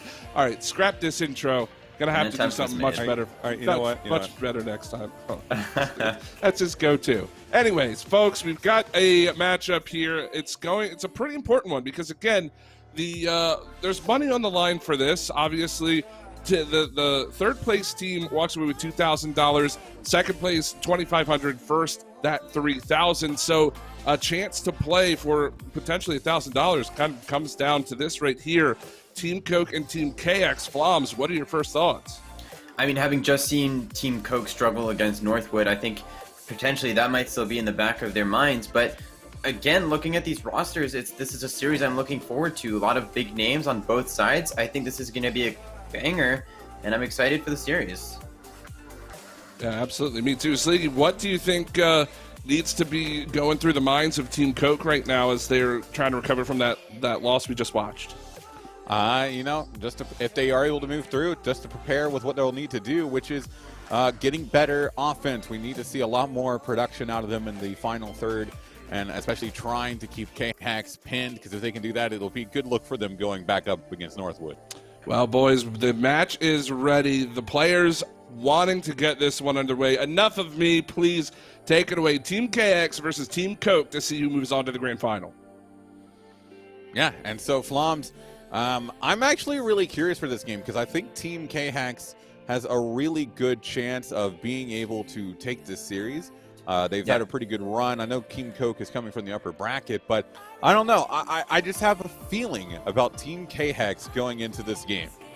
Yeah, to be completely honest with you, looking at the teams and the names that I'm seeing, and after what we saw from Team Coke, I think it's hard to draw a line and pick a favorite here. I really do think this is anybody's series, and whoever starts out strong here, gets that first goal, maybe first 2 goals, I think is going to be in a really good position to walk away with the whole thing. Well, we will see. It's Team KX in blue, Team Coke in orange as we get things underway. It'll be Coke trying to play it around. Husky will take a follow-up shot. Straight into Turtle. Great turn. Can he get the momentum necessary? No, he wasn't quite able to follow it through. Follow up off the post. Straight into Turtle again. Some good attacking pressure coming out so far. It's KX sending one towards net. It'll be a save away by Turtle. Out into midfield. Nano Poison over to the left side. Ooh, Husky doing a great job to get back on top of that, though. And it'll be KX clearing the zone. And that one goes poorly for Team Coke, as it's going to be Team KX opening the score first. Turtle baited into the midfield turn, racing to get back, and that touch is just not the touch he was looking for, and that's going to give KX the easy finish to put Team KX up 1. It gets them up by 1, not even 45 seconds into this game. This pop-up will be in favor of Notice as he drops it down. Husky with the touch. Nano Poison, back wall, follow through, not there. KX off the sidewall to play away by Turtle. Notice on top. The turn coming here from KX. Gets one more. Notice was looking for the bump on Coke, but it wasn't there either. Now Coke taking his time. Good little pass play to Turtle, though it's intercepted by Notice. Back to Husky, but KX getting in the way again. That 50 going to come back into the corner as a demo comes in, but Notice. He's got some space to work with down the field. It's a giveaway to Turtle. They'll back off and look to get reset back on defense. No, he actually turns in. That's a dangerous cut, but Coke doesn't push it. Now Coke with a follow-up opportunity. It's straight down in front. Turtle going to get a deflection off of Nano Poison, and I'm still curious as to why Coke didn't press his advantage. Almost a drop down from KX. Yeah, I mean, that's a difficult one to answer. They were down on the scoreboard. They still are down on the scoreboard. So maybe that's part of it, is not wanting to go down by 2 in the off chance that it doesn't go well. But Team Coke, with a lot of pressure, they just haven't been able to turn anything into really any true scoring opportunities here, as Team KX has done a good job. And there is the scoring opportunity they were looking for. Turtle is going to answer back to Team KX to tie up the game. Yeah, this is just a high touch. Turtle able to backflip and get set again for the follow-up, and it catches Notice off guard. Had to play it right there, otherwise Notice would have been able to find the save. So it's 1-1 with 2:51 to go. Nano Poison Able to win that kickoff. It'll be KX high off the ceiling. Husky comes down for it. Turtle playing it into Notice as the 50 comes back into midfield. Bit of a mistouch as Turtle plays it back. Nanopoison with KX in mid.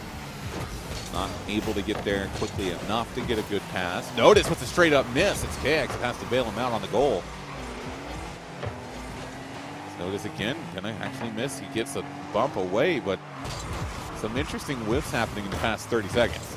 Yeah, and for Team KX, I'd like to see them take a page out of Northwood's book. We thought Northwood last time, or last series I should say, box in Team Coke in such a way that they were never really able to get past the midfield, and Team KX is affording Team Coke a lot more time in the midfield to set up the plays and get out and transition into the offense, and they've looked way more dangerous off the back of it. I'm waiting for Team Coke to get another goal here. They might be able to here. No, Turtle beats the ball, but the offense is still going for Team Coke. Oh, that was a good touch from KX. Turtle getting in the way. There's a follow-up. Oh, what a pass and shot. Turtle able to finish it off, but a fantastic pass coming from Husky. And the 50 from Turtle is spot on, drops to Husky. Husky puts it back into the path of Turtle, who just needs to tap that one home. We've got a Team Coke lead. Team Coke able to surge in front, 1:44 to go. Comes over to the side wall. Coke will take it away, looking for a follow-up. Not the greatest of touches, and speaking of not the greatest of touches, Turtle doesn't find any touch on that play as Nanopoison able to push it down to the left side. Coke over to KX. Back to Turtle, Nano. Playing it over to the right side, intercepted by Turtle. He looks to connect with Coke, but Notice is there. Husky again, back down, beat by KX. Follow through 50. Coke surging forward, but Notice going to beat him there first. It's a pass over to KX. KX going to take the shot right by Turtle, and that's going to be a goal and level playing field back again for KX. And KX doing a great job of doing exactly what I said. They keep they keep Team Coke stuck in their half for a solid 45 seconds, and just as the ball starts to get out of the half of Team Coke, they start looking for boost, and KX turns around and strikes them where it hurts, and we've got a tie game once again. Ooh, almost another lead there for Team Coke, though. That ball came dangerously close towards net. KX with a pop. Not quite able to find the second. Gets a bump on Turtle. Notice following through. It's Coke down into Nanopoison. Husky. It's one over. Coke following up. Will be Notice. Back down again. Nanopoison. Cutting it over to the left side as it comes down. Husky to Turtle. Back over again. Nanopoison not able to find that touch as Coke gets the beat. It'll be back over to Husky again. Great pass in midfield, and what a save from KX. The shot from Turtle had so much speed. Coke, the follow through, going to be high. Husky knocked down, and there's going to be no one. Finally, triple rebound, and Team Coke take the lead. And third time's a charm for Team Coke. The initial pass across, saved by KX, I believe it was, wreaks havoc in the defense. There's no one there to follow up the second one off the crossbar, and once again, no one there to finish the third one. And Team Coke finds themselves in the lead with just over 10 seconds to go, and the kickoff going the favor of Team Coke might spell doom for Team KX in this game. Well, Nanopoison getting bumped away. Coke trying to play it off. It's Turtle with the dunk, but it's not enough time. KX keeps it in the air. It'll be out of the corner, cleared away by Husky, and Team Coke going to take game number one. And taking game one in dramatic fashion, no less. Goal with 10 seconds left. You love to see that. The pass was just so good. There was really nothing Team KX could do to stop that one from going in eventually. And eventually, Team Coke is able to force it home to take the game win. Yeah, that was just a really well put together a game from Team Coke. It was a lot of back and forth, actually, not even a little. Team KX looked good. They looked a little nervous in that game. I could feel a little jitters coming off of them, so maybe they can pick things up a little bit going into game two. But I think the skill of these two teams has been really, really good so far and comparable with each other. Yeah, a really open book. I think both teams have definitely had a chance at this game and at the series. And, you know, Team Coke getting the better of Team KX in this first game, that's not to say that it will go that way for the rest of the series. So let's get into it and we'll see where this goes.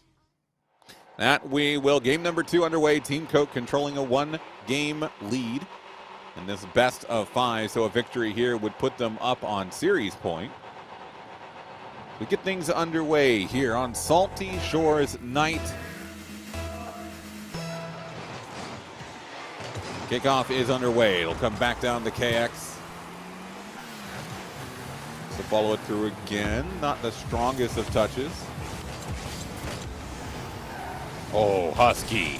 Husky going to work his way past the entire defense and get the opening goal. And he just about threads the needle on this one. KX retreating, not able to get there. Beats both defenders in the midfield. And that is nicely done by Husky to put Team Coke up early in game 2.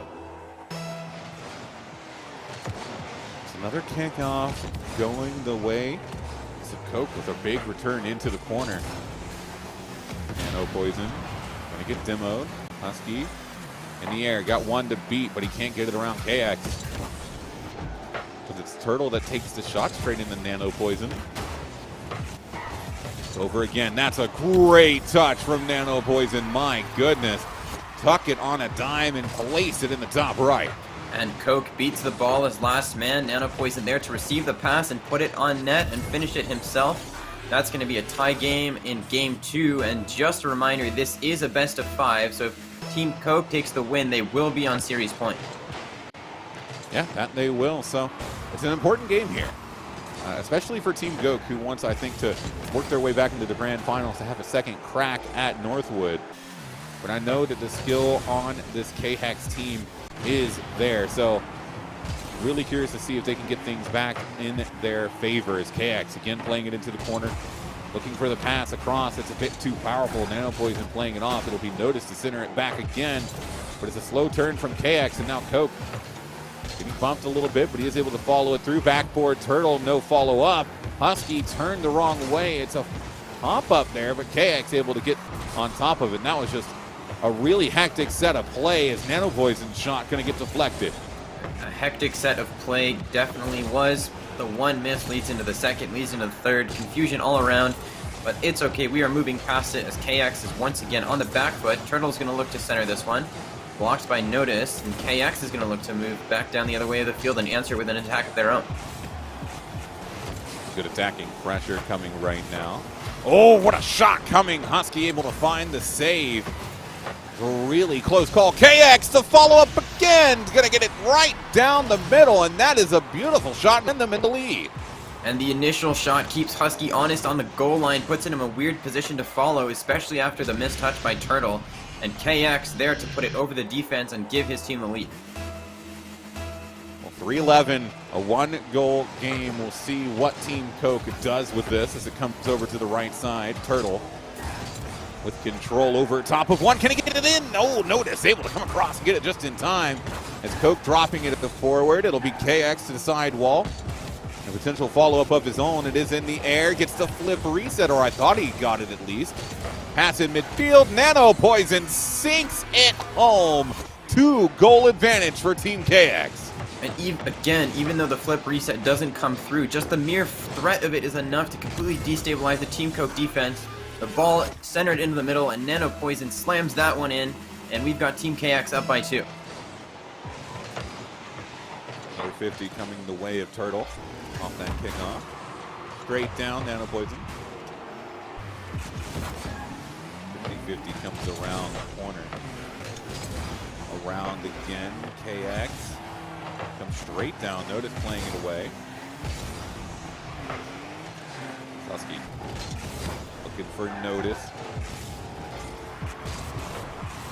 Great. Oh, close, but not quite enough. So it comes back. Notice again, looking to take it slow. We've got Nano Poison in defense, KX on the right side. KX able to play it over to the left, follow through Husky towards the back wall. The follow up from Husky, not quite there, as it's into the corner yet again. Notice might have some space. Husky quick on top. It's back to the corner. It's a fight for possession right now, Floms, as both teams really trying to just either A, get it in front of net, or B, get it out of that side of field. Yeah, and Team KX scrambling there to get the ball under control for the longest of times, and the player from KX, I believe it was Notice, presented with a 1v1 golden opportunity to put the nail in the coffin. Unfortunately, comes up empty on that particular instance, and the game goes on. Team Coke still looking for an equalizer. They're pushing hard here, and they're close to overcommitting time and time again, as we see Team KX just about holding on the back end. It's Coke following up, sending one towards net. Oh, just off the post. Can Husky get there in time? No, he'll play it off into the corner. Kayak's able to send it down the left side as it comes out of the corner again. That's a big demo on Coke. Good job clearing the space, able to deal with the threat well. Coke, can he follow it up again? No, it's out of the corner. Shot coming in, Turtle with the save. And back down, Coke. Looking for Husky, back wall out in front. Turtle needed to really commit on that one. Again, off to the right side. Nanopoison taking a shot of his own, saved by Husky. Will be Kayaks looking to try and get to it on the left side. Turtle, good pickup. Can he get the flick? No, Notice able to follow it up well. It's a good read. As again, small touch down the right side. Husky looking to get set back in defense as Turtle down the midfield. Husky can't quite drop it down. Coke can't get there either. And it's a lot of opportunities, but it's not going to be enough for Team Coke. And this is going to be a big win to get things back level. Yeah, and this is definitely an instance of close is just not good enough. They're going to get back one here for the honors. Unless this kickoff goes horrendously wrong for Team KX, this game is still going to be over. But it bodes well for Team Coke. They've had the opportunities, the shooting just hasn't been there. That's definitely something to look at for the next game, and definitely something they have it in their locker to be able to fix. Let's see what happens on this kickoff real quick. 1 second is okay. That wasn't even really a second. Was that like a 0.1? Yeah. I would have loved to have seen what that actually was. So, Team Kayaks able to secure that game. They get the series back level at 1. And so what I'm looking for now is what the return from Coke is. We saw a really good game 1 out of them. They did a fantastic job of maintaining pressure. It was a little bit less so here in this second game. But what I want to see is whether or not, they can keep it up. This has been really interesting, and this is going to be a lot on the line with Series Point coming up here. Yeah, and for Team KX, they were able to weather the storm that last game. The defense was looking good, but for Coke, on the flip side, even though the defense was looking good for KX, I mean, Coke had all the opportunities. They had the cards in their hand. They just weren't able to finish it off. So Team Coke still looking good in this series, in my opinion. But I think this next game is going to, probably give us a much better idea of who's going to be going where. Well, we will see going into this next game who is able to get up on Series Point. Team KX, Team Coke fighting their way through this series for the honors of playing against Northwood. Husky, side wall back down into the corner. Nanopoison able to find the touch. It'll be KX. Off the back wall, not quite enough. Husky knocking it down again. Over to Notice. What a shot! Oh, it's just wide. I thought Notice had that angle for sure. Yeah, denied by the corner. That can be a fickle thing sometimes, and they're not done here. They're going to look for the pass infield. Notice is going to come up empty on this one, and the demos by Husky are going to open up the backfield of Team KX. Unfortunately for Team Coke, no one there to finish this one away. Nanopoison doing a good job of staying on top. KX buys lonesome in net, but able to follow it through. Nanopoison get it off to Notice. He can, but it was a good block coming from Husky. Turtle follows up, just beats KX. That'll get Team Coke in the lead here early.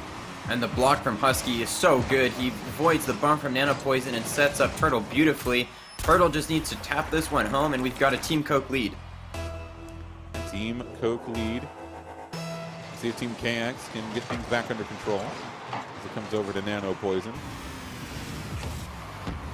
50 out of the corner again. Left side, Notice. Turtle will knock it down. Husky, light redirect. Nanopoison can't quite get it out of the zone just yet. They're working on it. That's a really great touch from Notice. It was actually on target and everything. The follow-up from Notice as well forces Turtle to come out of net. Giveaway from Coke. Nano Poison able to follow it up in the corner. KX trying to surge into the midfield. Gets the redirect, and what a save from Turtle. And that was so close for Team KX, and unfortunately for them, Coke is going to blast this one from downtown and get it all the way home to save off the crossbar. Absolutely heroic, and the finish is there. Team KX falls into the classic trap of overcommitting on such a promising attack for them, and unfortunately, rather than finding themselves in a tie game, they find themselves down by 2. Down by 2. Still 3:15 left on the timer. KX sends a bit of a weak ball towards net. It'll be Turtle back down the left side. Oh, I can see Turtle trying to go for that demo on Nano Poison as well. One demo does come through. It is notice on Coke. Husky with possession. The ball coming towards net, and what a save by Coke right there on the line. Notice playing it back in front again. The drop down from Nano Poison isn't there, and finally KX, third man on the ball, able to send it through.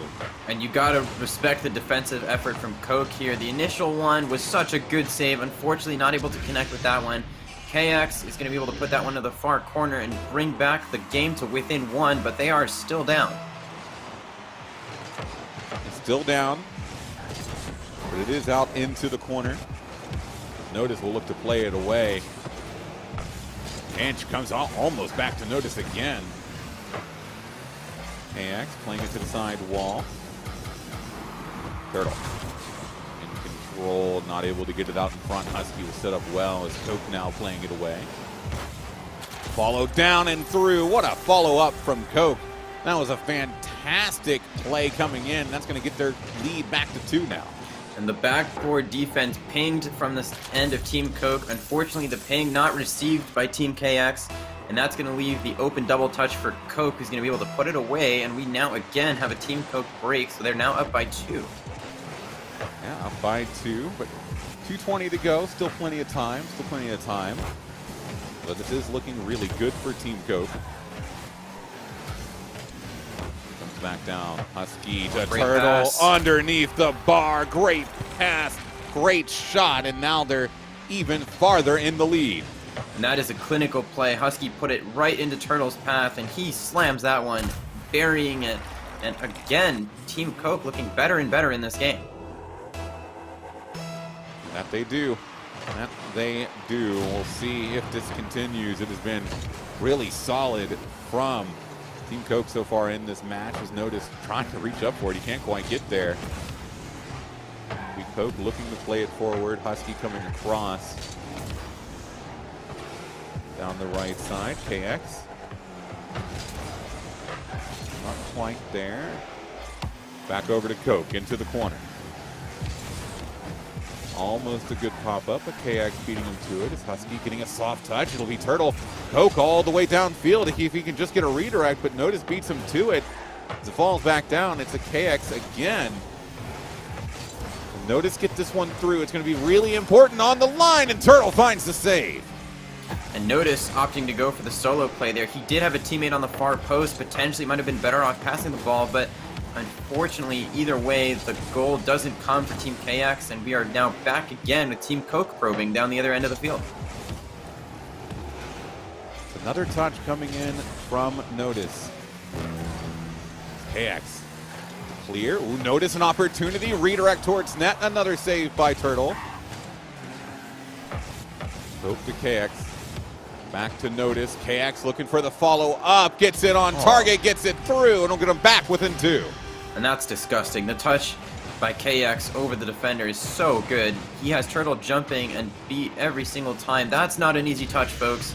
He puts it away, and we are back to a 2-goal game. With just under a minute left to go, this kickoff is going to be incredibly important.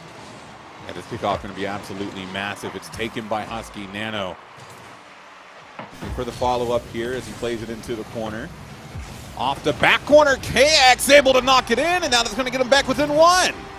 And again, we talked about the importance of the kickoff. Nano Poison, 850's Husky, and really fortunate bounce right into the middle. Turtle not able to read it. KX doing a better job of reading it, puts it away. We now have a 1-goal game, and again, another important kickoff coming up. Another important kickoff. It's right off the get-go over to the left side. Coke to Nano Poison. One follow-up, looking for another. Out in front, KX getting the third in a row. What a swing on the comeback. And 3 unanswered goals, 2 of them from kickoffs from Team KX, and all of a sudden now we're looking for an answer from Team Coke. And again, if history repeats itself here, we're going to see a Team KX lead in the next 10 seconds. Let's see, indeed. It's going to come off into the corner.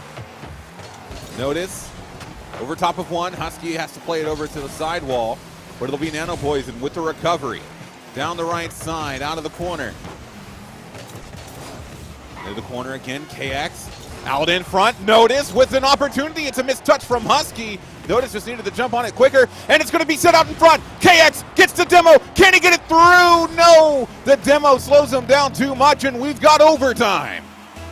And overtime we do, as we are going to see which team is going to be able to start on the front foot. This kickoff is going to be going the way of Team KX. Notice with a probing shot to the top corner.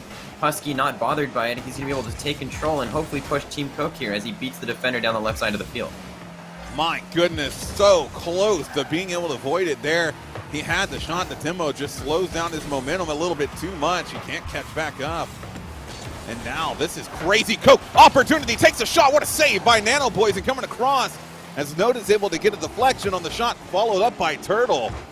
Husky sending it towards net, but KX able to find the save. KX follows up, right side. Nano Poison able to play it away so that his team can get set back on defense. As it's going to be one miss, 2 miss on the line and through. And after the massive comeback, Team Coke able to just hold on. And the pace of play dramatically increasing in overtime, and with Coke finishing it himself, taking it all the way with a beautiful double touch off the backboard. And that's going to be Team Coke on series point first. Team Coke, my goodness. They had to be absolutely in terror during that overtime. 3 goals in such a short amount of time coming from KX, who had 4 on 7. My goodness. And it was almost ended before overtime as well. If KX didn't get that demo and it just followed through on the ball, absolutely has a shot, but the demo slows them down too much. They go in overtime and they just can't close it out. This series is absolutely nuts right now. Yeah, this is everything we've wanted. The players are ready to go, so I think we're going to get right into this next game. But again, Team Coke on series point here, so we're going to be looking for an answer from Team KX early in this game if they want to have a chance at bringing it back to tie game. Yeah, an opportunity to get the series back level again. But it's also an opportunity for Team Coke to get their rematch bout against Northwood in the grand finals. We get things underway. No more excuses, no more opportunities for mistakes coming out of Team KX. They got to win the next 2 in a row to move on. We get things underway. Going to start with some initial pressure from Team Coke. Go to clear from KX. Intercepted by Coke. Turtle for the redirect. What a play! And the placement is just so good from Turtle. There's no chance for the keeper. The pass from Coke is good, but the shot from Turtle is just unstoppable. Hit with pace. There's nothing the defense can do, and Team Coke out early here. 14 seconds in, we've got a 1-0 game in favor of Coke, who is holding a 2-1 lead in the series. Good 50 from Turtle. Quite the follow through, but it just Husky to follow it up. Out in front. Notice. 50 again with Turtle. KX sending it towards goal. Husky will play it over to the right side. Gets a deflection downfield. Husky again dropping it down. Notice. Over top of one. Can't quite get the other. Downfield again. KX in the air over top of one. Notice has a slowdown on the play. Gets the demo. What a shot coming from Nano. But what an even better play by Notice to set that ball up. Yeah, and you've got to respect the cognizance to slow it down and go for the demo, knowing that Nano Poison was coming in at the far post, ready to bury that one. And that puts us right back to a tie game here, with KX looking the more threatening of the 2 teams so far, in my opinion. KX has just looked really strong. Slight deflection, sealing it down. Husky playing it away. Oh, what a little touch there, coming back across as well. Comes into the corner. Nano Poison looking to clear some space downfield. That's just going to be a giveaway to Turtle. Following touch, back in the midfield again. Notice able to take a shot. KX can't quite get set back. Time to disrupt on the goal line. Turtle now to Coke. Back wall again. Good 50 coming through. It's a banger downfield, but it's not on target. But Notice will follow it up off the bar. Nano Poison can't get it through either. And now Husky following it up down the field. It'll be Notice able to get in front. And this is a very tight game. 3 minutes to go, and we're still tied at 1.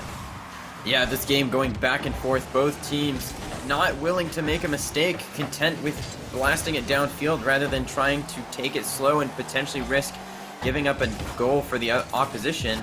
And right now, like you said, neither team really coming out on top. We're waiting to see who's going to be able to take the lead back in such a crucial game, because series point is on the line here for one team, and for the other team, they're looking for their Northwood rematch. Yeah, I mean, it has been so back and forth. Straight down again. Oh, Nano Poison looking for a slight deflection off of that touch. Comes back for Husky. Great shot. Better save. Notice clearing it away. Can he take it all the way down? No. Turtle will beat him to the touch. It's Nano Poison again, looking to get it center. Maybe a bit too hard. He looks to follow it through. It'll be a pinch play. Notice leaving it for Nano Poison. Cook plays it down and around. Ooh, great touch. Oh, Turtle, what happened? Is that going to go through? Is that just in? It is? Whoa, my goodness, Turtle. That almost feels like a 2-goal swing. Oh, that's such a shame. I saw what Coke was doing. It was such a good pass. Turtle just not ready for it. And Nano Poison, again, taking it from way downtown, and he puts KX in the lead and makes Turtle pay for that mistake. Oh, yeah, I feel for that mistake. It's just crazy because, I mean, he pretty much only had the goal to shoot at. So now, instead of it being 1-0 in favor of Team Coke, it's the other way. With 1:50 to go, it's Team KX really trying to send this to a Game 5. To follow up into the corner, blocked by Notice. It'll be KX again playing it down. Sealing through, Turtle to the right side. Notice. A bump on one. Nano Poison almost able to sneak it by. KX with the miss. Notice trying to get set back on defense as Nano Poison turns back into midfield. Able to track down Turtle for the demo. There's another big clear coming through. Doesn't quite have the drop. Played away by Coke, but another demo coming in. Nano Poison trying to cut it, but it wasn't quite enough. Husky chasing it down well. And the demos from KX have been so critical in the midfield, preventing Coke from really pushing out beyond their own halfway line. They've been stuck here, pinned against the backboard and the back line, trying to get out of the zone, and KX has done such a good job of keeping them here. But unfortunately, the pressure has been so stale. There hasn't really been that many significant scoring opportunities for KX here, as Nano Poison beat to that shot by Turtle, and Coke finally going to be able to push out. Well, it's Husky working his way around, blocked by KX again. Notice. Send it down the field out of the corner. KX an opportunity to shoot, but he sends it just wide. Good little touch.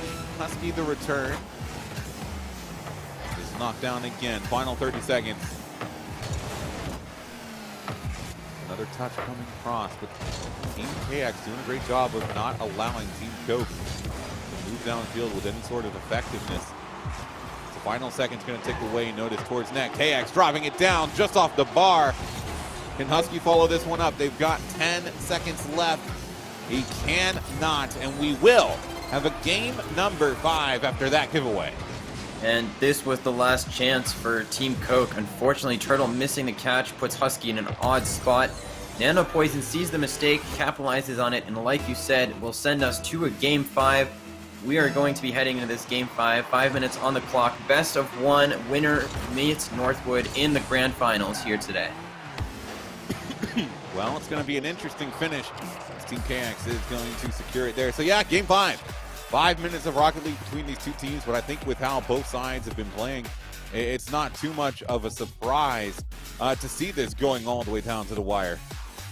No, definitely not. And, you know, like you said, this is going to come down to the photo finish here. This has been such a good series so far. It's been so back and forth. Both teams showing flashes of brilliance on individual plays, team plays. We've seen it all. This has been such a good series. I'm so excited to see who's going to be able to come out on top here and look to take down Northwood in the grand finals. Excuse me. I am as well. So we're not going to dilly-dally here. We're just jumping straight into game number 5 between Team KX and Team Coke. See, like you said, who will face Northwood in the grand finals? Oh, and it almost starts with an excellent goal from Turtle. Can Coke follow it up off the bar again? Husky finally able to send that one through. It's a little sloppy, but at the end of the day, no one's going to ask how you got yourself on the board first. Turtle, with such a good attempt, gets stolen away from the post. Coke puts it off the crossbar, and Husky is there to bury it and put Team Coke ahead in what is the deciding match here.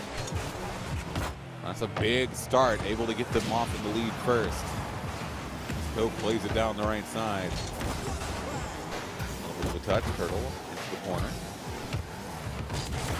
Up and around, straight out. Coke has to handle this. He doesn't have to rush it, able to take his time. Over to the left side.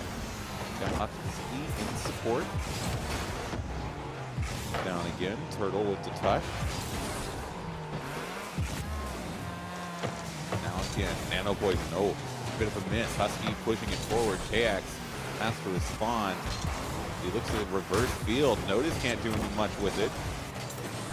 It's another lob over top. Husky to Notice. Back up again. Nano Poison dropped down close, but no cigar. As Notice takes a shot. Oh, Turtle just able to find that save in the nick of time. This game still remaining at 1-0. The KX really pressing at the moment.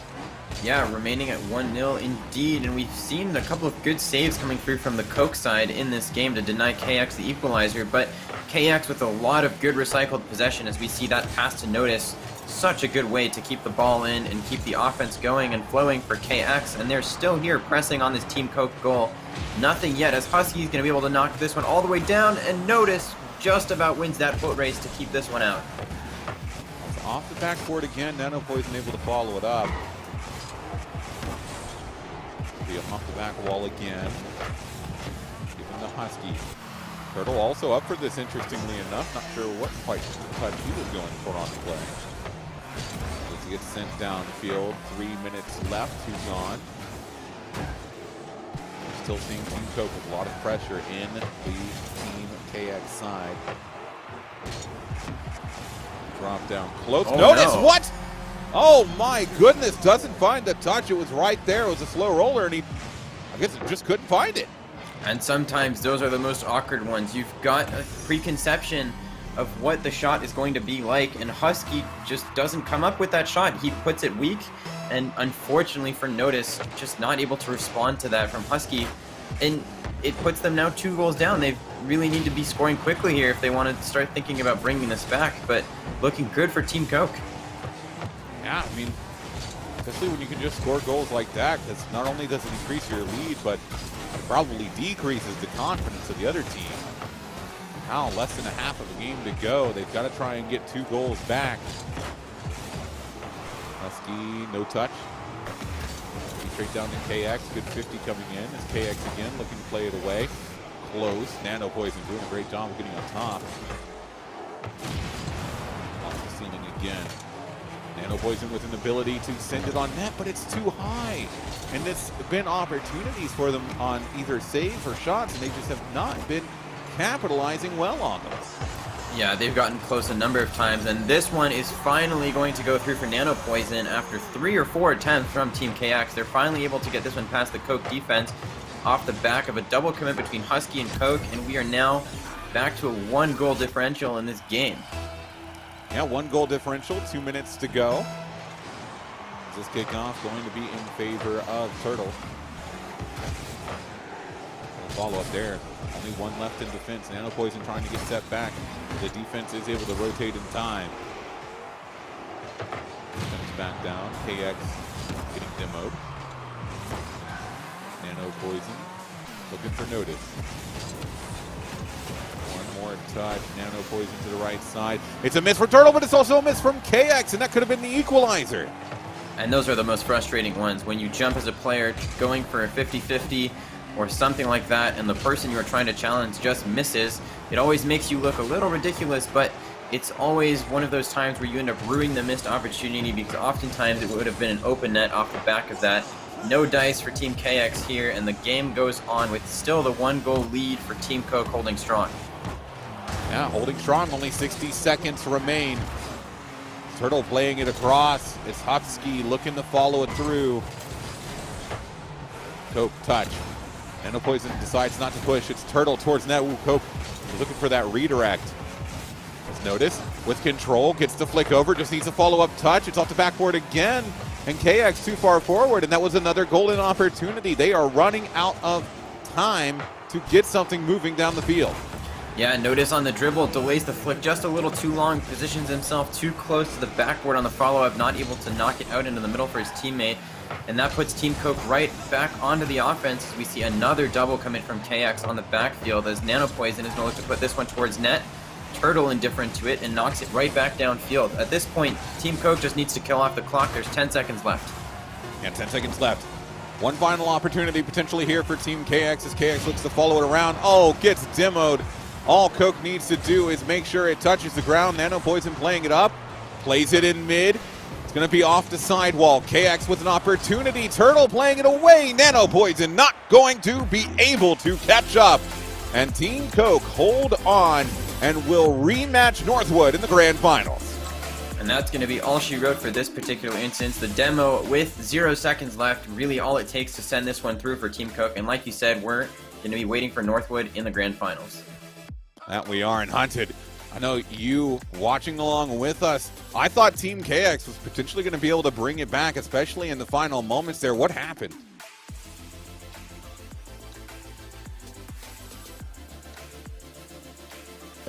Ziggy, before we get to that, I am working on a crossword puzzle. I need your help, okay? Okay. All right. It's a 5-letter word. Mm-hmm.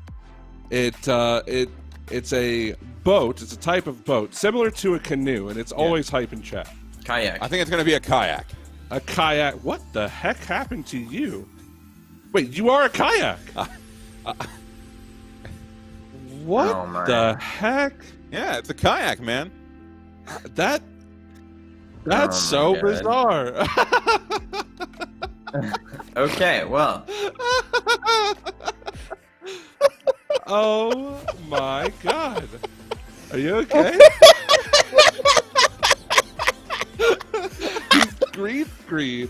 His green screen, unfortunately, combined with the kayak. All right. I mean, I like the attempt. I mean, like the meme. Yeah, the attempt was definitely made. I I'm didn't glad think you about had the that fact that ready. it was. I didn't think about the fact that it was green. To be 100% honest with you, I did completely. How long have blank. you been doing this? Oh, a couple days, something like that. We need to get you a green shirt next time. So I know, right? Completely blend in. Well, Yeah, all it right. could just be like a floating head. There you go. Whew. With all of that excitement out of the way, let's talk about the exciting matchup that we just watched. There we go. That would have been better. There you go. That one's a little bit better. Finally, thank you so much. All right, so you're very welcome. Team Nondescript Beverage takes down Team Kayak in a pretty good final. Well, losers final, I should say. We do have that rematch. We're going to talk about it here in just a little while. But I mean, walk me through Game 5, right? How many chances did KX and company have to tie that game? I mean, Flom's one of those goes in, man. Yeah, I mean, with razor-thin margins, with the 1 goal we saw, like you said, 1 goal changes everything. But, for Kayaks, there's nothing there for them, unfortunately. They're not able to get that one over the line. Team Coke is probably going to be thanking their lucky stars on that particular instance. But, what's done is done. Man, Floms was perfect. He said KX every time, and then we get in here memeing about the kayak, and he says it wrong one time. Sorry, Floms. It's okay. Blame I tried. Sleeky. The meme only exists because Sleeky Look, can't I'm pronounce sorry. names right. It looked like kayak, and I don't know why. My brain just kept thinking kayak. Well, hey, I think even though Team KX is out, I think they get a W in my book for the pure meme of it all after today. But they do walk away with that $2,000 prize for third place. So not too bad for a day of Rocket League here. Congratulations to them. Well played of course, to them as well. But we do have a rematch in that grand finals. Team Northwood University up against Team Coke rematch. It was a sweep last time. I'm going to get your thoughts about it here in just a minute when we come back from break. But will we see a different result? I think that's got to be the question on everybody's minds. Let's go ahead and throw it to a short break. But before we do that, do just want to thank our sponsors once again in Intel, of course, for making this event possible, and that amazing $250,000 scholarship pool available to use. Visit intel.gg to check out the 10th gen Intel Core systems, and of course to our partner in MSI, the PC partner of Intel Inspires. Use the command !! giveaway in chat to enter the chance, or your chance, to win that GL65 gaming laptop. And folks, we're going to take a short break. When we come back, the exciting conclusion here of the Intel Inspires series. You are not going to want to miss it. It is Northwood University up against Team Coke.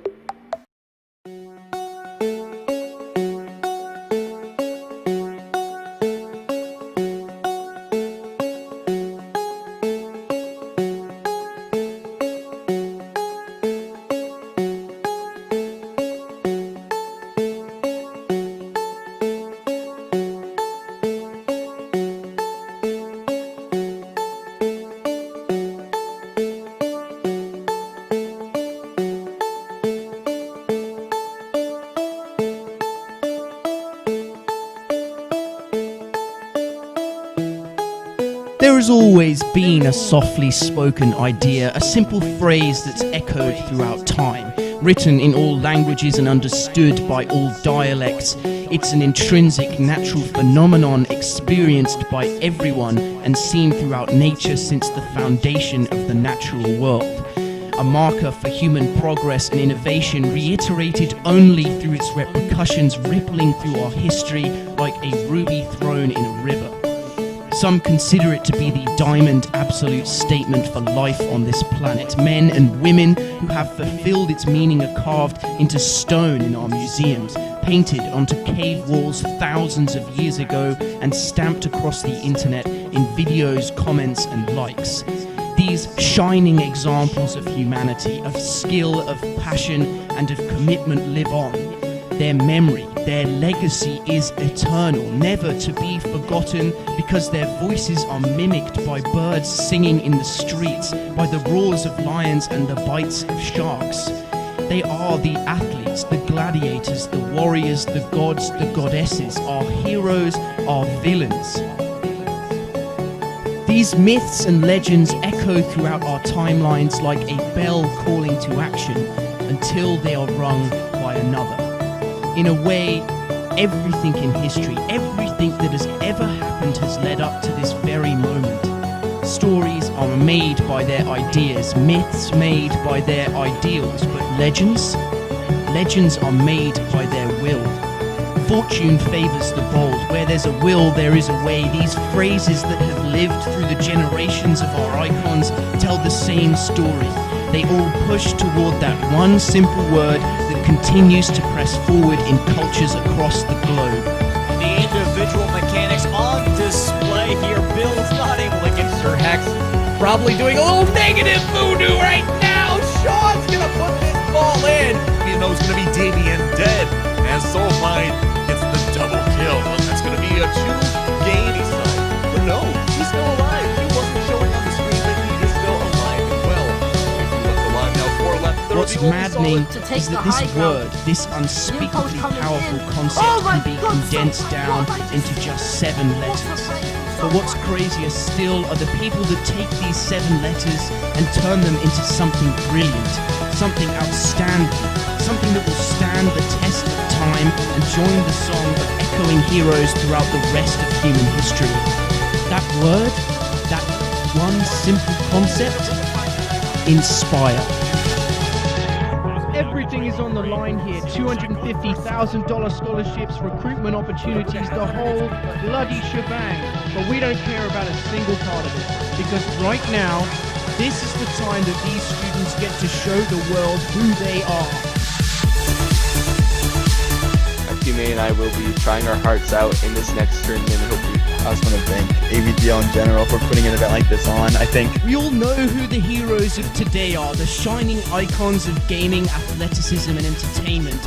Books have already been written, videos have already been recorded, and songs have already been produced. But what of the heroes of tomorrow?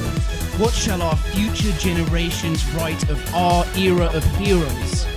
Well, that's exactly what we're here to find out.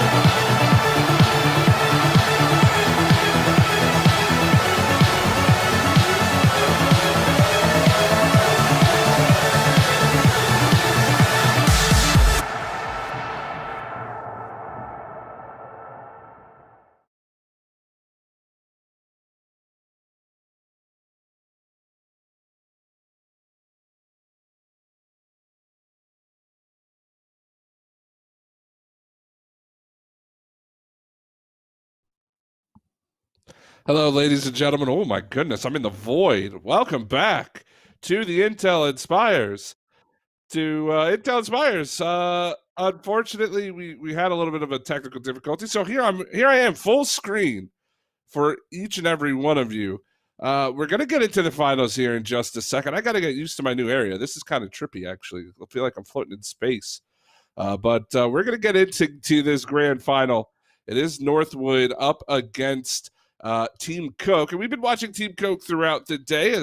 Here we go. Welcome back, guys. Just had to take my little trip to outer space there. Hope that you guys have been good down on Earth. Sleeky, Floms, welcome. Hello. So finals. Getting ready for that one. I mean, we talked about it a little bit before the break. Let's talk about it some more now. Northwood has looked dominant throughout. Floms, you think they got this one? I think so, yeah. I think for Team Coke, right, the deficiencies in the last series came down to the midfield. They were never able to get the ball up and over Northwood in any kind of convincing fashion, such that they would have been able to get extended periods on the attack. And really, that was all it took for Northwood. I don't think we ever had to see them go into their playbook to really get past this Team Coke team. So I'm really curious to see what Coke is going to be able to bring to the table to kind of get past that Northwood midfield and force them to get a little more tactful and resourceful in their play. Well, I mean, Sneaky, what's the response from Team Coke to that line of questioning here from Floms? What do they need to do? Like, give me the key to the game, or keys to the game if you have them here for Team Coke.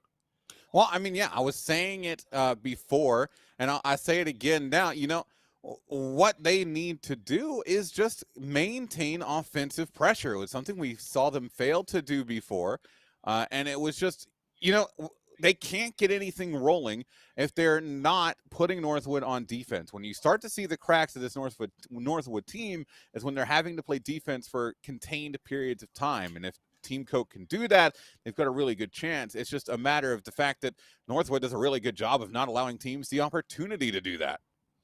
No, you're most definitely right, and we'll have to see what Team Coke can do. We're going to get this final underway here in just a couple of moments. But, gentlemen, again, this has been quite a long day of Rocket League. We started, maybe 5 hours ago or so. So, I mean, it's been a long day for a bunch of these players. Floms, you've been in a position like this before. does that start to wear on these teams, especially Team Coke, who's had to play a lot of games? It definitely does, especially when you're coming out of the losers bracket. You have to play game on game on game. Typically, the losers bracket's going to run faster than the winners bracket, so you're going to be stuck in front of your computer playing, no break, no chance to get food, no nothing. So when you get to the end of a long day like this, it's definitely everyone's worn out, everyone's tired, everyone's looking forward to come home, but we still have a grand final ahead of us, so it all comes down to this. Well, gentlemen, let us go.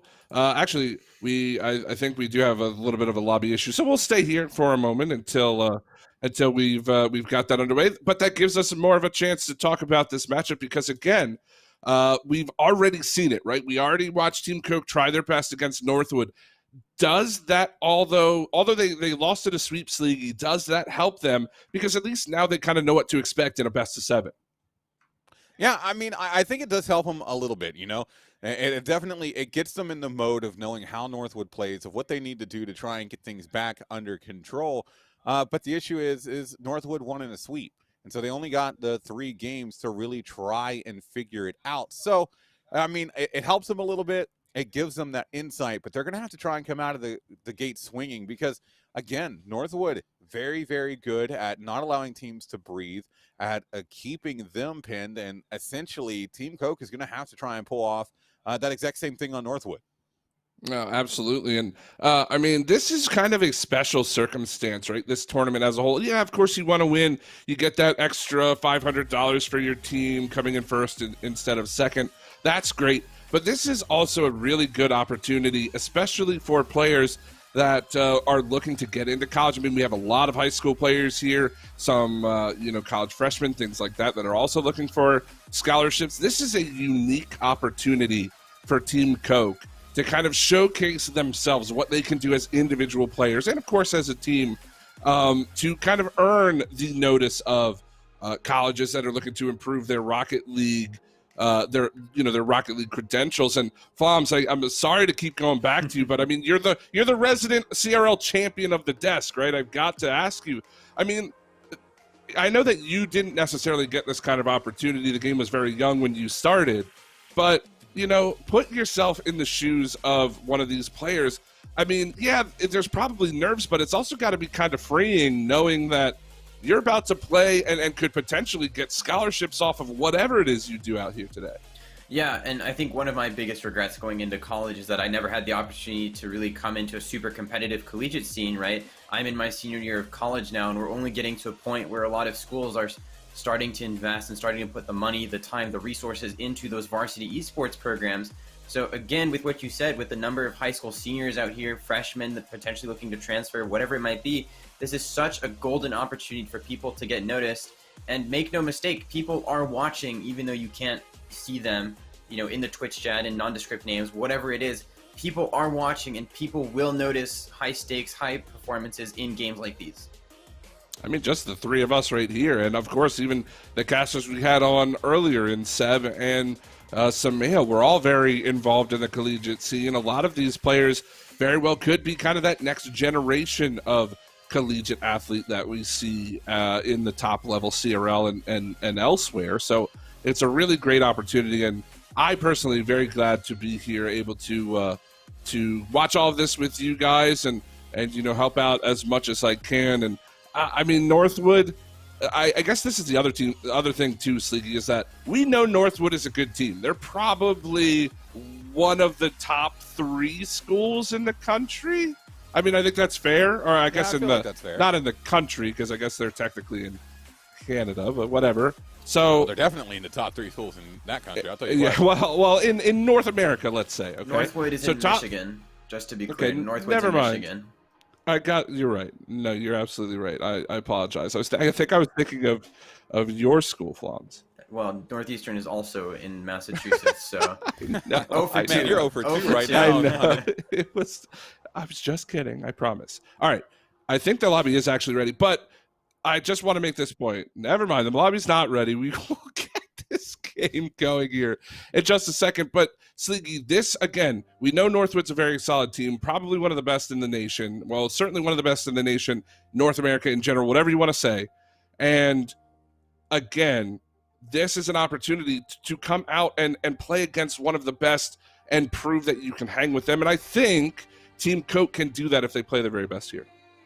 Yeah, I think they can. I mean, Team Coke, I mean, again, and, you know, I've talked a lot about their offense, but, you know, with that as well, they've got a good defense. They've handled the pressure that Northwood has given them really well. I've seen them in multiple options just, you know, handling that pressure fantastically, getting set back defensively, doing really everything they need to do to make stuff happen. So, you know, they've got to continue that forward. But again, it just comes back to that offense. We just need to see more production out of them. And then game one in the winners final against, it was pretty close. I think if I remember correctly, it was 4-3 the final score. So that shows that Team Coke can do it. It's just a matter of if they can do it consistently, I should say, against this Northwood team.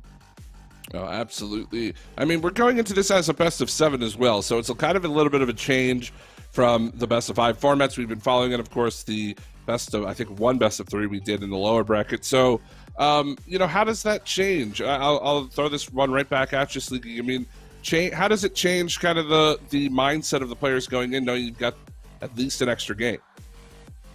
I mean, I think it helps a lot, right? I think as a player, each game that you can extend out, everything that you can do to give yourself life gives you hope, and hope, especially in Rocket League, is a massive part of, you know, maintaining your focus, because once you start to feel like a situation is super gone against you and that it's beginning to be hopeless, and I'm sure Floms can touch on this a little bit as well, it affects your way that you play the game as a whole. It can really change how your rotations, how you approach the ball, just like across the board. So, you know, keeping momentum is massively important. Yeah. And to go with that, you know, when you find yourself with a best of 7, right, it is a long series, and with Rocket League not necessarily as having as many macro level strategies as other esports titles, since a lot of it is in the moment, in the heat of the moment, and your decision making is going to be affected by those nerves. Having that extra game to experiment, that extra life, that extra chance, whatever you want to call it, can be a huge advantage, because all of a sudden, you know, instead of panicking when you're 1-0 down, 2-0 down, you can still tell yourself, okay, well, we have a chance to bring this back, where in a best of 3, you lose once and you're already on series points. So it's a whole different realm. No, you are absolutely correct, and I'm looking forward again to getting this series underway and seeing how the teams match up. Again, we've already seen this one in the upper bracket finals, if I remember correctly, and unfortunately for Team Coke, it didn't quite end well. We'll see if they can change their fortunes here. And how does that kind of play into it, right? I mean, we've already talked about, you know, you kind of already know your opponents a little bit now, but you've lost to them once, right? I mean, does that change anything? I mean, I know you never want to come out and think, oh yeah, we're going to lose this series. I don't think anybody thinks that here, but is it tough to battle against that, or do you get kind of extra motivation from that, Flops? I think it's difficult, right? I think it really depends on the people that you have on the field, right? Because some people are going to take it as like, okay, well, this is an opportunity for revenge. Let's get out there. Let's get after it. We're going to put on a show and try and bring it to these other guys who beat us the first time. But on the flip side, if you have a more negative mentality, then it's so easy to kind of go in with a defeatist kind of attitude, telling yourself, okay, well, maybe it's already over before we started. But it isn't over. That's the thing. Team Coke did run it close to Northwood multiple times in that last series. There's no reason they can't do it again. There's no reason they can't put, you know, 1 game on the board, 2 games on the board, and have it snowball into a victory. But they've got to go in with that positive mentality, telling themselves that they are here for revenge. We have a game plan. We're going to bring it to Northwood, stick it to them, and make their life hell. And I'm so looking forward to that. I do think this series could be pretty close if they can get on top of the game with Northwood. If you fall behind, unfortunately, I think Northwood's very good at kind of closing those types of series out. So we'll see how Team Coke comes out of the gates. Let's get predictions going. Why not? We haven't done it all day. We're in the grand finals. It's Northwood. It's Team Coke. Sleeky, I'll start with you. How many games, and who do you think is going to win this one? Well, I called Northwood in a sweep before, and I think I'm going to call them in a sweep again. I think Coke is a good team. Don't get me wrong. I think they absolutely deserve to be here. But I think that Northwood just is too much for them. I think that the skill there is too much for them to handle. I think we see another strong opening game number 1 where Northwood is sort of tested, but I think Northwood takes it, and I after that, it feels like to me the Northwood will be able to carry that momentum all the way through. I mean, Flums, do you agree with the assessment that Northwood's going to kind of be the final boss here? Yeah, Northwood, I mean, they're in the grind final, so they have to be the final boss because there's no more Rocket League left after this. But I'm gonna have to side with Sleegy on this one. I think it's probably gonna be Northwood convincingly. It is a 7-game series, so I think Coke might get one on the board, but I think it's going Northwood's way all the way. All right, well, gentlemen, the matchup is ready to go. Please do take us away. The grand finals of the Intel Inspires. It is Northwood and Team Coke.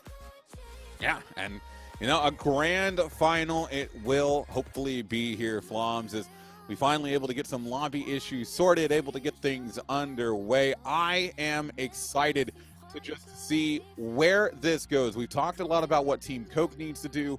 We've talked a lot about what Northwood needs to do, but it all comes down to this. Anything can happen. Team Coke could just come out of the gate swinging and just really get some momentum. It's going to be fun to watch. I think this first game is going to be really telling.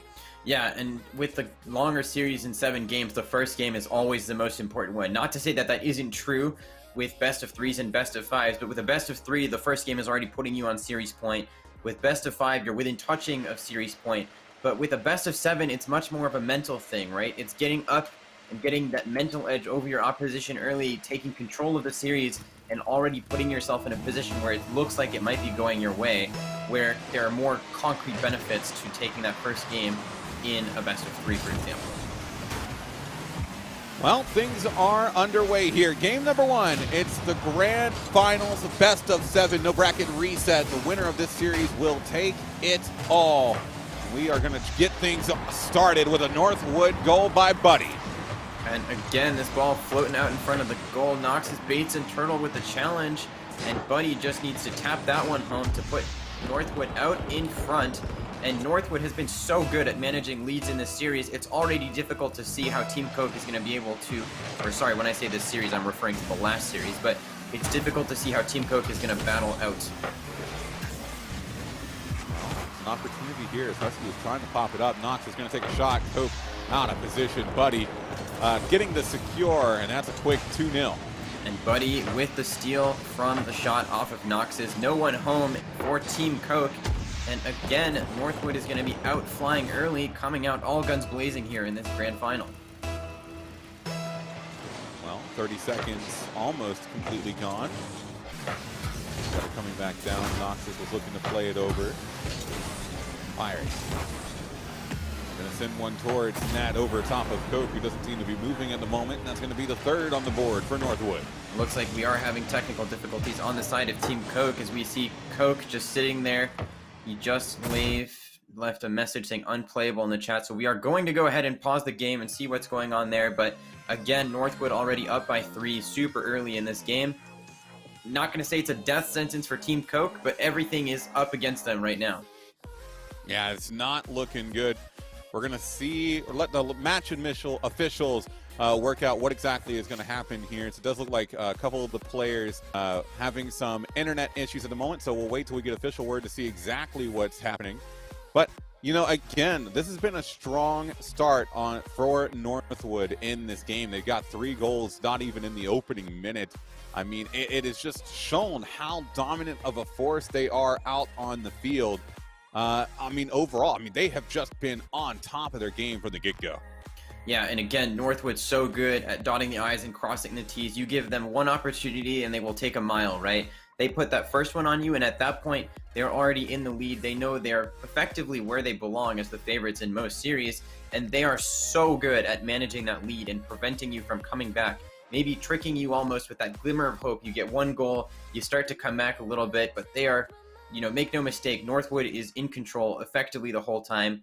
You go down to Northwood early, and it is so difficult to battle back. And I say this as a player who has fallen victim to the trap multiple times over the course of the CRL fall season, and Team Coke falling into that trap early. Again, it's hard to see how they're going to be able to come back from that, especially now that the deficit is 3 goals.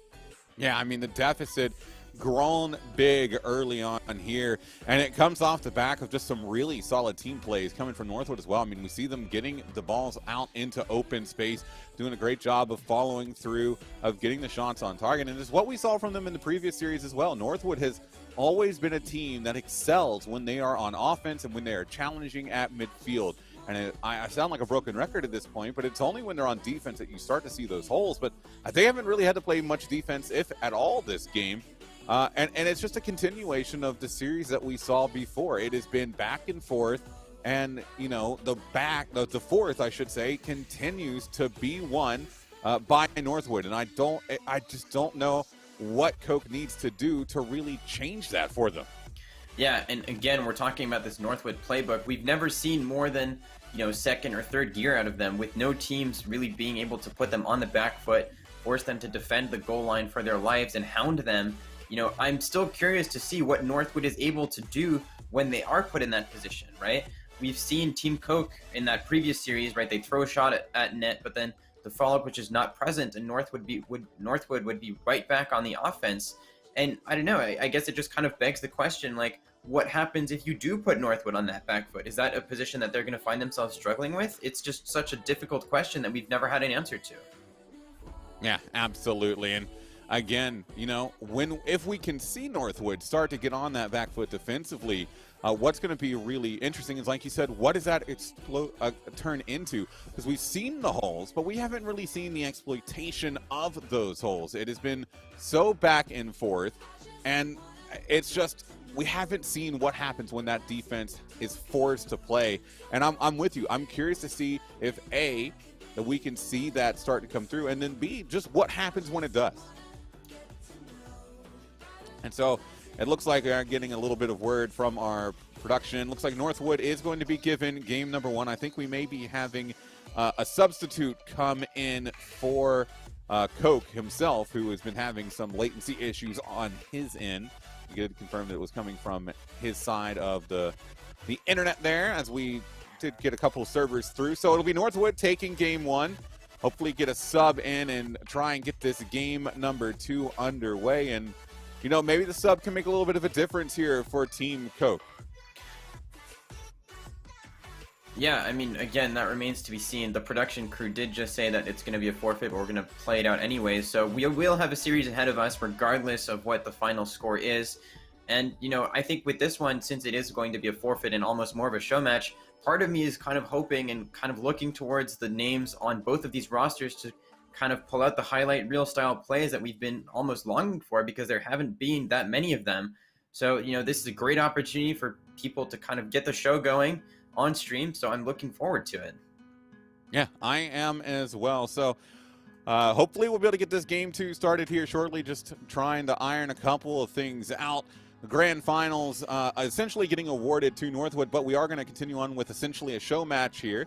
And it'll be with Northwood up 1-0 in the series. I'm curious to see what sort of team composition comes into play as we get ready to go with things. And, again, now that it's a little bit different circumstances, I'm curious if Northwood plays any differently. And I'm also curious to see if we see Coke playing any differently. Yeah, and like you said, definitely unusual circumstances. But hey, this is the reality of 2020. This is the world we live in. There are unusual circumstances left and right. You got to make for the best of it. So here we are. Again, like I said, I'm hoping the highlight reel plays start to come out from both sides now that the pressure's been relieved and there's no longer, a cash stake, a grand final, and so on and so forth on the line. But that's really all we can do at this point, is hope and wait to see once the game gets going. And at the very least, we will be able to get a game between, or a series, I should say, regardless, between these two teams. It does look like we should be getting the lobby up here in just a moment. So game 2 on the horizon. Northwood able to take game number 1 3-0 after those technical difficulties. And, they get one more, they get this next game as well. They're going to be able to get themselves halfway towards the victory. And I, for one, I still think that they'll be able to come away with the sweep here. But it's still Coke in control of the offense when they get on offense. It's just whether or not they get on offense. Mm-hmm. Yeah, so just another update from the production team.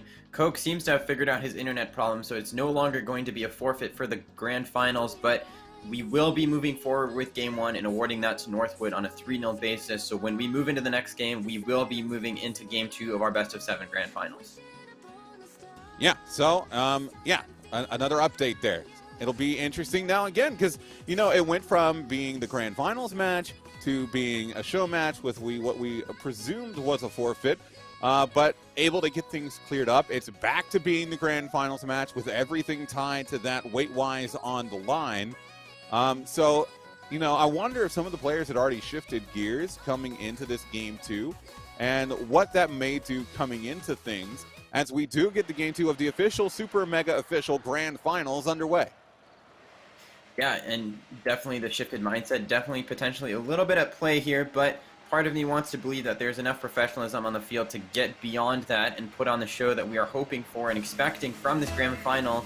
And we are going to get underway here. Again, as a reminder, this is now game 2. Northwood takes the first game 3-0 after the internet difficulties on the Team Coke side. Yeah, and so getting things started was an early pressure coming from Team Coke. But now the return coming down. Pirates taking a shot. What a shot it is. And that's going to get Northwood off to a lead early on again here. And the finish is impeccable. Noxus with the smart pass into the corner. Pirates from the corner. That is such a good shot. There's really no efficient way to defend that. And we have Northwood up early once again in game 2. At 50-50, won by Husky towards the back wall. Cleared away by Buddy. Knocked up by Coke. Turtle looking for it in the corner, straight down. Husky trying to chase it down to the left side. Buddy down the field, Knox is not quite. It'll be a good return from Husky and a better save from Pirates as he was able to just find it in time.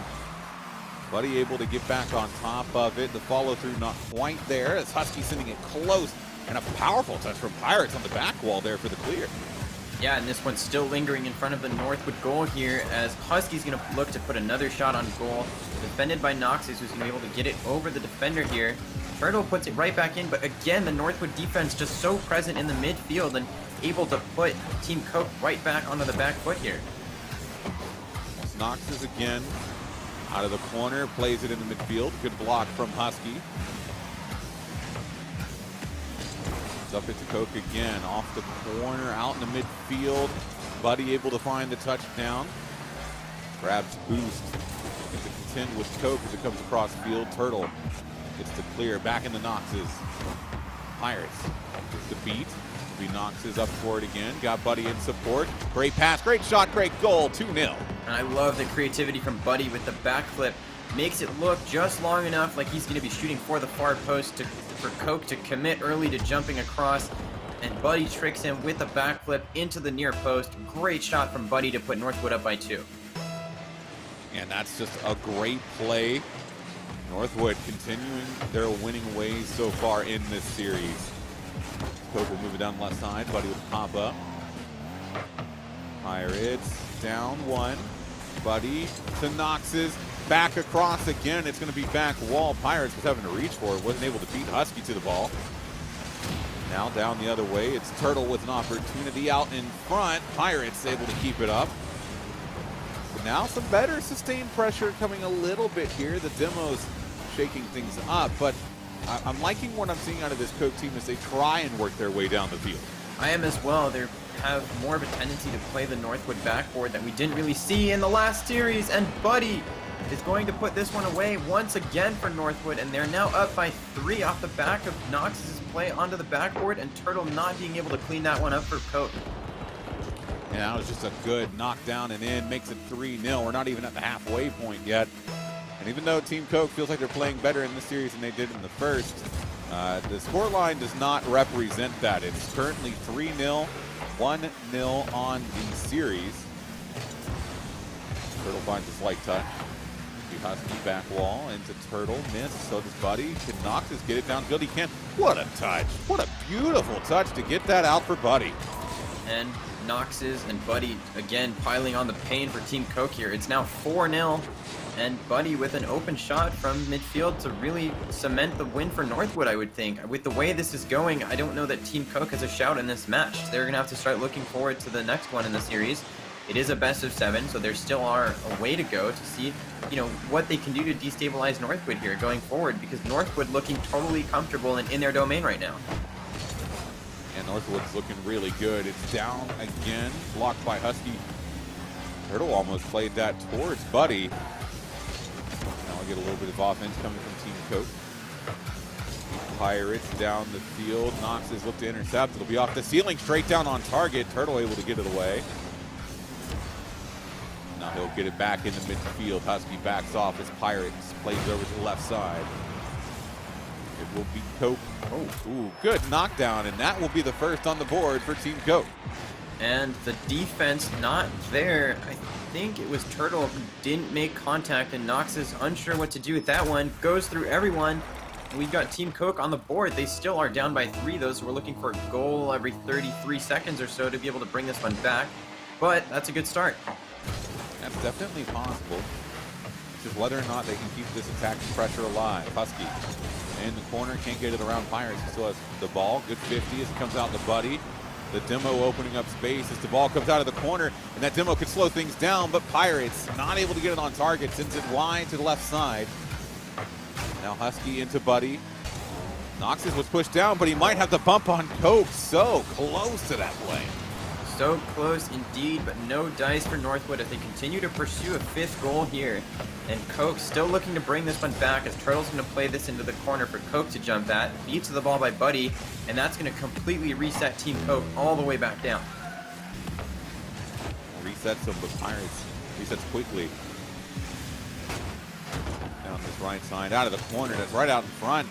Husky trying to play it away. It's a pop-up from Pirates. Knox is looking for the drop down as Pirates looking for a third. Opportunities for multiple players there, but neither of them able to get it, and that's just going to be another goal for Turtle. Yeah, and the overcommit from Northwood, they were trying to get that one in, force it into the far corner. We see Pirates drop it down and not able to do anything with it. And Turtle with a good finish from midfield to bring this one back within 2, but there's still a lot of work to be done here for Team Coke. A lot of work to be done and only 40 seconds to do it in. This again comes over to the left side, Noxus into the corner. Noxus out, Buddy will take. One pop, 2 off the backboard, 2 Pirates, but he was on the back foot. It's Noxus that plays it away. Can he get the follow-up? Yes, he can. That was a slight deflection from Husky. Pirates needs to get it out in mid again. Noxus takes a shot. Turtle with the save. With only 10 seconds remaining, they have to get one in the net on this attack. It doesn't look like it's going to happen.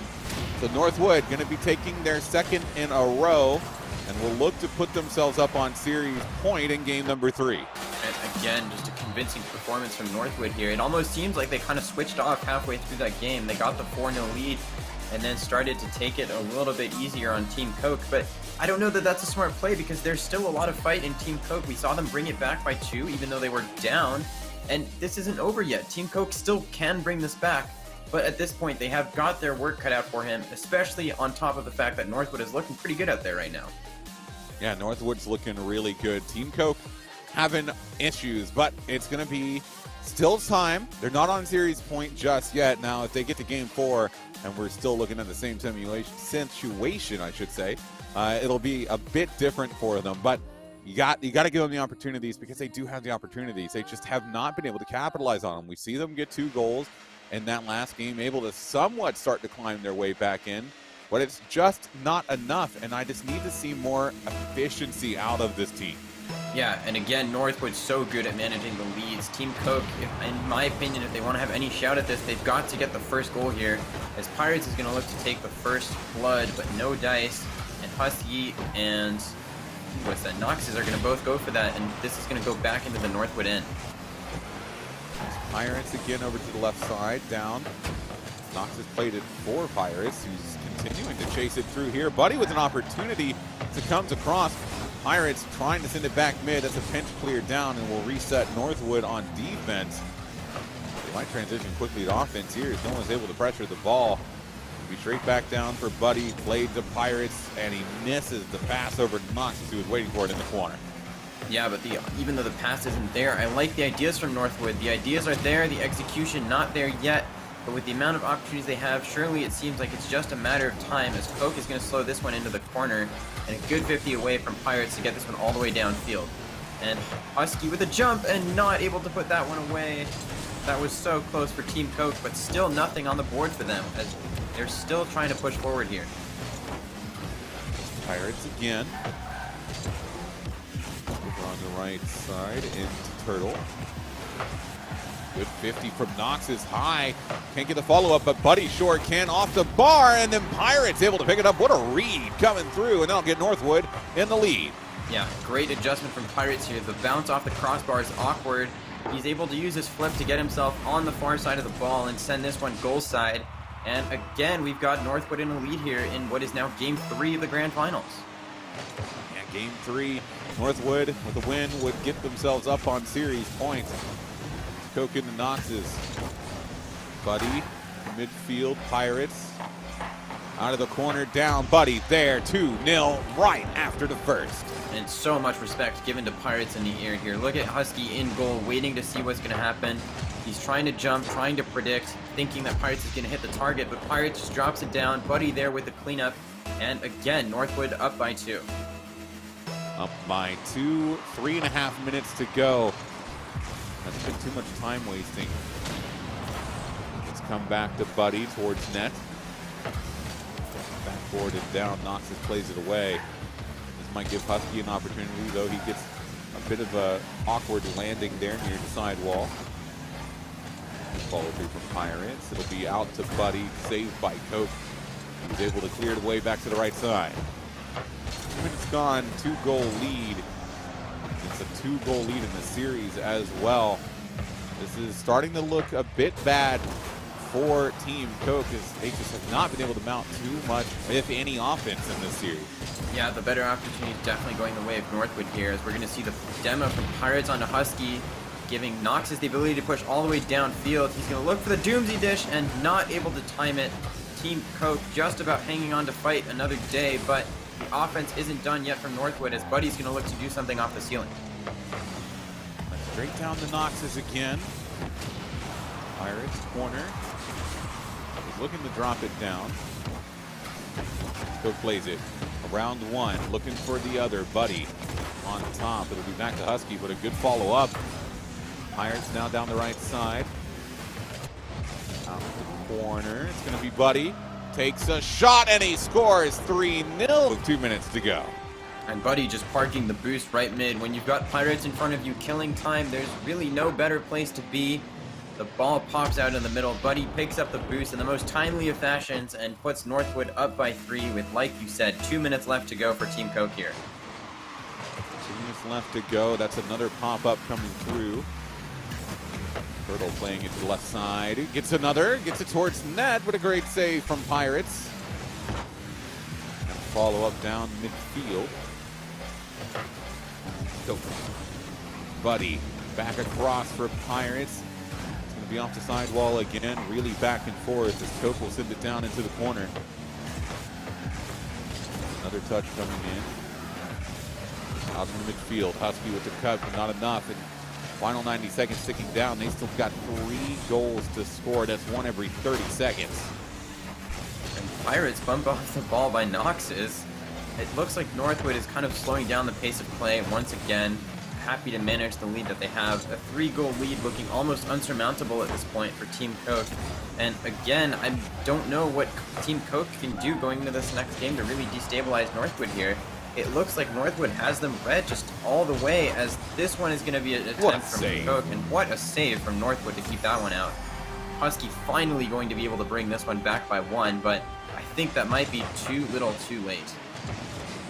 And Husky just getting a really good fake in on that play.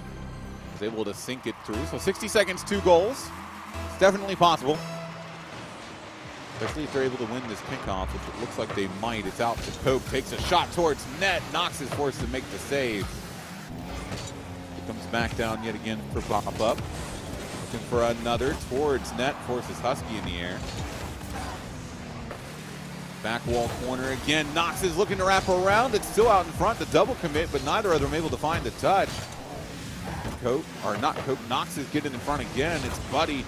Follow up into Husky. Pirates coming around now. Off the backboard, out in front. Knox's takes a shot and he scores 4-1.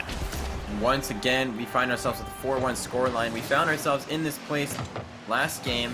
At that point, Team Coke was able to bring one back, but with 25 seconds left, again, I think this one is just about over for Team Coke, and we are going to be looking to the last game of the series here. Team Coke are going to be on their last life against Northwood in this grand final. That they are. As it rolls up the sidewall again, Turtle looks to play it away. Down in front, Buddy, right side towards midfield. Husky. Sidewall again.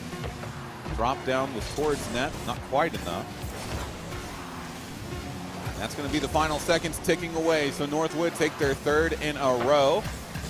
Buddy finds that block, and Noxus will play it away. Find their third in a row, and they will set themselves up on series point. One more win.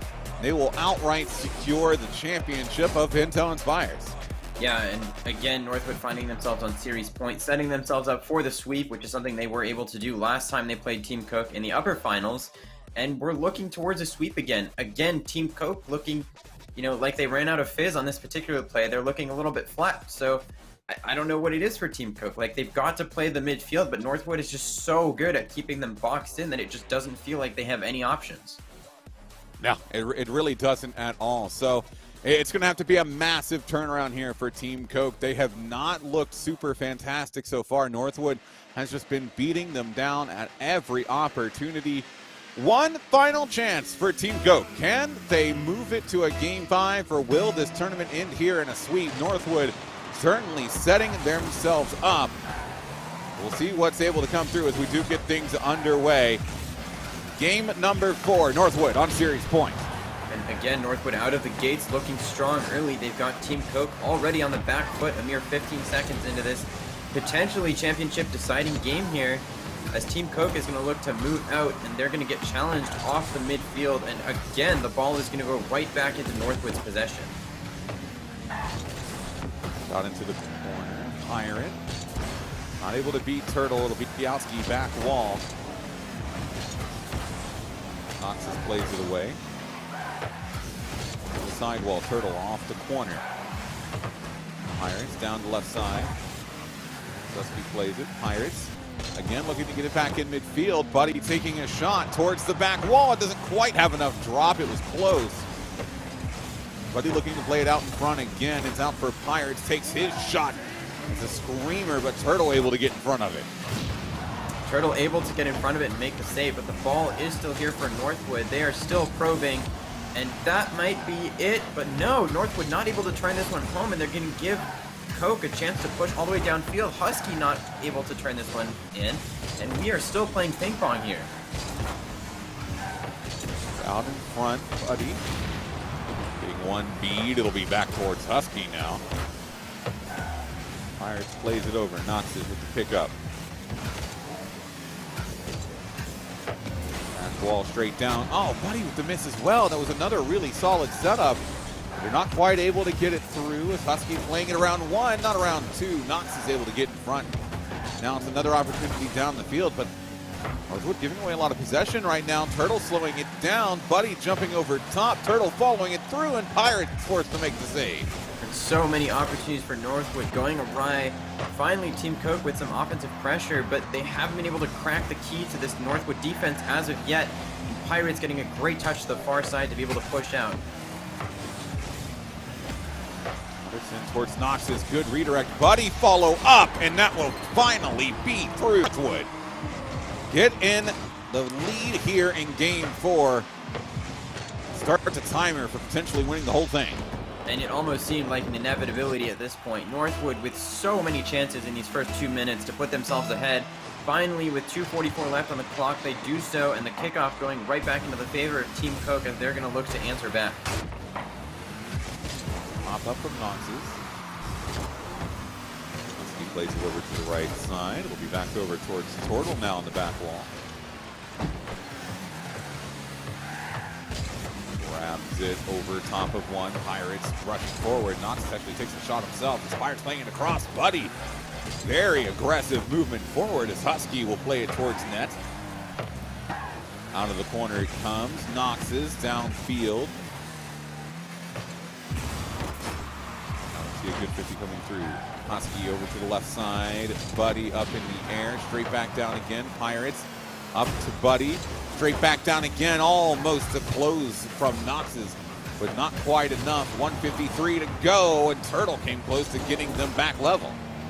Yeah, Turtle coming close, but again, all of these chances that Team Coke is getting is just one-off chances, right? Pushing down the field, taking a shot, Northwood making the save, and then finding themselves immediately right back onto the back foot, defending for their lives as they try to stay in this series. And Buddy looking for another shot.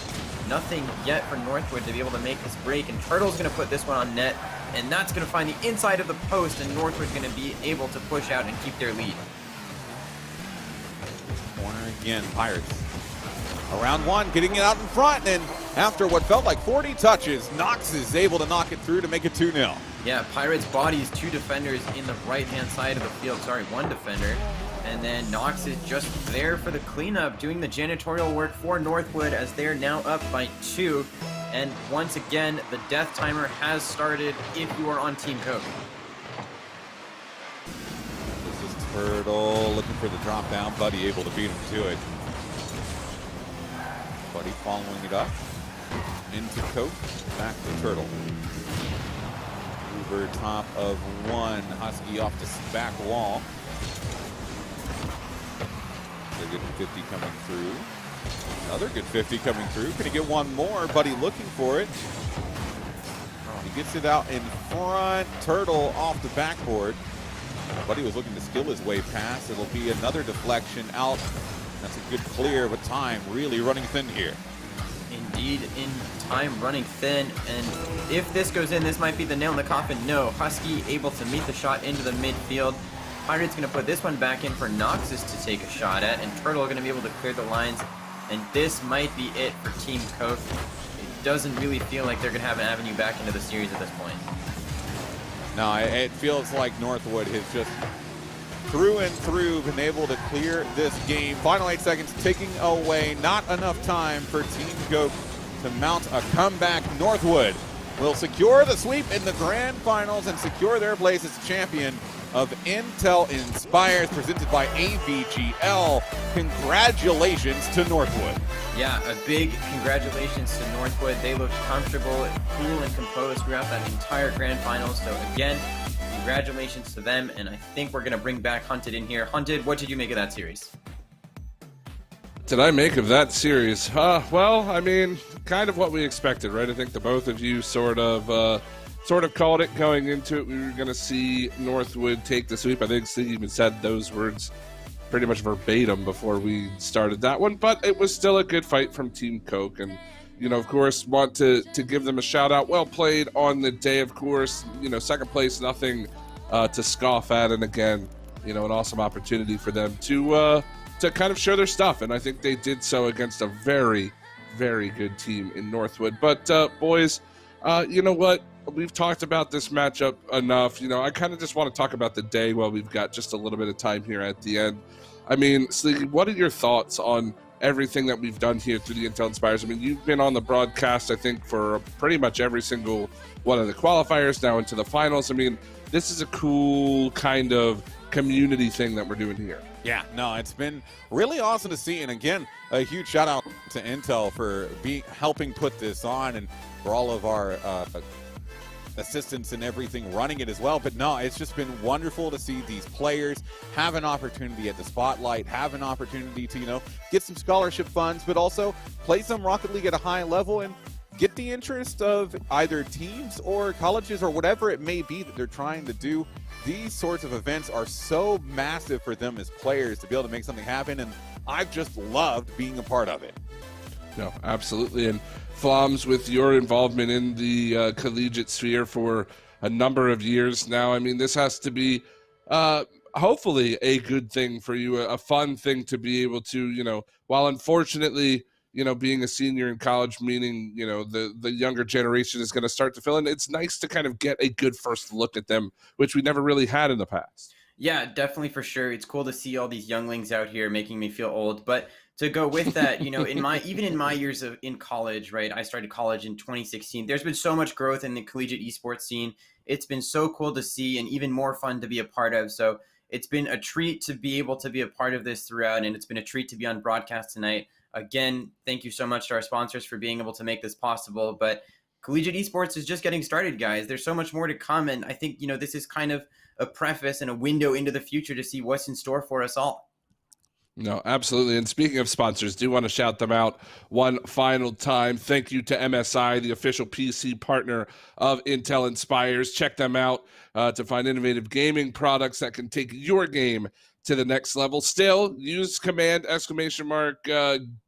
Giveaway in chat to find out how you can register for that GL65 gaming laptop. I think that giveaway is going on for at least another week and a half or so. So make sure you check that out, get registered, and a huge thank you for MSI for not only that giveaway, but for partnering with us here for this stream. And a huge shout out and a big, big, big thank you to our sponsor in Intel for helping bring this thing to life. I mean, it has been wonderful over the past month or month and a half or so to work on everything here. The $250,000 sponsorship pool, it's been magnificent. We thank you so very much. Make sure to visit intel.gg to check out their 10th gen Intel Core systems. And remember that gaming happens with Intel. But fellas, we're going to wrap things up. I just want to get kind of final words here from the both of you. Anybody you'd like to thank or any kind of final closing thoughts here, Sleepy? No, I just, again, happy to have been part of it. Glad we were able to get through the games, even through the couple of technical difficulties we had. Were able to play out those series. A huge shout out, just mainly to the players for being able to make things possible. To, like you said, all of our partners and everything, everybody at CCA for powering the production. It has been an absolute joy to be a part of. And, I'm hoping that there's more of these in the future. Absolutely. Foms, anything you'd like to add? Yeah, again, big congratulations to Northwood for coming through here.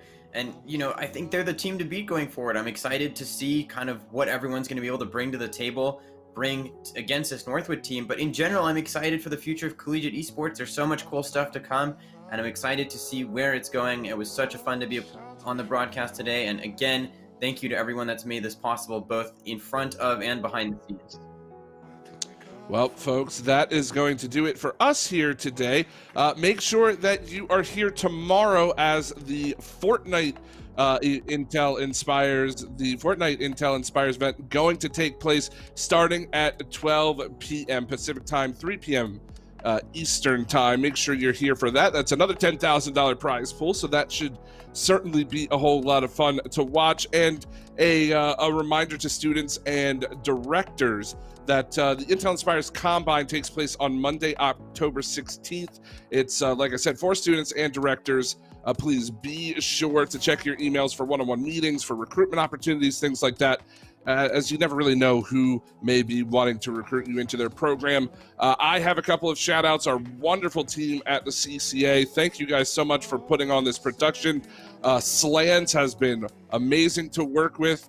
I'm sorry, I think I said October 16th, by the way, for that Intel Inspires. I meant to say November, obviously, as October's come and gone. It's November 16th in a couple of days. Yeah, well, yeah, I mean, you're right. It's a mistake. November 16th, 2 days here. Don't need a science degree to work with those directors there. Yeah, well, maybe so. But gentlemen, again, big thank you to the CCA team. Big thank you to Slans again for all of his hard work behind the scenes with AVGL, and of course, a huge shout out to AVGL as we are here on the AVGL Twitch channel. Make sure you follow that as well.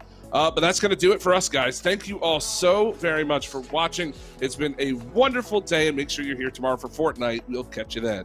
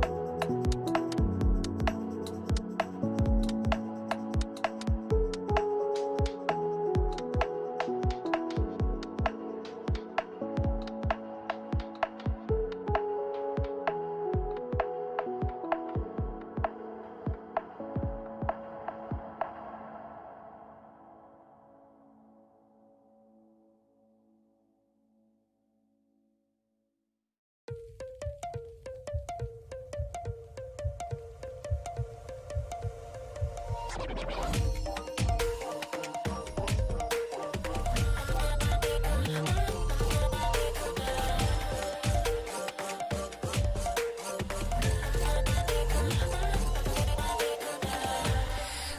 on, myself. I'm cold, steel stainless. My glass half full.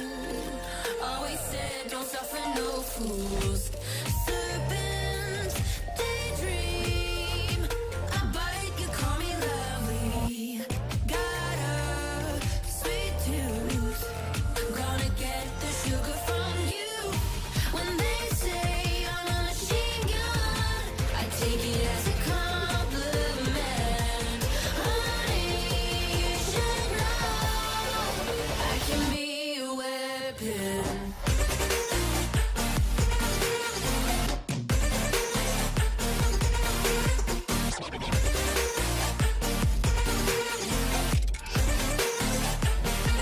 I can be